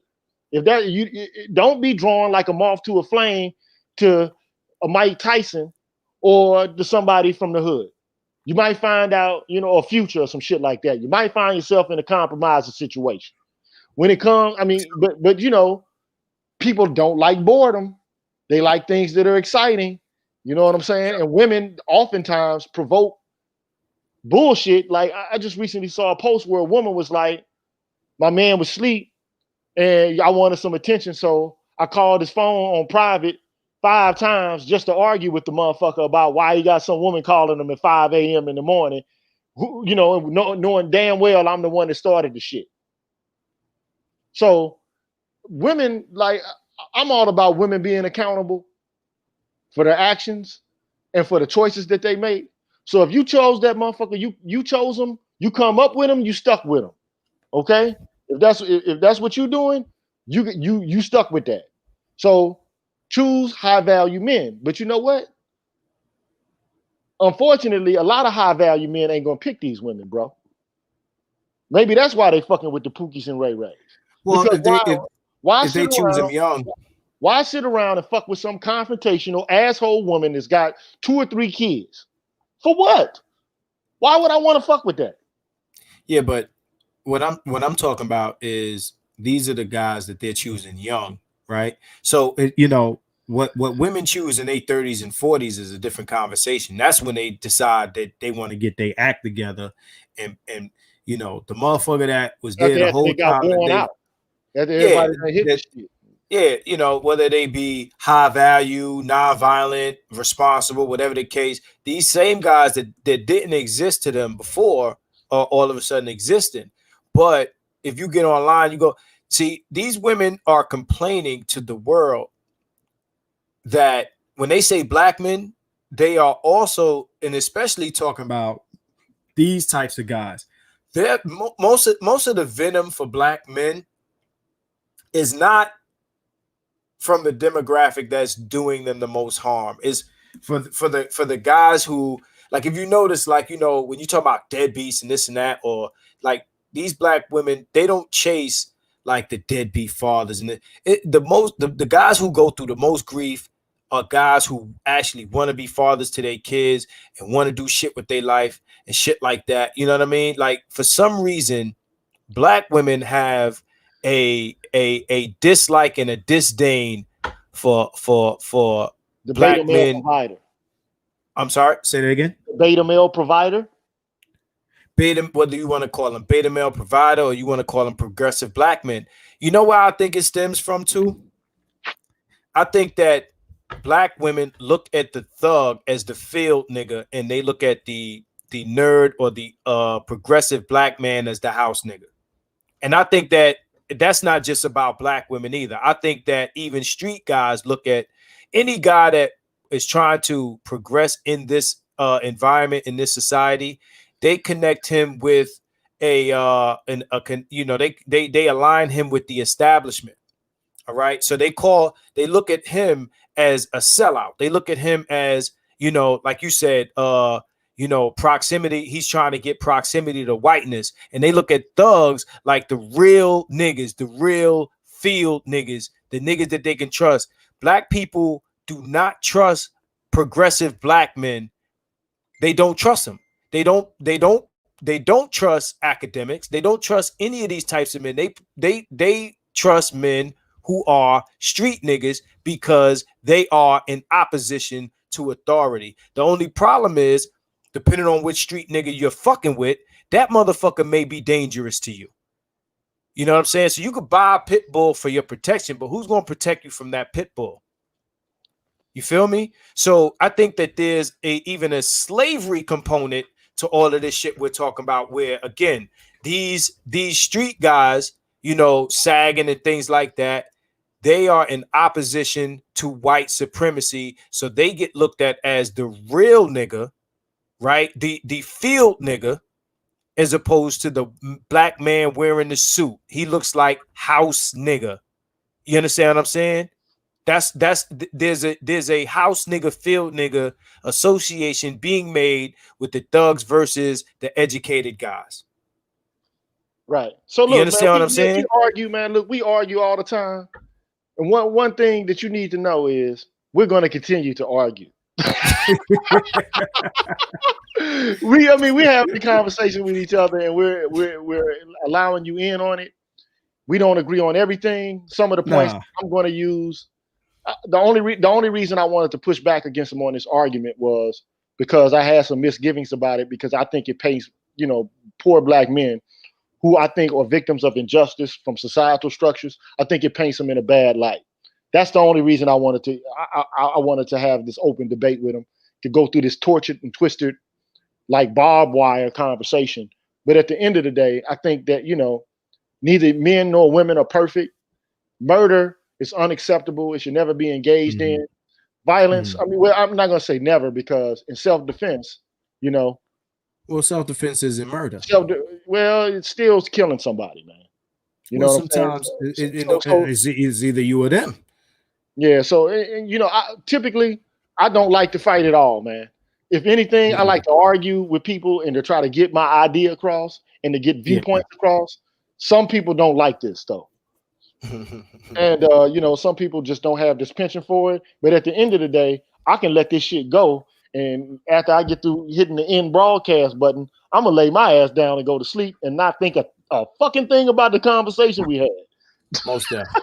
You know what I'm saying? But I am dedicated towards trying to help at-risk men, especially since I know that this culture and this society does a horrible job at seeing our enfranchisement and our well-being come to pass. So I'm all for trying to mitigate the circumstances in which pathology exists. Now, when it's natural or innate, I say, man, we need to have these guys see some psychologists or some psychiatrists, get them some meds, get them some therapy. But unfortunately, shit, the only therapy is a box for us with bars in it. You know what I'm saying? So, you know, I just don't like to see black men get a bad rap. And I especially don't like it when it's coming from the direction of black women, especially when they doing half the same fucking dirt. I mean, when it comes to rape and domestic violence, like, I mean, there's over 250 studies that demonstrate that women are just as likely as men, regardless as the demographic, regardless as to what age, because this varies across age. They're just as likely to assault their partners as men. So don't fuck with men. It'll create if they don't fuck with men and don't hit men or strike men, we need to have a lesson being taught to women in this culture and in this society. And that lesson is not being taught to them. It's all being heaped on the backs of men, and especially black men, because black men are the face of domestic violence in America. And these women, all this oppression shit, I'm just tired of hearing these fucking arguments from these women, man. You know? So, look, man, I love you, bro. And I love all y'all listeners out there, even though y'all disagree with me. I even love the dude who went off on me and called me a bitch.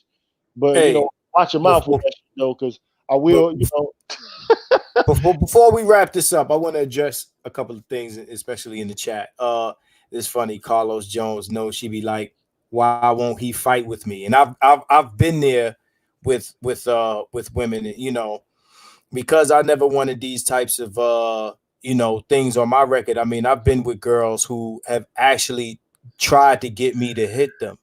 You know what I'm saying? It's a real fucking thing, man. You know what I'm saying? You know, whether they attacking you or they trying to set the stage or they talking shit out their mouth to make you react, you know, in a certain way.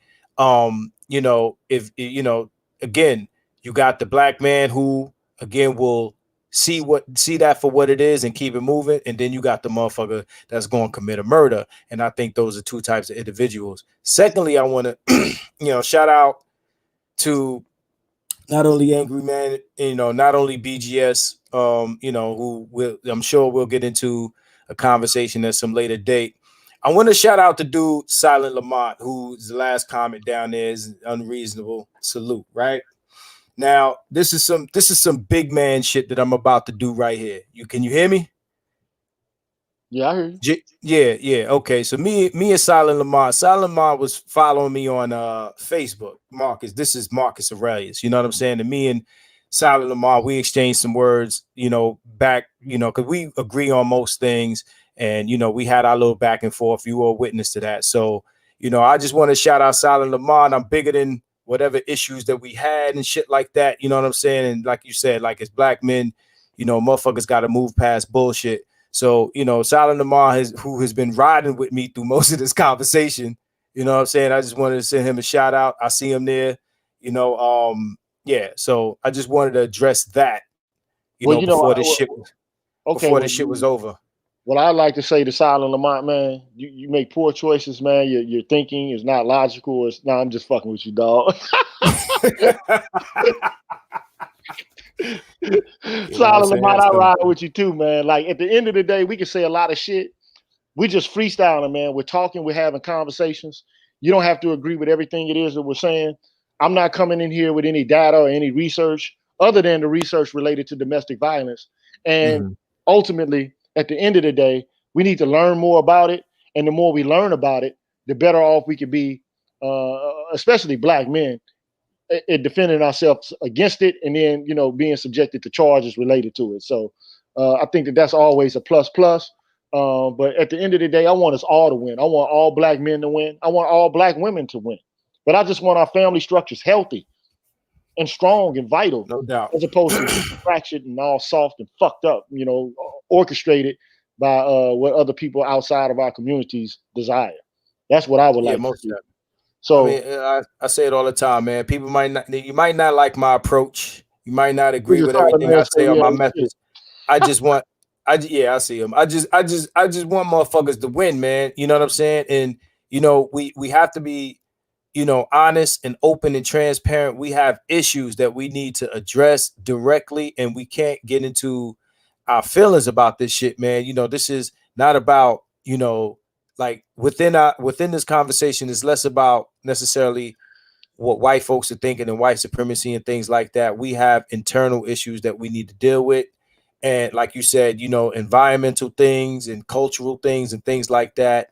And, like we discussed on Facebook, everything isn't black culture. Some of it is, whether it be gang culture or hood culture or whatever, because there is a black community space outside of the hood. I think that the black community in the hood gets conflated too much. There is a black community outside of the hood. There is a black middle class. I'm not going to sit here and say how big or small it is, but it does exist. When you leave the hood, there's a black middle class that you can escape to and not deal with the issues that we're talking about. You understand what I'm saying? So, you're not in a position where you have to leave living around your people to live around other people all the time. There is black communities outside the hood in this country. They are a real thing. They exist. You know what I'm saying? I just think that, our culture needs a shift, man. And, in reference to, not only who black women are choosing, but what we consider cool in black culture or in hood culture, whatever. You know what I'm saying? So that's what it is. The last thing I like to say is, man, and I know this is going to get some backlash, man, but like, let's just be honest, man. Black men are sensitive as a motherfucker, bro. You know what I'm saying? Like, I mean, like a lot of these murders and shit, man, niggas be getting their hearts broke, man. They don't know how to fucking deal with the feelings, the emotions and shit, and then they go ham. Even when they kill each other, man. All of this shit is related to pain, man, and the inability to process pain and respect in a constructive manner, man. So we like black men have to learn how to get into touch with their feelings, because I mean the idea is that black men have feelings too, man, and we need to learn how to deal with that shit instead of dealing with it recklessly. So yeah, man. Look, love to the chat. I know we agree with some of what y'all said. We disagreed, and I know Marcus and I, we agreed on some things. We disagreed on a lot. I know I took us a lot on some tangents. We sorry. agree. We Hey, agreed on a lot of shit. but you know what, man? Look, at We the end agreed of the on. day, man, I go on tangents, man. So it is what it is, man. So look, trying to say, but Green, that's not black men. You're doing what black women do. Green, that's those black men, brother. Yeah. Look, well, you know, look, man. At the end of the day, you know, I feel like they're part of our community too. You could try to look at your brother. You know that brother you want to stick in the closet because he might got cerebral palsy, or you know you might have a handicap issue or something like that. You know, you can't take the good without the bad. You can't just discard the bad and just say, oh well, I'm gonna leave them where they at and try to distance myself from them. You know, we got to try to. At least that's how I think. I think like a social political manager. I'm thinking like somebody who's an institution builder. I'm not an individual out here just trying to do what's best for me.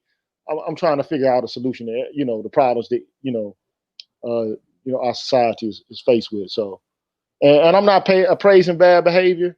All I'm trying to do is explain it. If you understand bad behavior, you can punish it, but at the same time, you got to try to find a way to mitigate it. And hey, He said, "I'm not discarding. I'm describing," and he put it perfectly. right. Perfectly. You're just saying what it is. It's not discarding. It's saying, hey, these guys exist. And that is not trying to separate yourself. It's just acknowledging their existence and their actions. That's it. You know what I'm saying? Real quick, and I'm gonna let you close it out. Shout out to everybody in the chat. Keep it 100, just the way that you see it on the screen is my name on YouTube. I got a bunch of videos up. And I am on Facebook as Marcus Aurelius. That picture that you see is the same picture that I have on Facebook. So if you want to add me on there, I'm there. Yeah, so let them have it, homie. Peace out, y'all, man. No doubt.